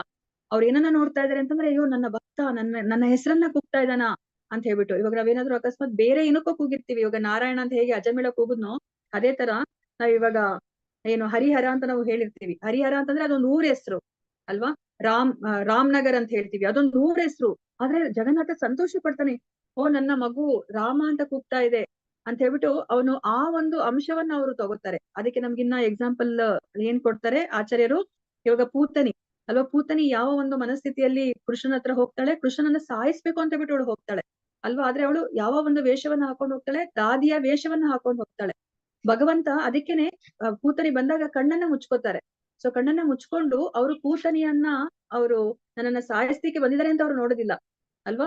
ಆ ಒಂದು ಮಾತೃ ಭಾವವನ್ನ, ಆ ದಾದಿಯ ಭಾವವನ್ನ ಅವರು ಸ್ವೀಕರಿಸ್ತಾ ಇದ್ದಾರೆ. ಮತ್ತೆ ಅವರು ಹಿಂದಿನ ಒಂದು ಜನ್ಮದಲ್ಲಿ ಅವಳು ಆ ಬಲಿ ಮಹಾರಾಜನ ತಂಗಿ ಆಗಿರ್ತಾಳೆ ಅಲ್ವಾ. ಅವಾಗ ಅವಳು ಆ ಒಂದು ಆ ವಾಮನನ ಒಂದು ರೂಪವನ್ನ ನೋಡಿದಾಗ ಅವಳಿಗೆ ಆ ಒಂದು ತಾಯಿಯ ಒಂದು ಪ್ರೇಮ ಬರುತ್ತೆ. ಸೊ ಭಗವಂತ ಅದನ್ನು ಸಹ ಅವರು ಗ್ರಹಿಸಿದ್ದಾರೆ, ಅದನ್ನು ಸಹ ಅವರು ಜ್ಞಾಪಕದಲ್ಲಿ ಇಟ್ಕೊಂಡಿರ್ತಾರೆ. ಅದಕ್ಕೆ ನಮ್ ಭಗವಂತ ಎಷ್ಟು ಕರುಣಾಮಯಿ ಅಂತಂದ್ರೆ ತನ್ನಗೆ ಸಾಯಿಸಕ್ಕೆ ಬಂದಿರುವಂತಹ ಪೂತನಿಗೆ ಅವಳಿಗೆ ಒಂದು ದಾದಿಯ ಸ್ಥಾನವನ್ನ ಕೊಡ್ತಾರೆ ತನ್ನ ಲೋಕದಲ್ಲಿ ಅಲ್ವಾ. ಅದಕ್ಕೆ ಭಗವಂತ ಯಾವ್ದನ್ನು ಸಹ ಅವ್ರು ಮರೆಯೋದಿಲ್ಲ. ನಾವು ಕೇಳ್ಕೊಳೋದೇ ಬೇಕಾಗಿಲ್ಲ, ಭಗವಂತ ನೀನು ನನ್ನ ಮಾಡಿರೋದನ್ನೆಲ್ಲ ಜ್ಞಾಪಿಸ್ಕೊ ಅಂತ ಹೇಳ್ಬಿಟ್ಟು ನಾವು ಅಂತಹ ಪ್ರಾರ್ಥನೆಯನ್ನ ನಾವು ಮಾಡ್ಕೊಳೋದೇ ಬೇಕಾಗಿಲ್ಲ ಅಲ್ವಾ. ಸೊ ಅದಕ್ಕೆ ಇಲ್ಲಿ ಹೇಳ್ತಾ ಇದ್ದಾರೆ ಈ ಒಂದು ಶ್ಲೋಕದಲ್ಲಿ ಭಕ್ತನು ಮಾಡಿದ ಯಜ್ಞ ಯಾಗಾದಿಗಳ ಬಗ್ಗೆ ಭಗವಂತನಿಗೆ ನೆನಪು ಕೊಡಲು ಈ ಸ್ತೋತ್ರ ಮಾಡಲಾಗಿದೆ. ಅದಕ್ಕೆ ಇಲ್ಲಿ ಪ್ರಭುಪಾದರು ನಮ್ಗೆ ಅರ್ಥ ಮಾಡಿಸ್ತಾ ಇದ್ದಾರೆ. ಹಾಗೆ ನೆನಪು ಮಾಡದಿದ್ದರೂ ಭಗವಂತನು ತನ್ನ ಶುದ್ಧ ಭಕ್ತನ ಸೇವೆಯನ್ನ ಮರೆಯುವುದಿಲ್ಲ. ಇದು ನಮ್ಗೆ ತುಂಬಾ ಮುಖ್ಯವಾದದ್ದು ಅಲ್ವಾ. ಭಗವಂತನ ಒಂದು ಚಿಕ್ಕದು ಇವಾಗ ಭಕ್ತಿ ಶಾಸ್ತ್ರಿ ತನಕ ನಾವು ಇಲ್ಲಿ ಓದ್ಕೊಂಡ್ ಬಂದಿದೀವಿ, ಭಗವಂತನ ಬಗ್ಗೆ ಕೇಳಿಸ್ಕೊಂಡ್ ಬಂದಿದೀವಿ ಅಂದ್ರೆ ಭಗವಂತ ತನಗೆ ಜ್ಞಾಪಕ ಇಟ್ಕೊಂಡಿರ್ತಾರೆ. ಜನ್ಮದನ್ನು ಸಹ ಅವರು ಜ್ಞಾಪಕ ಇಟ್ಕೊಂಡಿರ್ತಾರೆ. ಇವಾಗ ನಮ್ಮನ್ ಬಿಟ್ಬಿಡಿ, ಈಗ ಫಸ್ಟ್ ಲೆವೆಲ್ಗೆ ಬಂದಾಗ ಒಬ್ಬೊಬ್ರು ಒಂದ್ ಕ್ಲಾಸ್ 2 ಕ್ಲಾಸ್ ಅಟೆಂಡ್ ಮಾಡಿರ್ತಾರೆ. ಭಗವಂತ ಅದನ್ನು ಸಹ ಅವ್ರು ಜ್ಞಾಪಕ ಇಟ್ಕೊಂಡಿರ್ತಾರೆ.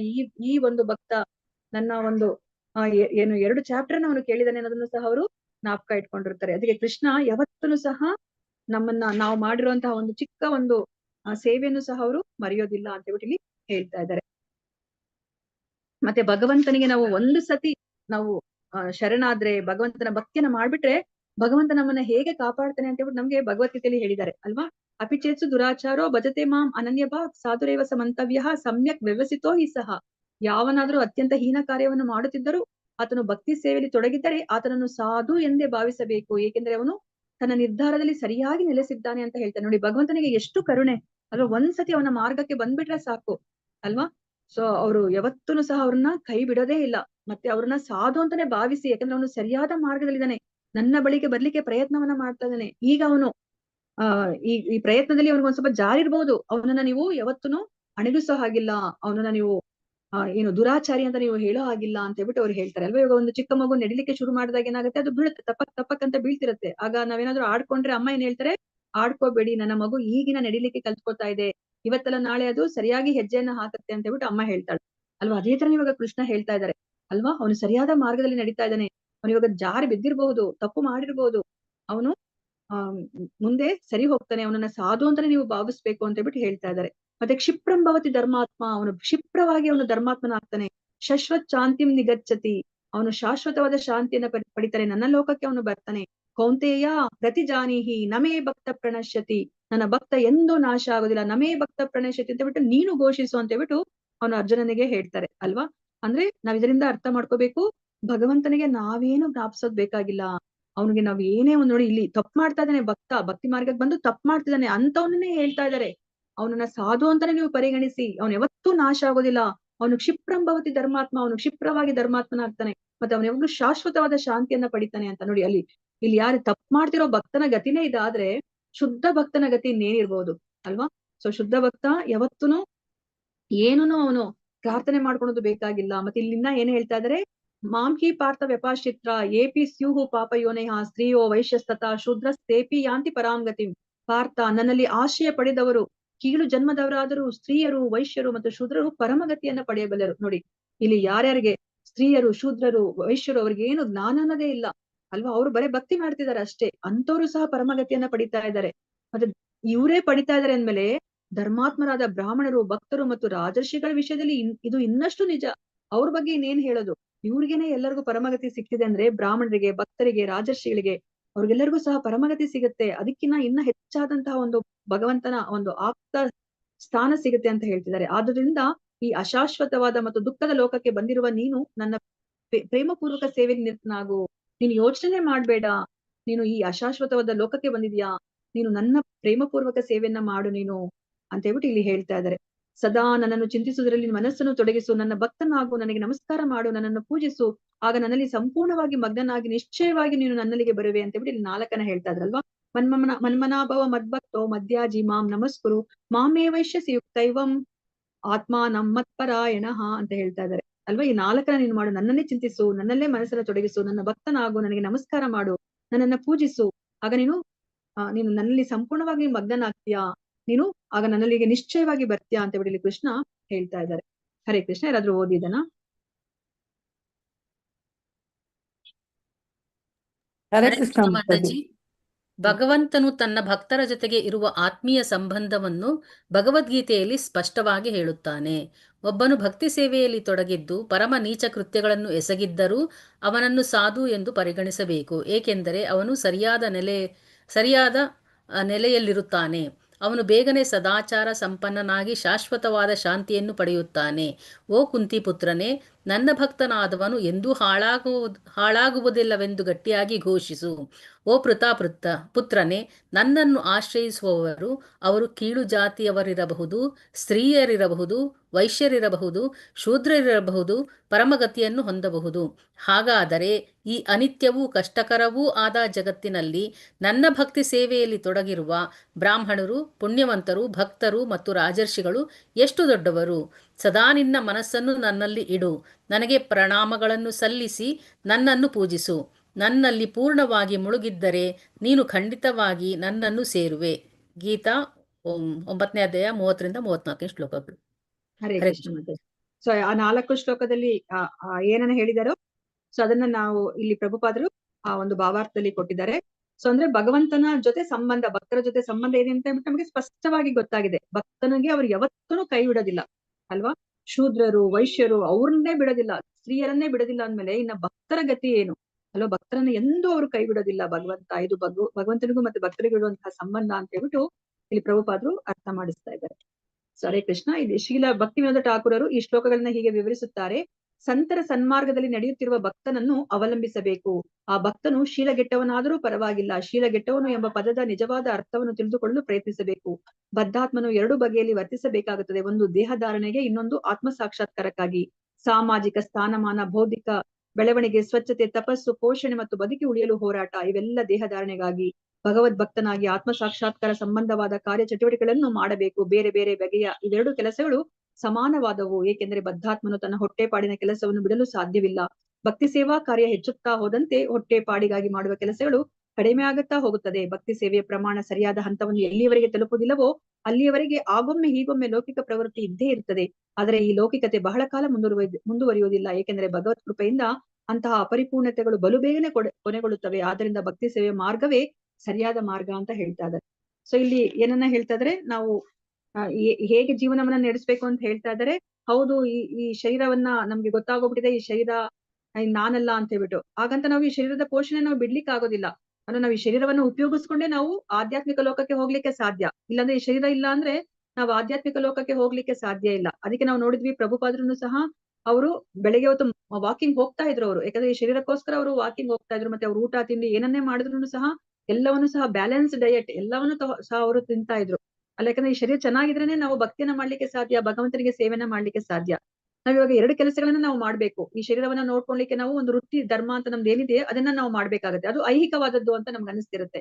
ಮತ್ತೆ ನಮ್ಮ ಆಧ್ಯಾತ್ಮಿಕ ಉನ್ನತಿಗೋಸ್ಕರ ನಾವು ಭಕ್ತಿಯಲ್ಲಿ ನಾವು ತೊಡ್ಕೋಬೇಕಾಗತ್ತೆ. ಆಧ್ಯಾತ್ಮಿಕ ಸೇವೆ, ಆಧ್ಯಾತ್ಮಿಕ ಮಾರ್ಗದಲ್ಲಿ ನಮ್ಗೆ ಏನೆಲ್ಲ ಹೇಳಿದ್ರು ಅದನ್ನೆಲ್ಲ ನಾವು ಮಾಡ್ತಾ ಇರ್ಬೇಕಾಗತ್ತೆ. 2 ಕಡೆನೂ ನಾವು ಬ್ಯಾಲೆನ್ಸ್ ಮಾಡ್ಕೊಂಡು ನಾವು ಇರ್ಬೇಕಾಗತ್ತೆ. ನಮ್ಗೆ ಕ್ರಮೇಣ ಏನಾಗುತ್ತೆ, ನಾವ್ ಇದನ್ನ ಮಾಡ್ತಾ ಇದ್ದಾಗ ನಮ್ಗೆ ಈ ಆಧ್ಯಾತ್ಮಿಕ ಮಾರ್ಗದ ಕಡೆ ನಮ್ಗೆ ಹೆಚ್ಚು ನಾವು ಸಮಯವನ್ನ ಕೊಡೋ ತರ ಆಗುತ್ತೆ. ಯಾಕಂದ್ರೆ ನಮಗೆ ಗೊತ್ತಾಗುತ್ತೆ, ನಮಗೆ ಈ ದೇಹದ ಅಗತ್ಯಗಳು ಕಡಿಮೆ ಆಗ್ತಾ ಹೋಗುತ್ತೆ. ಈಗ ನನಗೆ ಹೆಚ್ಚೆಚ್ಚು ನನಗೆ ಆಸೆಗಳು ಜಾಸ್ತಿ. ನನಗೆ ಎಷ್ಟೊಂದು ಡ್ರೆಸ್ಸಸ್ ತಗೋಬೇಕು, ಎಷ್ಟೊಂದು ವೆಹಿಕಲ್ಸ್ ಬೇಕು, ಅವಾಗ ನಾನು ಹೆಚ್ಚೆಚ್ಚು ದುಡಿಬೇಕು. ಆಮೇಲೆ ನನಗೆ ಗೊತ್ತಾಗ್ತಾ ಹೋಗುತ್ತೆ ಅಲ್ವಾ, ಈ ದೇಹಕ್ಕೆ ನಾನು ಎಷ್ಟನ್ನ ಮಾಡ್ಬೇಕು, ಎಷ್ಟನ್ನ ದುಡಿದ್ರೆ ಸಾಕು ಅಂತ. ಅವಾಗ ಏನ್ ಮಾಡ್ತೀನಿ, ನಾನು ಇವಾಗ 8 ಅವರ್ಸ್ ದುಡಿಯೋ ಬದಲು 6 ಅವರ್ಸ್ ಸಾಕು, ನನ್ ಮಿಕ್ಕಿದ ಸಮಯವನ್ನ ನಾನು ಭಕ್ತಿ ಮಾಡ್ಲಿಕ್ಕೆ ನಾನು ಉಪಯೋಗಿಸ್ಕೊತೀನಿ ಅಲ್ವಾ. ಸೊ ಅದನ್ನೇ ನಮ್ಗೆ ಇಲ್ಲಿ ಹೇಳ್ತಾ ಇದಾರೆ.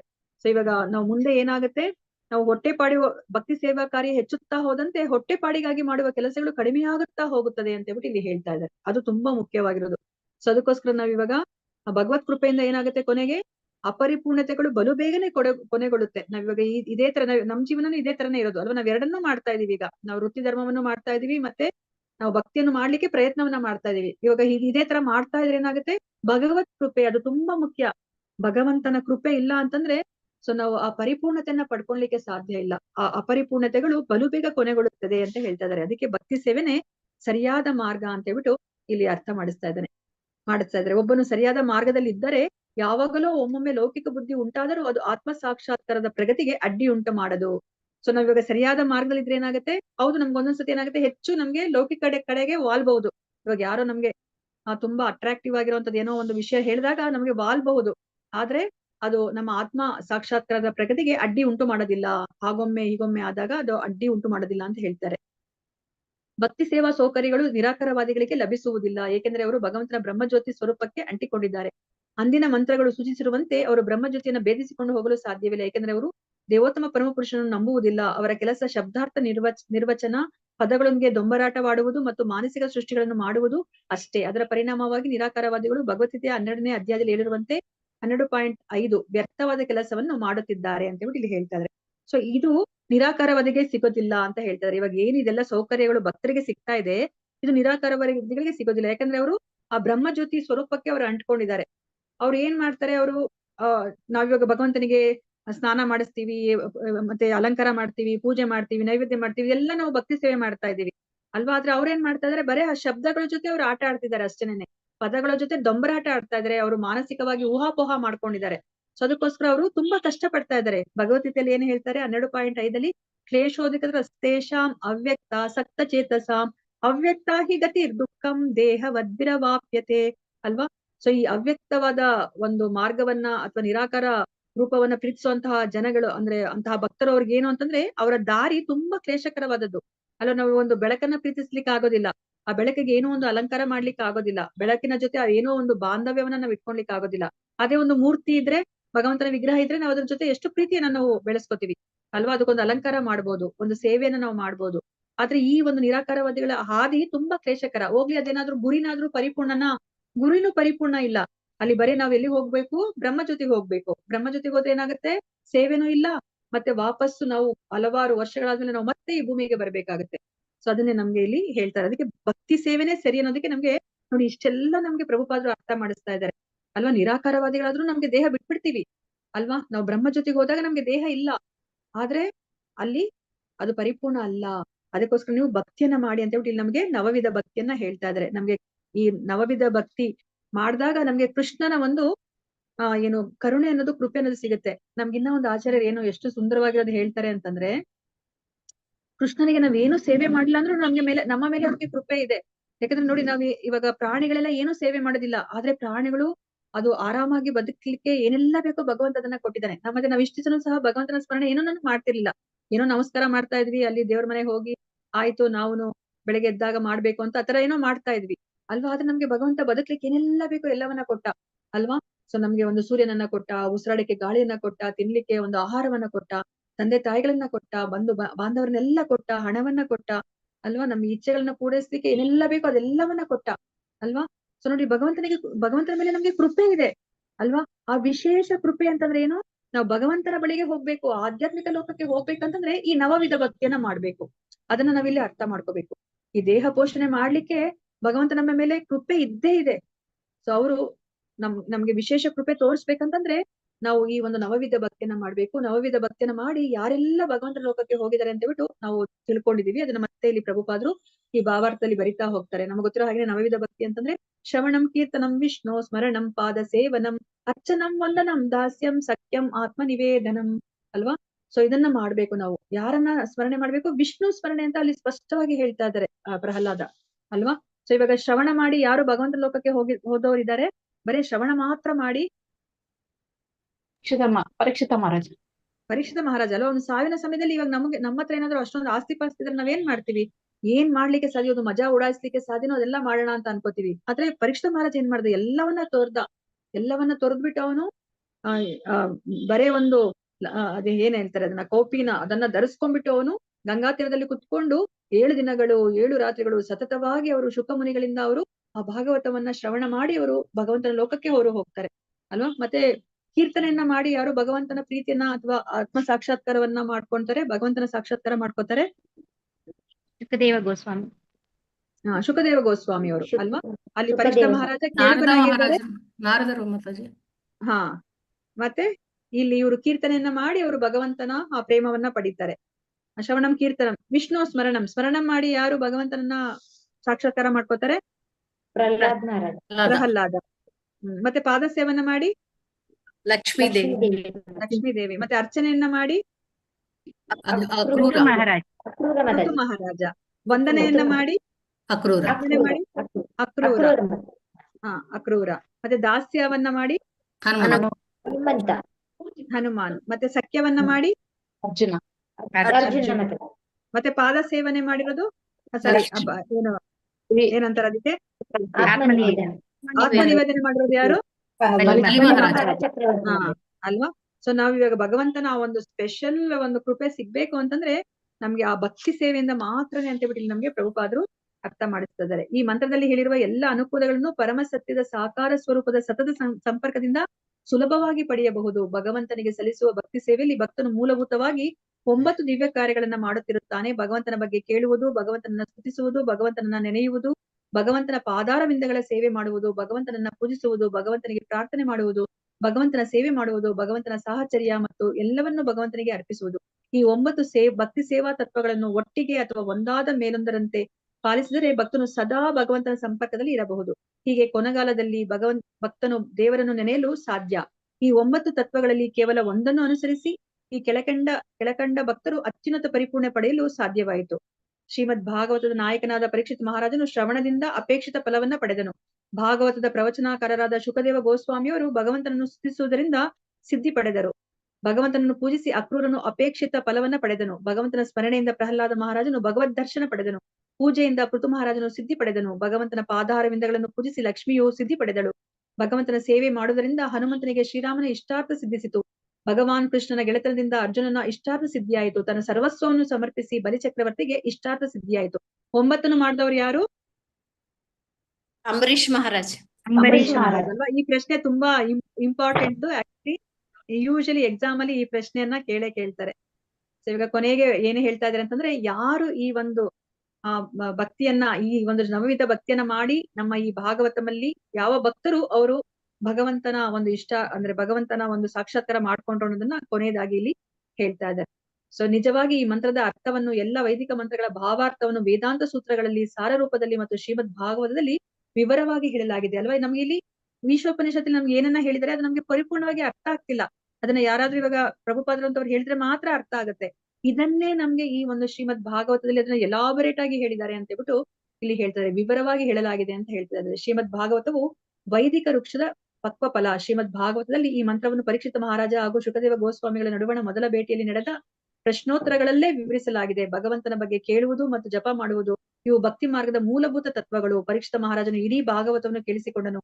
ಪರೀಕ್ಷಿತ ಮಹಾರಾಜನು ಶುಕದೇವನಿಂದ ಏಕೆ ಕೇಳಿ ತಿಳಿದುಕೊಂಡನೆಂದ್ರೆ ಆ ಕಾಲದ ಯೋಗಗಳಲ್ಲೆಲ್ಲ ಶುಕದೇವ ಅತ್ಯಂತ ಶ್ರೇಷ್ಠನಾಗಿದ್ದನು ಅಂತ ಹೇಳ್ಬಿಟ್ಟು ಹೇಳ್ತಾ ಇದಾರೆ. ಯಾಕಂದ್ರೆ ಪರೀಕ್ಷಿತ ಮಹಾರಾಜ ಯಾಕೆ ಶುಕಮುನಿಗಳಿಂದನೇ ಕೇಳಿ ತಿಳ್ಕೊಂಡ್ರು, ಆ ಶ್ರವಣವನ್ನ ಮಾಡಿದ್ರು ಅಂತಂದ್ರೆ ಆ ಒಂದು ಸಮಯದಲ್ಲಿ ಪರೀಕ್ಷಿತ ಮಹಾರಾಜ ಇರೋ ಸಮಯದಲ್ಲಿ ಎಲ್ಲಾ ಯೋಗಗಳಲ್ಲಿ ಶುಕದೇವ ಅತ್ಯಂತ ಶ್ರೇಷ್ಠ ಅಲ್ವಾ? ಇವರು ವಿಷ್ಣುರಾತ, ಅವರು ಬ್ರಹ್ಮರಾತ ಅಲ್ವಾ? ಇಬ್ರು ನಡುವೆ ಇವಾಗ ಅಲ್ಲಿ ಶ್ರವಣ ಕೀರ್ತನೆ ನಡೀತು. ಇಬ್ರು ಸಹ ಇವರು ಶ್ರವಣ ಮಾಡಿ ಮತ್ತೆ ಅವರು ಕೀರ್ತನೆಯನ್ನ ಮಾಡಿ ಭಗವಂತನ ಲೋಕಕ್ಕೆ ಅವರು ಹೋಗ್ತಾರೆ ಅಲ್ವಾ? ಅಂದ್ರೆ ನಮ್ಮ ಭಾಗವತದಲ್ಲಿ ಇದ್ರ ಬಗ್ಗೆ ನಮ್ಗೆ ಆ ಒಂದು ಶ್ರವಣದ ಮಹತ್ವ ಮತ್ತೆ ಆ ಕೀರ್ತನೆಯ ಮಹತ್ವವನ್ನ ನಮ್ಗೆ ತಿಳಿಸಿಕೊಡಲಾಗಿದೆ. ಈ ಭಾಗವತ ಸಾಮಾನ್ಯವಾದದ್ದಲ್ಲ, ಇದು ಎಲ್ಲ ವೈದಿಕ ವೃಕ್ಷದ ಫಲ ಅಂತ ಹೇಳ್ಬಿಟ್ಟು ಇಲ್ಲಿ ಹೇಳ್ತಾ ಇದ್ದಾರೆ.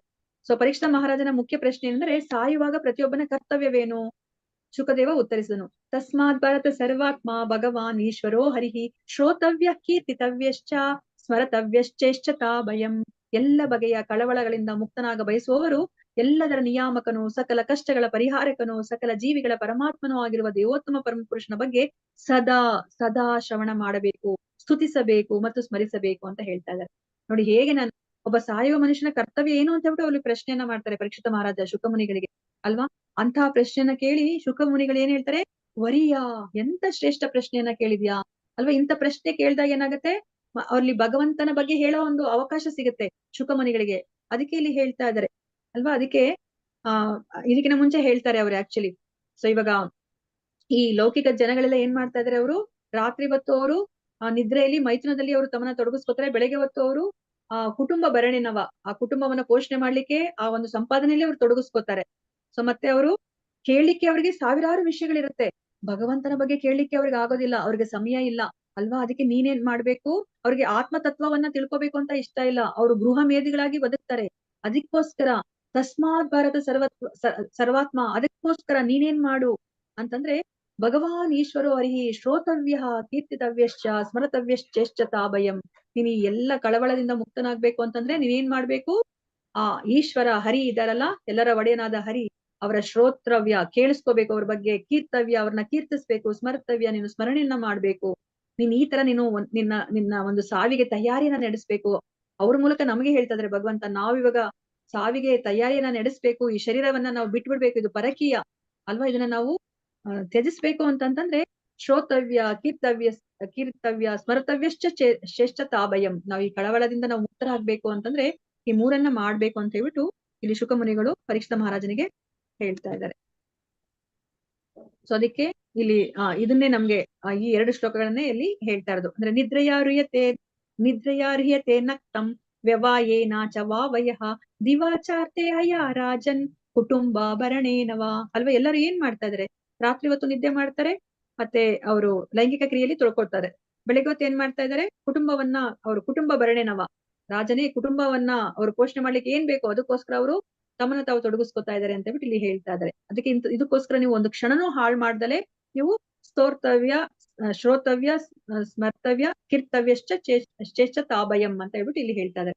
ಈ ಸಮಾಜವು ರಾತ್ರಿಯಲ್ಲಿ ನಿದ್ರಾ ಮೈಥುನಗಳಲ್ಲಿಯೂ ಹಗಲಿನಲ್ಲಿ ಸಾಧ್ಯವಾದಷ್ಟು ಹಣ ಸಂಪಾದನೆಯಲ್ಲಿಯೂ ಅಥವಾ ಅಂಗಡಿ ಮುಂಗಟ್ಟುಗಳಿಗೆ ಹೋಗಿ ಸಾಮಾನು ತರುವುದರಲ್ಲಿಯೂ ನಿರತವಾಗಿರುತ್ತದೆ. ದೇವೋತ್ತಮ ಪರಮಪುರುಷನ ಬಗ್ಗೆ ಮಾತನಾಡುವುದಕ್ಕಾಗಲಿ ಕೇಳಿ ತಿಳಿದುಕೊಳ್ಳುವುದಕ್ಕಾಗಲಿ ಅವರಿಗೆ ಸ್ವಲ್ಪವೂ ಪುರುಸೊತ್ತಿಲ್ಲ. ಅವರು ದೇವರಿಲ್ಲವೆಂದು ಅನೇಕ ರೀತಿಯಲ್ಲಿ ಹೇಳಿಬಿಟ್ಟಿದ್ದಾರೆ. ಮೊದಲು ದೇವರು ನಿರಾಕಾರ, ಕಣ್ಣಿಗೆ ಕಾಣುವುದಿಲ್ಲ ಎಂದು ಘೋಷಿಸುತ್ತಾರೆ. ಆದರೆ ವೈದಿಕ ಸಾಹಿತ್ಯದಲ್ಲಿ, ಉಪನಿಷತ್ತುಗಳಲ್ಲಾಗಲಿ, ವೇದಾಂತ ಸೂತ್ರಗಳಲ್ಲಾಗಲಿ, ಭಗವದ್ಗೀತೆಯಲ್ಲಾಗಲಿ, ಶ್ರೀಮದ್ ಭಾಗವತದಲ್ಲಾಗಲಿ ಭಗವಂತನನ್ನು ಇಂದ್ರಿಯಗಳಿಂದ ಗ್ರಹಿಸಲು ಸಾಧ್ಯ ಮತ್ತು ಅವನು ಇತರ ಎಲ್ಲ ಜೀವಿಗಳಿಂದ ಉತ್ತಮನು ಎಂದು ಘೋಷಿಸಲಾಗಿದೆ. ಅವನ ಅದ್ಭುತ ಕಾರ್ಯಗಳು ಅವನೂ ಒಂದೇ. ಆದ್ದರಿಂದ ಈ ಲೌಕಿಕ ರಾಜಕಾರಣಿಗಳ ಬಗ್ಗೆ ಮತ್ತು ಸಮಾಜದಲ್ಲಿ ಪ್ರತಿಷ್ಠಕರು ಎನಿಸಿಕೊಂಡವರ ಬಗ್ಗೆ ಕೇಳಲೂ ಬಾರದು, ಮಾತನಾಡಲೂ ಬಾರದು. ಇವೆಲ್ಲ ಕೆಲಸಕ್ಕೆ ಬಾರದವು. ಒಂದು ಕ್ಷಣವನ್ನು ಹಾಳು ಮಾಡದೆ ಭಗವತ್ ಸಂಬಂಧವಾದ ಕೆಲಸ ಕಾರ್ಯಗಳಲ್ಲಿ ನಿರತನಾಗಿರಬೇಕು. ಈ ಈಶೋಪನಿಷತ್ ಅಂತಹ ಕಾರ್ಯಗಳ ಎಡೆಗೆ ನಮ್ಮನ್ನು ನಿರ್ದೇಶಿಸುತ್ತದೆ ಅಂತ ಹೇಳಿ ಇಲ್ಲಿ ಹೇಳ್ತಾ ಇದಾರೆ. ಸೊ ಇಲ್ಲಿ ಏನನ್ನ ಹೇಳ್ತಾ ಇದಾರೆ, ಸೊ ಇದಕ್ಕಿಂತ ಮುಂಚೆ ಹೇಳಿರೋ ಹಾಗೇನೆ ರಾತ್ರಿ ಹೊತ್ತು ಏನ್ ಮಾಡ್ತೀವಿ, ಬೆಳಗ್ಗೆ ಹೊತ್ತು ಏನ್ ಮಾಡ್ತೀವಿ ಅಂತ ಹೇಳ್ಬಿಟ್ಟು ಹೇಳಿದ್ರು. ಸೊ ಅವ್ರಿಗೆ ಒಂದ್ ಸ್ವಲ್ಪನೂ ಪುರುಸೊತ್ತಿಲ್ಲ ಭಗವಂತ ಬಗ್ಗೆ ಕೇಳಿಸ್ಕೊಳ್ಲಿಕ್ಕೆ. ಮತ್ತೆ ಅದ್ರ ಜೊತೆ ಇನ್ನೇನು ಹೇಳ್ತಾರೆ, ದೇವರು ಇಲ್ವೇ ಇಲ್ಲ ಅಂತ ಹೇಳ್ಬಿಡ್ತಾರೆ. ಆಮೇಲೆ ಇದೆ ಅಂತಂದ್ರೂ ಸಹ ನಿರಾಕಾರ ಅಂತ ಹೇಳ್ತಾರೆ, ಅವ್ನು ನಮ್ ಕಣಿಗೆ ಕಾಣಿಸೋದಿಲ್ಲ ಅಂತ ಹೇಳ್ತಾರೆ. ಆದ್ರೆ ನಮ್ಮ ಯಾವುದೇ ಒಂದು ಸಾಹಿತ್ಯದಲ್ಲಿ ಆಗ್ಲಿ, ಉಪನಿಷತ್ತಲ್ಲಾಗ್ಲಿ, ವೇದಾಂತದಲ್ಲಾಗ್ಲಿ, ಭಗವದ್ಗೀತೆ ಭಾಗವತದಲ್ಲಾಗ್ಲಿ ಅವ್ರು ಏನ್ ಹೇಳಿದಾರೆ, ನೀವು ಅರ್ಹತೆ ಪಟ್ರೆ ಆ ಪ್ರೇಮಾಂಜನ ಚುರಿತ ಭಕ್ತಿ ವಿಲೋಚನೆಯನ್ನ, ಆ ಪ್ರೇಮ ಅನ್ನೋ ಒಂದು ಅಂಜನವನ್ನ ಕಣಿಗೆ ಹಾಕೊಂಡ್ರೆ ನಿಮ್ಗೆ ಭಗವಂತನನ್ನ ನೀವು ನಿಮ್ಮ ಈ ಇಂದ್ರಿಯಗಳಿಂದ ನೀವು ನೋಡ್ಲಿಕ್ಕೆ ಸಾಧ್ಯ ಅಂತ ಹೇಳಿದ್ದಾರೆ. ಮತ್ತೆ ಅವನು ಆ ಒಂದು ದೇವರನ್ನು ಎಲ್ಲಾ ಜೀವಿಗಳಿಂದ ಅವನು ಉತ್ತಮ ಪುರುಷೋತ್ತಮ ಅಂತ ಹೇಳ್ಬಿಟ್ಟು ಹೇಳಿದ್ದಾರೆ. ಮತ್ತೆ ಅವನ್ ಬೇರೆ ಅಲ್ಲ, ಅವನ ಕಾರ್ಯಗಳು ಅದ್ಭುತವಾದ ಕಾರ್ಯಗಳು ಬೇರೆ ಅಲ್ಲ, ಅಲ್ಲಿ ಏನು ಭೇದನೇ ಇಲ್ಲ. ಭಗವಂತನ ನಾಮ, ಗುಣ, ರೂಪ, ಲೀಲೆ ಅದ್ರ ಬಗ್ಗೆ ಅದೇನೆಲ್ಲ ಇದೆ ಅದಕ್ಕೂ ಭಗವಂತನಿಗೂ ಏನೇ ಒಂದು ಭೇದ ಇಲ್ಲ ಅಂತ ಹೇಳಿದ್ದಾರೆ. ಅದಕ್ಕೆ ನಮ್ಗೆ ಭಗವಂತನ ನಾಮ ಹೇಳ್ಕೊಂಡ್ರು ಸಹ ಅದು ಭಗವಂತನೇ. ಅದರಿಂದ ನಾವ್ ಇವಾಗ ಯಾರ ಬಗ್ಗೆ ಮಾತಾಡ್ಬಾರ್ದು ಅಂತ ಇಲ್ಲಿ ಹೇಳ್ತಾ ಇದಾರೆ. ನಮ್ಗೆ ರಾಜಕಾರಣಿಗಳ ಬಗ್ಗೆ, ಸಮಾಜದಲ್ಲಿ ನಾವು ತುಂಬಾ ಗ್ರೇಟ್ ಅಂತ ಅನ್ಕೋತೀವಲ್ವಾ, ಹೀರೋಯಿನ್ಸ್ ಅಥವಾ ಸ್ಪೋರ್ಟ್ಸ್ ಅಲ್ಲಿ ತುಂಬಾ ಫೇಮಸ್ ಆಗಿರೋರು, ಅವ್ರ ಬಗ್ಗೆ ನಾವು ಮಾತಾಡ್ಕೋಕೂಡ್ದು ಅಂತ ಹೇಳಿ ಹೇಳ್ತಾ ಇದಾರೆ. ಅವ್ರ ಬಗ್ಗೆ ಕೇಳಲೂಬಾರ್ದು, ಮಾತನಾಡಲೂಬಾರ್ದು, ಇವೆಲ್ಲ ಕೆಲಸಕ್ಕೆ ಬಾರದವು ಅಂತ ಹೇಳ್ತಿದ್ದಾರೆ. ಒಂದು ಕ್ಷಣನೂ ಹಾಳು ಮಾಡಬಾರ್ದು ಅಂತ ಹೇಳ್ತಾ ಇದಾರೆ ಅಲ್ವಾ. ಅದಕ್ಕೆ ಪ್ರತಿ ಕ್ಷಣನೂ ಕೃಷ್ಣನ ನಾಮಸ್ಮರಣೆ ಮಾಡ್ಬೇಕು, ಒಂದು ಕ್ಷಣನೂ ಕೃಷ್ಣನ ಮರೆತು ಇರಬಾರ್ದು ಅಂತ ಹೇಳ್ಬಿಟ್ಟು ಅದಕ್ಕೆ ಅದನ್ನ ನಮ್ಗೆ ಏನ್ ಹೇಳ್ತಾರೆ ಅವರು, ಬೇಸ್ ಮಂತ್ರ. ನಮ್ಮ ಈ ಇಡೀ ಏನು ಈ ಭಕ್ತಿ ಮಾರ್ಗ ಇದೆಯಲ್ಲ, ಆ ಭಕ್ತಿ ಮಾರ್ಗಕ್ಕೆ ಬೇಸ್ ಆಗಿರುವಂತಹ ಮಂತ್ರ ಯಾವುದು ಅಂತಂತಂದ್ರೆ ಓಕೆ ನನ್ಗೆ ಅದು ಬರ್ತಾ ಇಲ್ಲ ಕೃಷ್ಣ, ನೆವರ್ ಫರ್ಗೆಟ್ ಕೃಷ್ಣ. ಮಾತಾಜಿ ಅದ್ರ ಮಂತ್ರ ಇದೆ ಅದು ಮಾತಾಜಿ. ಸ್ಮರತವ್ಯ ಏನೋ ಹೇಳ್ತಾ ಇದ್ರೆ, ವಿಸ್ಮರ್ತವ್ಯೋ ನ ಜಾತು ಚಿತ್ ಅಂತ ಒಂದು ಶ್ಲೋಕ ಬರುತ್ತೆ ಮಾತಾಜಿ, ಅದು. ಸೊ ಒಂದು ಕ್ಷಣನು ನಾವು ಕೃಷ್ಣನನ್ನ ಮರೆತು ಇರಬಾರ್ದು, ಪ್ರತಿ ಕ್ಷಣ ನಾವು ಕೃಷ್ಣನನ್ನ ವಿಸ್ಮರ್ತಂ ನಾತು ಜಾತಜಿ. ಏನ್ ಹೇಳಿ ಮಾತಾಜಿ? ಸ್ಮರ್ತವ್ಯಂ ವಿಷ್ಣು ಸತತಂ ವಿಷ್ಣು. ಸ್ಮರತವ್ಯ ಸತತಂ ವಿಷ್ಣು ವಿಸ್ಮರ್ತವ್ಯಂ ನ ಜಾತು ಚಿತ್ ಅಂತ ಹೇಳ್ತಾರೆ. ಒಂದು ಕ್ಷಣ ನಾವು ನಿರಂತರವಾಗಿ ನಾವು ವಿಷ್ಣುವಿನ ಸ್ಮರಣೆ ಮಾಡ್ಬೇಕು, ಒಂದು ಕ್ಷಣ ನಾವು ಅವರನ್ನ ಮರೆತು ಇರಬಾರ್ದು ಅಂತ ಹೇಳ್ತಾರೆ. ಸೊ ಅದನ್ನೇ ಇಲ್ಲಿ ಹೇಳ್ತಾ ಇದ್ದಾರೆ, ಒಂದು ಕ್ಷಣವನ್ನು ಹಾಳು ಮಾಡದೆ ಭಗವತ್ ಸಂಬಂಧವಾದ ಕೆಲಸ ಕಾರ್ಯಗಳಲ್ಲಿ ನಿರತನಾಗಿರಬೇಕು.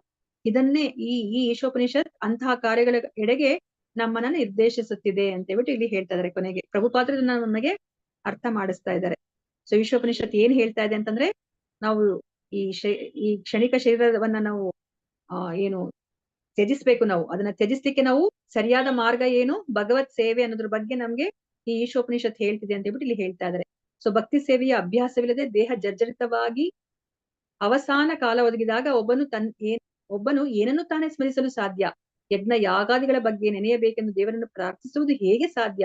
ಯಜ್ಞವೆಂದರೆ ಇಂದ್ರಿಯ ಸುಖದ ತ್ಯಾಗ. ಇಂದ್ರಿಯಗಳನ್ನು ಭಗವತ್ ಸೇವೆಯಲ್ಲಿ ತೊಡಗಿಸುವ ಕಲೆಯನ್ನು ಜೀವಿತಾವಧಿಯಲ್ಲೇ ಕಲಿತುಕೊಳ್ಳಬೇಕು. ಅಂತಹ ಅಭ್ಯಾಸದ ಫಲಗಳನ್ನು ಸಾಯುವಾಗ ಬಳಸಿಕೊಳ್ಳಬಹುದು ಅಂತ ಹೇಳ್ಬಿಟ್ಟು ಇಲ್ಲಿ ಹೇಳ್ತಾ ಇದಾರೆ. ಅಂದ್ರೆ ನಿಜವಾದ ಪ್ರಾರ್ಥನೆ ಏನು ಅಲ್ವಾ? ಸೊ ನಾವು ಭಗವಂತನಿಗೆ ನಾವು ನಮ್ಮ ಕೈ ಕಾಲೆಲ್ಲ ಗಟ್ಟಿ ಇದ್ದು ನಾವು ಇಂದ್ರಿಯಗಳೆಲ್ಲ ಚೆನ್ನಾಗಿದ್ದಾಗ ನಾವು ಭಗವಂತನಿಗೆ ಸೇವೆಯನ್ನ ಮಾಡ್ಬೇಕು. ಆ ಒಂದು ಅಭ್ಯಾಸ ಮಾಡಿದ್ರೆ ಅಷ್ಟೇ ನಾವು ಸಾಯುವ ಸಮಯದಲ್ಲಿ ನಮ್ಗೆ ಭಗವಂತನ ಸ್ಮರಣೆ ಮಾಡ್ಲಿಕ್ಕೆ ಸಾಧ್ಯ ಅಲ್ವಾ? ದೇಹ ಜರ್ಜರಿತವಾಗಿರುತ್ತೆ, ವಾತ ಅಂದ್ರೆ ಕಫ ಎಲ್ಲನೂ ಸಹ ಗಂಟಲಲ್ಲಿ ಕೂತಿರುತ್ತೆ. ಅಂತ ಸಮಯದಲ್ಲಿ ನಮ್ಗೆ ಏನನ್ನ ನಾವು ಸ್ಮರಣೆ ಮಾಡ್ಲಿಕ್ಕೆ ಸಾಧ್ಯ ಅಲ್ಲ? ನಮ್ಗೆ ಜಸ್ಟ್ ಜ್ವರ ಬಂದ್ರೇನೆ, ತಲೆನೋವು ಬಂದ್ರೇನೆ ನಮ್ಗೆ ಭಗವಂತನ ಸ್ಮರಣೆ ಬರೋದಿಲ್ಲ ಅಲ್ವಾ? ಅಂತದಿದ್ದಾಗ ಇನ್ನ ಸಾಯುವ ಸಮಯದಲ್ಲಿ ಎಷ್ಟು ನೋವಿರುತ್ತೆ ಅಂತ ನಮ್ಗೆ ಹೇಳ್ತಾರೆ, ನಮ್ಮ ಶಾಸ್ತ್ರಗಳು ಹೇಳುತ್ತೆ. ಅಂತ ಸಮಯದಲ್ಲಿ ನಮ್ಗೆ ಭಗವಂತನ ಸ್ಮರಣೆ ಮಾಡ್ಲಿಕ್ಕೆ ಸಾಧ್ಯನಾ? ಇಲ್ಲ. ಅದಕ್ಕೋಸ್ಕರ ನಾವ್ ಏನ್ ಮಾಡ್ಬೇಕು? ಅಭ್ಯಾಸ ಮಾಡಿರ್ಬೇಕು.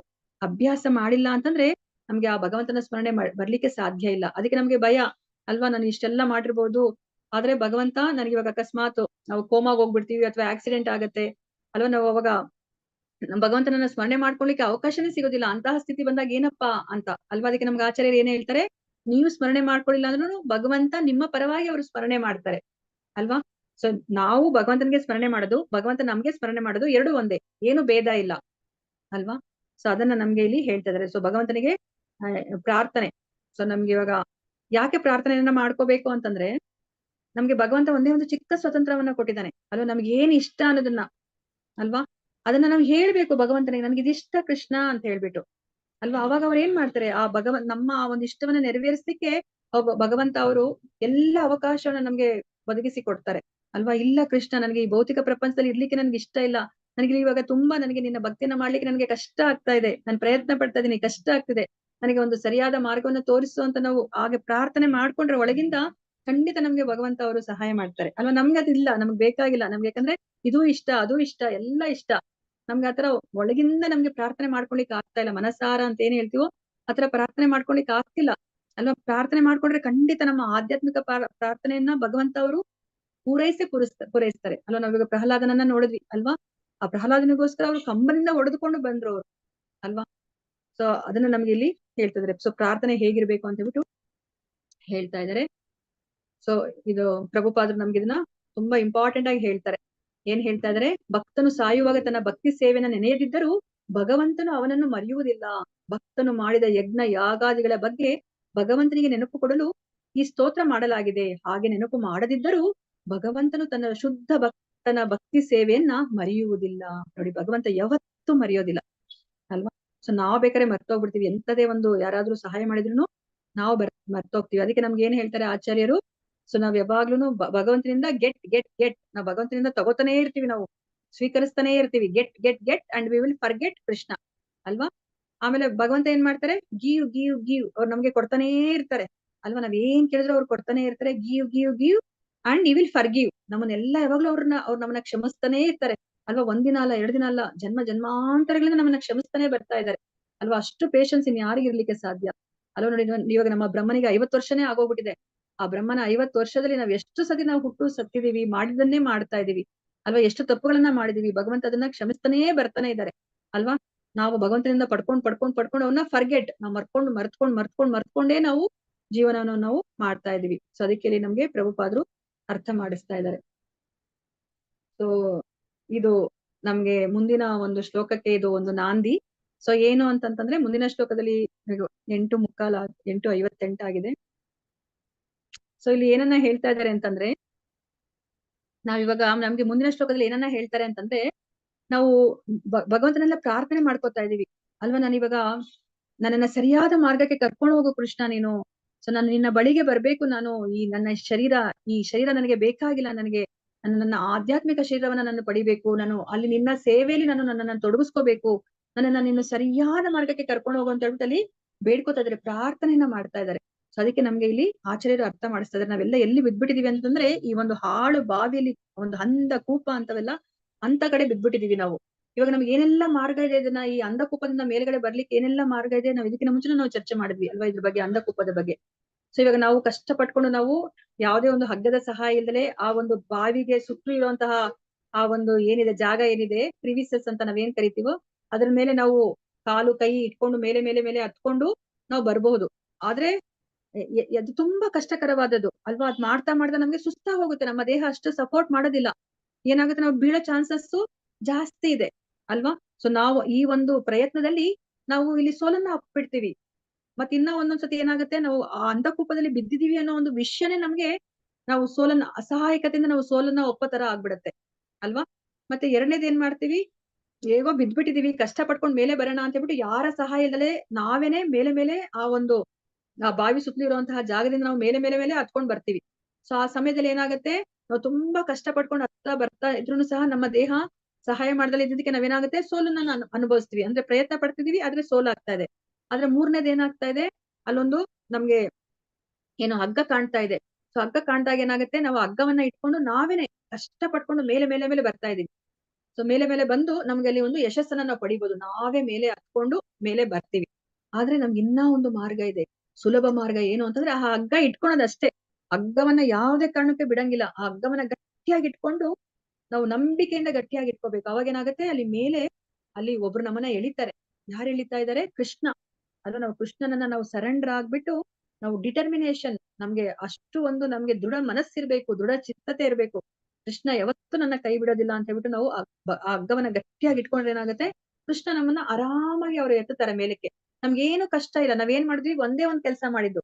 ಏನ್ ಮಾಡಿದ್ವಿ, ಆ ಹಗ್ಗವನ್ನ ಗಟ್ಟಿಯಾಗಿ ಇಟ್ಕೊಂಡ್ವಿ, ದೃಢ ಮನಸ್ಸಿನಿಂದ ನಾವು ಇಟ್ಕೊಂಡ್ವಿ. ಅದೇ ತರ ನಾವು ಭಗವಂತನಿಗೆ ಸರೆಂಡರ್ ಆಗ್ಬೇಕು. ಕೃಷ್ಣ ನನ್ನನ್ನ ಕಾಪಾಡ್ತಾನೆ ಅಂತ ಹೇಳ್ಬಿಟ್ಟು. ಮತ್ತೆ ನಮ್ಗೆ ಏನನ್ನ ಹೇಳಿದಾರೆ ಈ ನವವಿಧ ಭಕ್ತಿ, ಅದನ್ನ ನಾವು ಫಾಲೋ ಮಾಡ್ಬೇಕು. ಅಷ್ಟನ್ನ ಮಾಡಿದ್ರೆ ಸಾಕು. ಅವಾಗ ಕೃಷ್ಣ ಏನ್ ಮಾಡ್ತಾರೆ, ನಮ್ಮನ್ನ ಅವರು ಮೇಲಕ್ಕೆ ಅವ್ರು ಎತ್ತುತ್ತಾರೆ. ಮೇಲಕ್ಕೆ ಎತ್ತದಾಗ ಏನಾಗುತ್ತೆ, ನಮ್ಗೆ ತುಂಬಾ ಎಫರ್ಟ್ಲೆಸ್ ಸಕ್ಸಸ್.